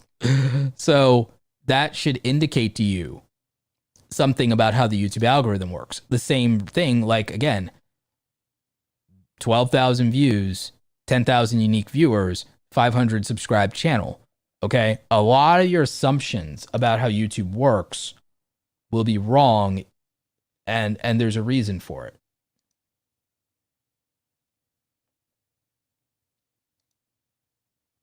Yeah. So that's what I'm saying.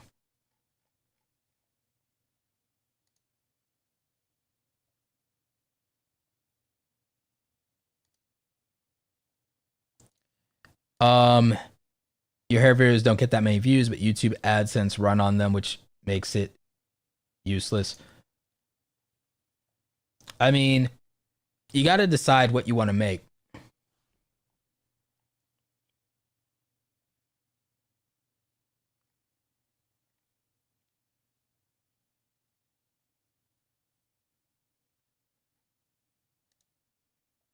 Renee Ritchie says, yeah, paying for ads doesn't translate into organic views. It's just an endless money pit. I've only ever heard people say that to avoid ads as a, ever heard people say ads as a growth engine.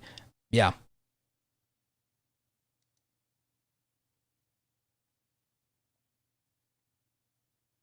Yep.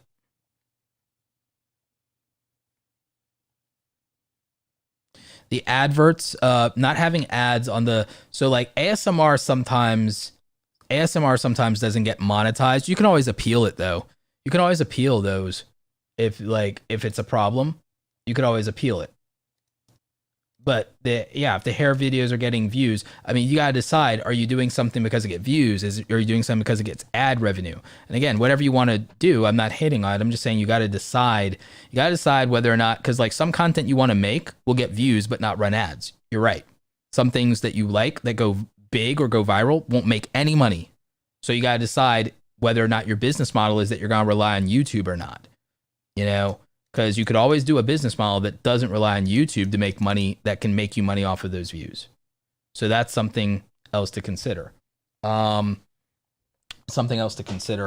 I am going to do here is what I'm going to try to do anyways. I'm going to switch over from my music account over to my main account to show you something. And then I'm going to have to go because it's been 4 hours. So we're at a limit here. We've reached my limit. But yeah.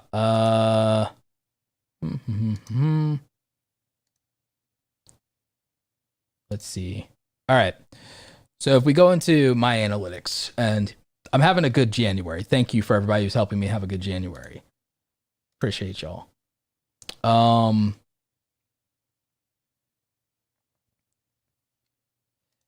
Coding and Caffeine says, why small channels have viral videos with tons of views and channels with a lot of subs don't have a lot of views? You're making the mistake of believing that subscribers get the notifications for videos or that YouTube cares about your subscribership. I'm not even joking though. You guys saw it for yourselves. I showed you that I'm literally only subscribed to 3 or 4 music channels, and then there's videos from channels that are not that were on my YouTube homepage. That because I watched those things versus what I subscribed to. And I showed you guys that notifications almost don't exist for most channels. And then someone on their phone would have to care at that moment. Subscribers have nothing to do with you getting views. And if you want to know why, the answer is simple. YouTube only cares about keeping people on the YouTube platform. So as nice as it is to have that big old sub count, and as much as it can help you get brand deals and everything like that, it has nothing to do with how many views you're going to get. I swear to you. And you don't have to believe me because it's in the data. It's in your data. It's in my data. It's there. There's a handful of people. Yeah, the famous YouTubers. Yeah, their subs watch everything they put out. That don't work for the rest of us mere mortals, though. Us non-famous mere mortals, meaning everyone under 1 million subscribers and even a few people at 1 million subscribers, it does not work that way. Dr. Earbuds, I'll try and see if I can get to yours because I guess me and Viper missed it. But I want to show you guys some data because it kind of helps with the point that I'm making here. Actually, we can even look at the analytics on this video. We can look at the analytics on just this video. Let's look at the reach data because the reach data is the real performer here. Algorithm. But guess what? It's not suggested videos. I designed this to win on the homepage. I designed this video to win on the homepage with the casual audience. This was my design. Bell notifications, having subscribers. Look at this notifications. I didn't even get 1,000 out of having notifications. You see, you'd have to assume if you care about subscribers, you'd have to assume that YouTube also cares about subscribers, and you'd have to assume that your subscribers are getting 100% of the notifications. Does anyone actually believe that subscribers are getting 100% of the notifications? So why would subscriber counts matter? See what I'm getting at? It doesn't matter. If you want views, you cannot care about subscriber counts. The only thing that matters is understanding how these traffic sources of where you are going to get views come from and how your decisions affect each of these different traffic sources. That's all. And it's about giving yourself the best shot at winning one or all of these. You have to give yourself a shot at why you would get people on the YouTube homepage to click on something. Why, if this is a suggested video next to another video, why would they click on it? Why would somebody else share this in their community tab?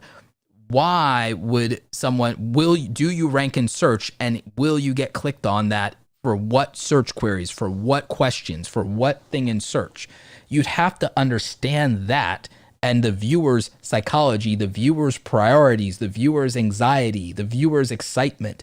If you don't understand that, then you can't get the clicks. And if you can't get the clicks, then they can't watch. And then you have to deliver or you won't get any watch time, any average view duration. And that is what the YouTube algorithm wants, is watch time. They told you, get impressions and clicks so that you can get watch time.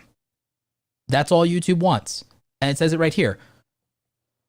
It tells you. They're not keeping it a secret. They are not hiding anything from us. It's right here. This is the YouTube algorithm right here. And I've already showed you a channel with small subscribership that can win on suggested videos and why the thumbnail mattered for that. And I just showed you that this one was really about the title. This video is called Social Media is Over. You need a website and email list. So right now, that probably gets people's attention. The click-through rate on it is pretty good compared to my normal click-through rates. It got a lot of views and a lot of unique viewership, individual humans. And it's working. If we look at it holistically this way, the impressions have gone up. YouTube is populating this video more because it's performing. The click-through rate, obviously, as it exposes it to a larger audience, declines. The views are higher than the first day I uploaded it now. Regularly, it's getting those views. And the audience that's getting it is subscribing for more of my content in the future. And they're technically watching other videos.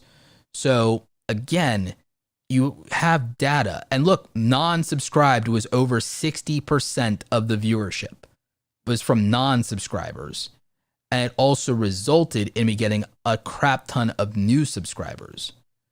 This is how this works. And the more videos you upload that can do this, the more your channel will grow. And that's how it happens. But you have to understand the audience. And you have to, again, most of these people are from the US, obviously, but it's also more balanced there because, again, social media anxiety is higher here. Frustration is higher here. So a video that caters to frustration is obviously going to work for Americans. You have to be thoughtful about how these individual traffic sources play out in your content, and that's what will determine it. The other thing is, if you look at my other videos, there's no such thing as the video death spiral because it's a myth. It's an urban legend because if you look at it, the video before this one did 20,000 views. The video before that did 20,000 views. The video before that did 6,000 views. As I could probably get the thumbnail to be better because even though people were interested in the Mr. Beast burger, my business view of why that thing is making so much money and explaining the business model, it didn't take off. My explanation, a tutorial on live streaming, this using your camera to live stream so you can make a dope live stream like mine. Like maybe if I title it differently, maybe if I make it about your live streams looking better, like because the content is fine and people liked it, but they didn't click on it for whatever reason. That's the only reason it didn't get views. People didn't click on it. The quality of these videos didn't change one iota. It was about what people are excited about or interested in. That's all. Like less of you thought wanted to watch this video about affiliate marketing and making passive income when ironically all of you begging YouTube for a tenth of a penny, a fraction of a penny per every view could be making tens of thousands of dollars a year off of affiliate marketing regardless of your views if you can get people to buy anything. But everyone wants AdSense. No one wants to learn affiliate marketing. That's why that didn't get views. But a lot of y'all want to be YouTubers, so you clicked on this YouTube tips video instead of this making money video. And sometimes it just be like that. And yeah, I'm a little salty about it because I think making money is probably more important than being popular. But hey, to each their own. What'd Timberland say? I'd rather be paid than popular. Yeah, that thing. So again, how many views you get is dictated pretty much exclusively by what people want to click on. It has nothing to do with how good your video even is. It's about what people want to click on. That's all.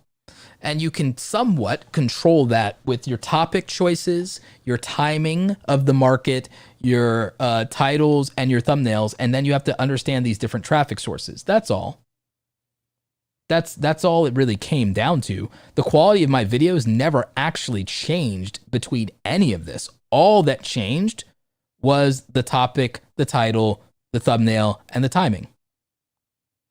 Now, in terms of performance of videos, they perform differently based on traffic sources, because on this video, which did really well, this video did 1,000 subs. This video got 40K views. This video did well, but this one has more balanced traffic sources. You can see it won with the algorithm.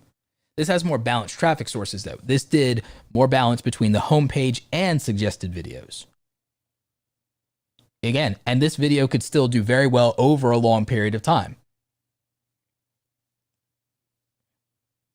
So, like I said, it's all about understanding your traffic sources. There are other videos that they might underperform now, but they might perform better later. This using a camera thing, it underperformed. It didn't get a lot of subs either. It underperformed in that regard. But in terms of its traffic sources, I think long term it will start to win in search. The algorithm did not favor this because this is not a video that makes people excited. It is a tutorial video. It is how to turn your real camera into a webcam, and it is what it is. I want to make technical videos because there are a lot of you that could benefit from technical videos. Thankfully, since those videos don't always perform, I can get those videos sponsored. So that helps. But you have to understand that what really determines the views on a video is topic, title, thumbnail, and timing. I can show you something from the summer that proves this point even better because of getting 100,000 views on something. Because a lot of you, why is this taking forever? A lot of you need to understand it's not luck. It's just that there are so many variables that feels hard to control, but the answer is not about control as much as it is about preparation, about putting yourself in the best position possible. So if you can't control something, your alternative is to give yourself a fighting chance. If you can't control something, at least give yourself a fighting chance. That's all you got to really think about. Nikki Heat said that I should make the the title of something, your live stream looks like here's why. That could work, believe it or not. Like I've had that work out before. Here's another really good example with the views thing. Let me bring this up. Yeah, here we go. Here's a really good example with the views thing. All right, so I had these two videos do insane views. Okay, yeah, these are like pretty insane views. Let me bring this up. Let me make this bigger. Wait, that's too big. You can't see the view counts. There we go. Okay, so 300,000, 200,000. It didn't get that overnight, but it's like the videos before that were not nearly as much views before that, and were not afterward, and then that, and then that. Big, small, big, small. You see how a video, like videos could do well, and then the next video could not do well. The next video after that could do well. It skips around. It skips around. A lot of you wish views would be consistent. Yeah, everybody does. So do I. Would love it. It's not likely to happen, but that's also okay because sometimes that's just down to viewer behavior. That's just down to viewer behavior. You don't control a lot of that. So it's fine. It's whatever. Look at another thing. Real-time views. You want to talk about the algorithm? Real-time views. It's understanding that even old videos could still be relevant to people. I'm going to make more videos on video editing. You guys want to do videos? Fine. Let's learn about video editing. Let's learn how to add background music. Let's do stuff like that. You guys clearly like the thumbnail stuff. Let's do more graphic design stuff. Let's make less crappy thumbnails because clearly there's still room every day, week, month for people wanting to learn skills. So I can do that. And yeah, the make money online stuff, y'all do want to make money online. So it's not like I'm going to stop making that content. And I like talking about it. I love it. It's also my highest paying content. So there's no reason not to do it. I can tie a lot of things together teaching you guys how to make shirts and merchandise. Again, it's not getting me the most views per hour, but it all adds up. So it's fine. So the thing is, it's a matter of understanding that. I understand the supply and demand side of that. So I'm making a strategy around it. And that's all anyone would have to do is figure out the strategy that they're going to make and what the results were going to look like. And again, it's by being really intentional, really thoughtful about how the data driven decision process is going to work here. You also notice I get spikes whenever I do upload. Whenever I do upload, it's obviously better than when I don't. You know, and again, consistency matters. You can see it. Look at a 90-day period. I flatline a bit if I don't upload or live stream. So, and I spike when I do. Like, it's not rocket science. Consistency would matter. Consistency always matters. I would rather you be consistent in your delivery and not worry about whether what you get out of it is also consistent, because I feel that that's another way of putting the audience first. You know, I would rather show up like for people consistently and not change that just because maybe I'm not 1000% getting what I want. But that takes a certain level of mentality and stoicism to pull that off. So, you know, from a creator mindset standpoint, that I think is important. We had someone I missed before, Dr. Earbuds. And I want to take a look at his stuff real quick. Solid channel, by the way. So Dr. Earbuds.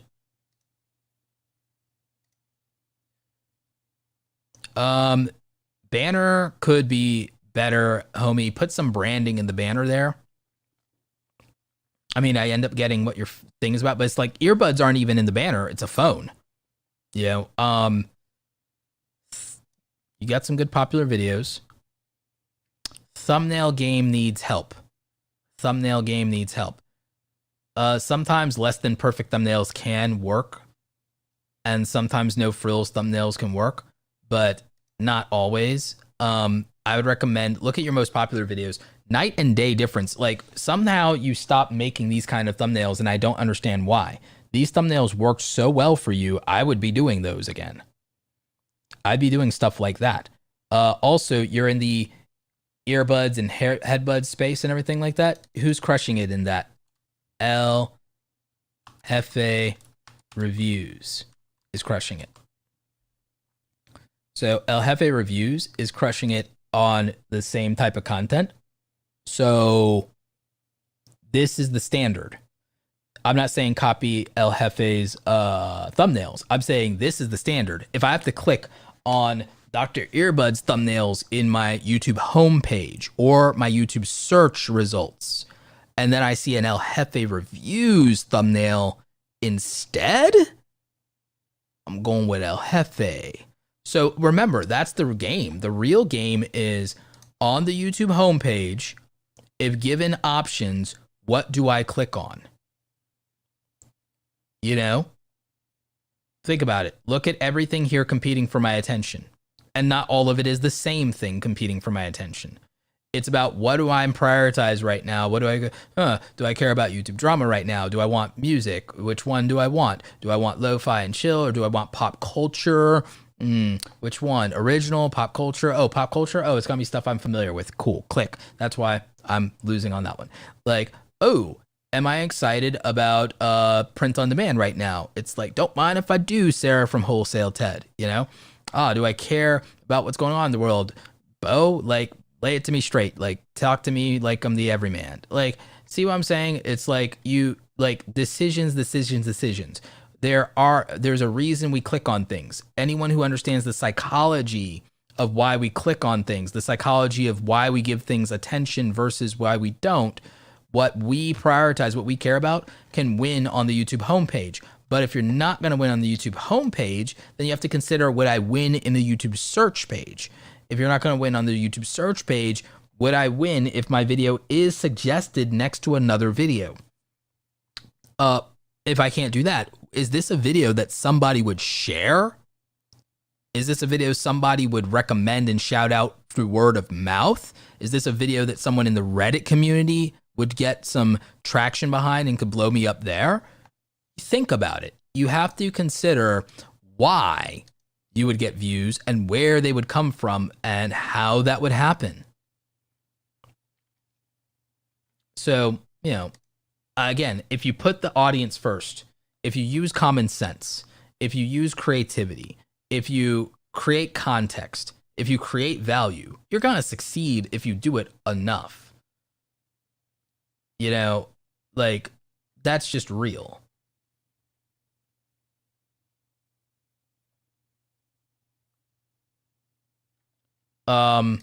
Somebody in chat just said, was watching videos with my wife last night and she literally said, we have to watch that video because of the thumbnail. That's real. Look, that's real. I can't say it better. That's real.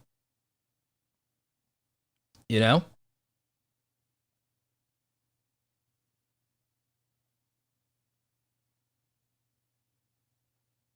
So I would tell people, like, the real deal here is that you have to consider why the audience wants something and how to package it appropriate for them. Because even if you make a quality video with bad packaging, think about it. Like, Apple wins the packaging and branding game hands down. It's not always winning the best product. It's winning on its brand. A lot of you are not winning on brand. You're making quality content, but the value proposition of that content is not clear in the packaging and branding. Branding is a promise. So you guys have a quality product in your content, but the branding is failing you. The branding is failing you. So making a good product only to give it poor packaging doesn't work.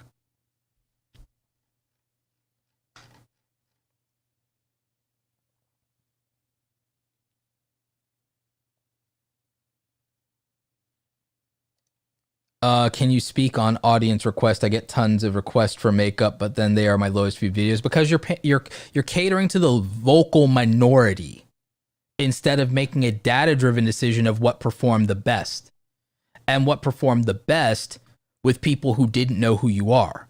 If you make videos for your subscribers, you'll probably fail. If you make videos based on your vocal minority, you'll probably fail because you need to consider how you would appeal to someone who's never seen you before. How do you win with strangers is going to matter. For scale, for growth, for the things that make you a successful YouTuber, you'd have to win with strangers. You'd have to win with strangers, not the vocal minority. The majority of all potential viewers are strangers. Think about it. Again, what I just said should not be rocket science. It's really just straightforward. It's like the simplest thing if you really think about it. Yes, the more of them you hit, the better. If you can hit home and people who are strangers would click on it from home, yes. Homepage, yes. If someone thoughtful searched for something and you showed up and you could win there, absolutely.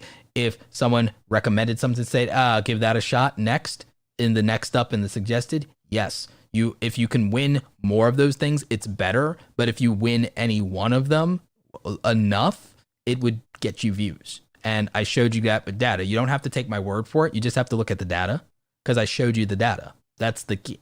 Like, that's what I do. I transparently show you things. I don't just tell you things that sound good. I don't just tell you what would benefit me. I straight up just show you the analytics and the data.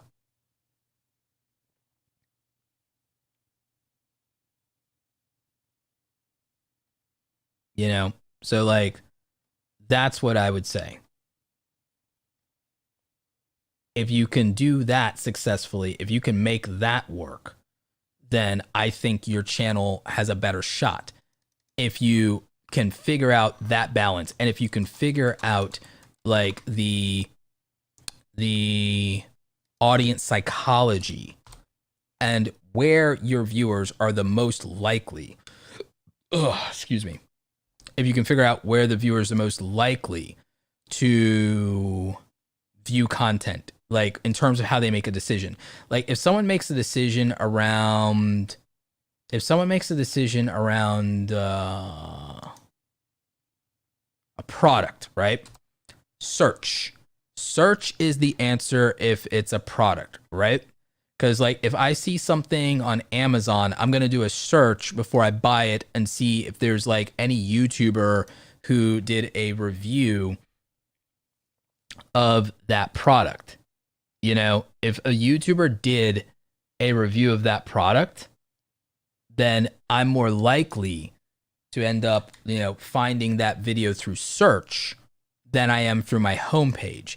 If it's something that I'm not looking for, that I'm not expecting, then sure, I could casually, or if it's something that gets my fancy or makes me like, oh, that's interesting, oh, that's weird, then I could see how I could end up watching that from the YouTube homepage or even suggested just because it's weird and it's there, you know?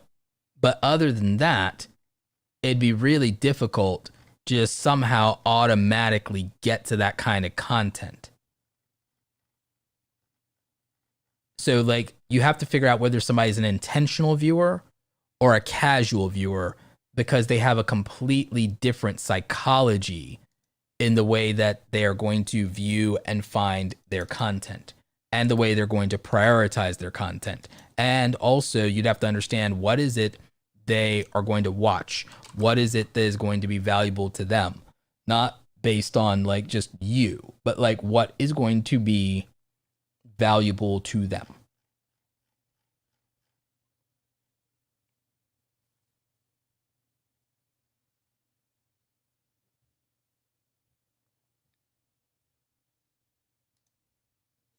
All right. So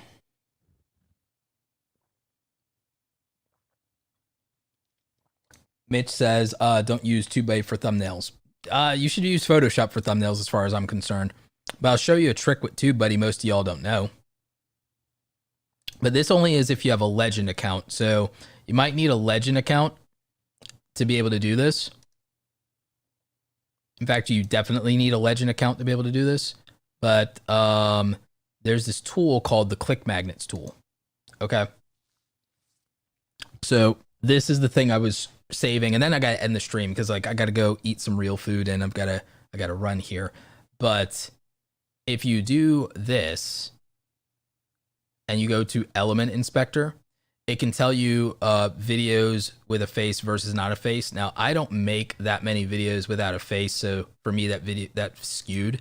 So I can go to emotions and see happy and surprise don't do nearly as well as calm for me for emotions. And then anything that has more than one face clearly does better for me. So the range of emotions here, I do photo shoots where I have every one of these emotions, but I end up using the thing that would perform better, or I A/B test it. Sizes. I figured out the type of shots, long, medium, close up. Close ups don't work for me. You guys, if I have more than one face in a video, you guys click more. If I have a more neutral expression and certain body language, you guys click more. If it's, you know, a close up, you guys click the least. You guys click on close ups of my face the least amount of anything. So I stopped designing thumbnails around the idea of doing these big super close ups. Boom. So like I figured out what clearly, because like that's clearly the worst of it out of all of it. Text versus no text.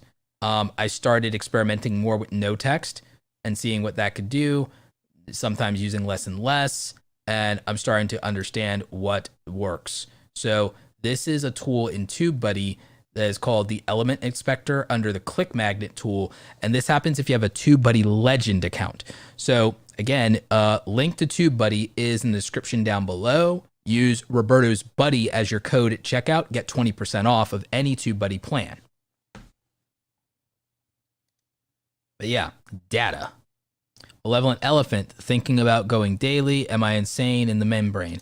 If you can handle it, you can handle it. If you can't, you can't. Nothing wrong with giving it a shot if you think you got it.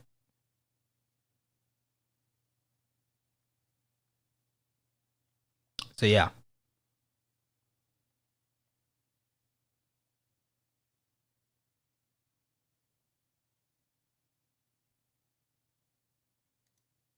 Roberto, despite everything, you agree with me that since the pandemic, it's more and more hard to get interest in small channel. Like, not necessarily. It's all about topics. It's all about topics. It's not even about channel size. It's about topics.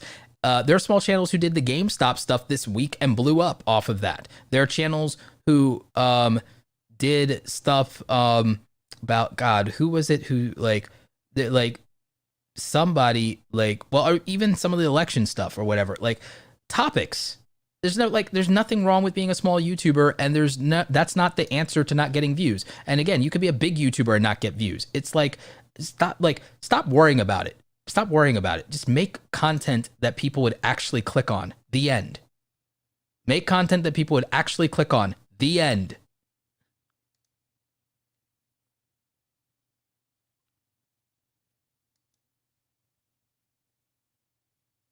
Yeah. Pam Jordan, I didn't see any of your super chats. I don't know.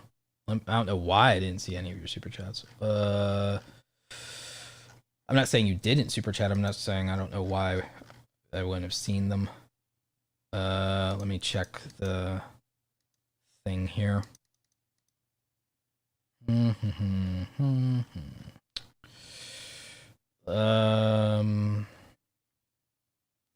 Wave Goddess, thank you for the super chat, $5. Pam Jordan says, thanks, I'm remaining consistent, but I'm not really getting the views I would like. Plus, I noticed views dropped in the past videos. I have been monetized for 3 months and made less than $100. No one makes money off of YouTube when they start. I didn't make any money when I started YouTube. Everyone had monetization when I started YouTube, and I didn't make any money for 3 years. Not off the ads. I made money doing everything but ads. Yeah, sometimes you don't get views.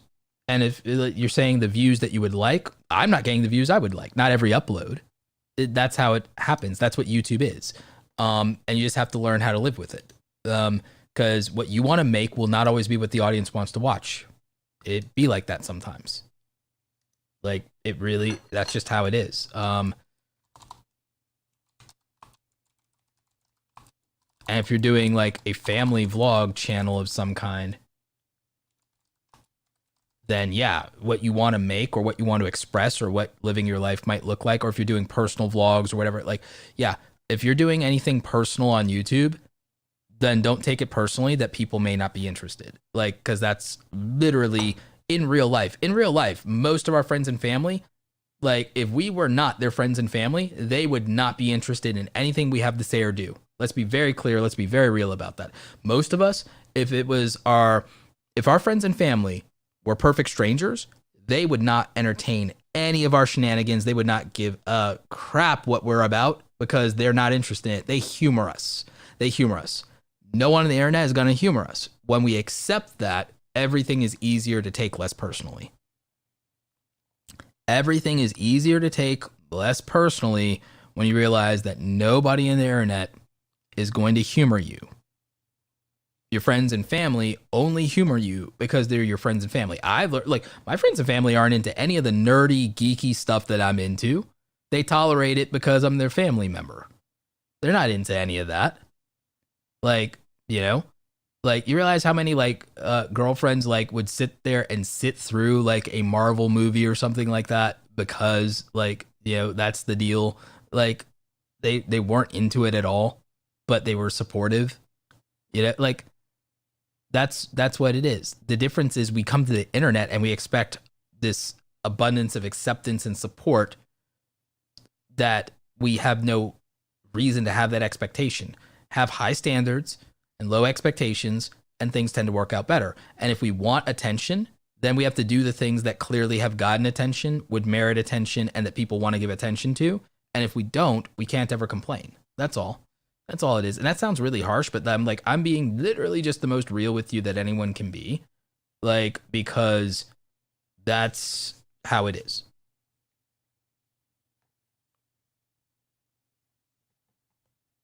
Like, that's how it is. All right. After this, I'm really wrapping up, guys. So, like, we're at the end here.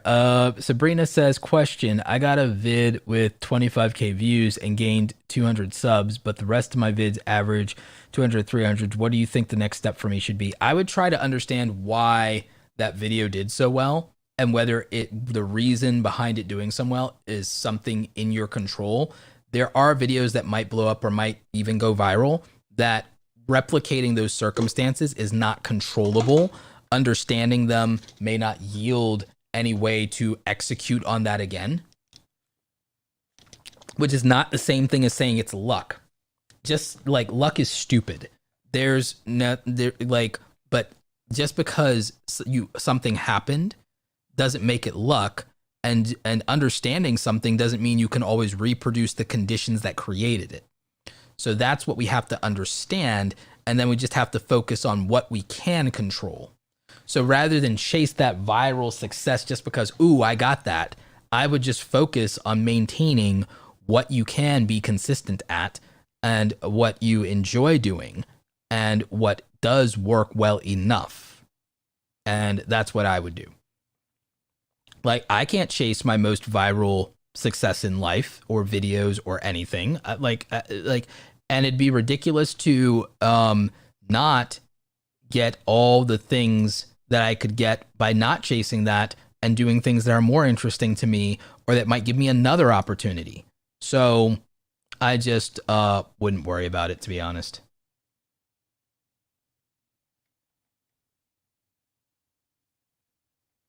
Yep. So, looks like that's it. That's all the super chats. That's all the channel reviews. That is all the things. And I did show you the thing that I wanted to show you with the data from TubeBuddy. So that's pretty dope. And thank you again so much, everybody, for tuning in. Thank you for supporting the live stream. Thank you to everybody who super chatted. Thank you to Viper again for co-hosting earlier. We are not doing 5 hours. I don't have a voice left, you can tell. So I'm going to go eat. Have a wonderful rest of your Sunday afternoon. I think there may be another live stream next week. We'll see. I'm trying to work something out with a special guest. So check that out. There are links in the description down below. Please check those out. And also, if you guys like dope music, go check out Zenbuster Music. It's youtube.com/Zenbuster. It is linked down below, and that music is copyright free for streamers. So if you're doing live streams, it is copyright free. And there's also a link on the YouTube channel for that to Spotify if you want to check out the music. So, youtube.com/Zenbuster. Big shout out to our sponsors of the stream, StreamYard, the simplest live streaming tool. If you're wondering how I've been able to do all the fancy things, it's StreamYard. The hardware I use is, linked up in my other YouTube videos. So that's how I'm doing things like the live switching. That's how I have the quality videos, quality sound, all of it. But I can't do any of that stuff without the great support of our sponsors and this wonderful community. So thank you to StreamYard. Also, thank you to TubeBuddy, the #1 tool for YouTube content creators. I've been using it for over 5 years and it's the best around, and you can get it for free, link down below. Both of those are free. And of course, if you use discount code Roberto's Buddy, you get 20% off any TubeBuddy plan. So make sure you're checking out StreamYard, link down below. Make sure you're checking out TubeBuddy, also link down below. If you're running into the problems I told you about with closed captions, go to robertoblake.com/go/rev. REV. It's also linked in the description so you can get paid accurate closed captions that will make sure that your videos are not having those problems. And that's if you can afford it. It also helps people who are hard of hearing or deaf, hearing impaired in any way. So it's a really good thing to do. And it helps with accessibility. Also can help with an international audience. So make sure you're checking out Rev, link down below as well. Thank you to our moderators, Clover Tack, El Jefe Reviews, Viper, and any of the other mods that I missed. Mod Squad is amazing. So I appreciate you guys. Someone asked about what to use for thumbnails. Some people use Canva. I'm a Photoshop guy. You guys know that about me. Photoshop, Photoshop, Photoshop. So, that's what it is. And yeah, that's it for this stream. There's plenty of content on the channel, obviously, to help you. There's plenty of great music linked down below. So I am out. I will catch you guys on the next one. Stay awesome. Take care. Bye.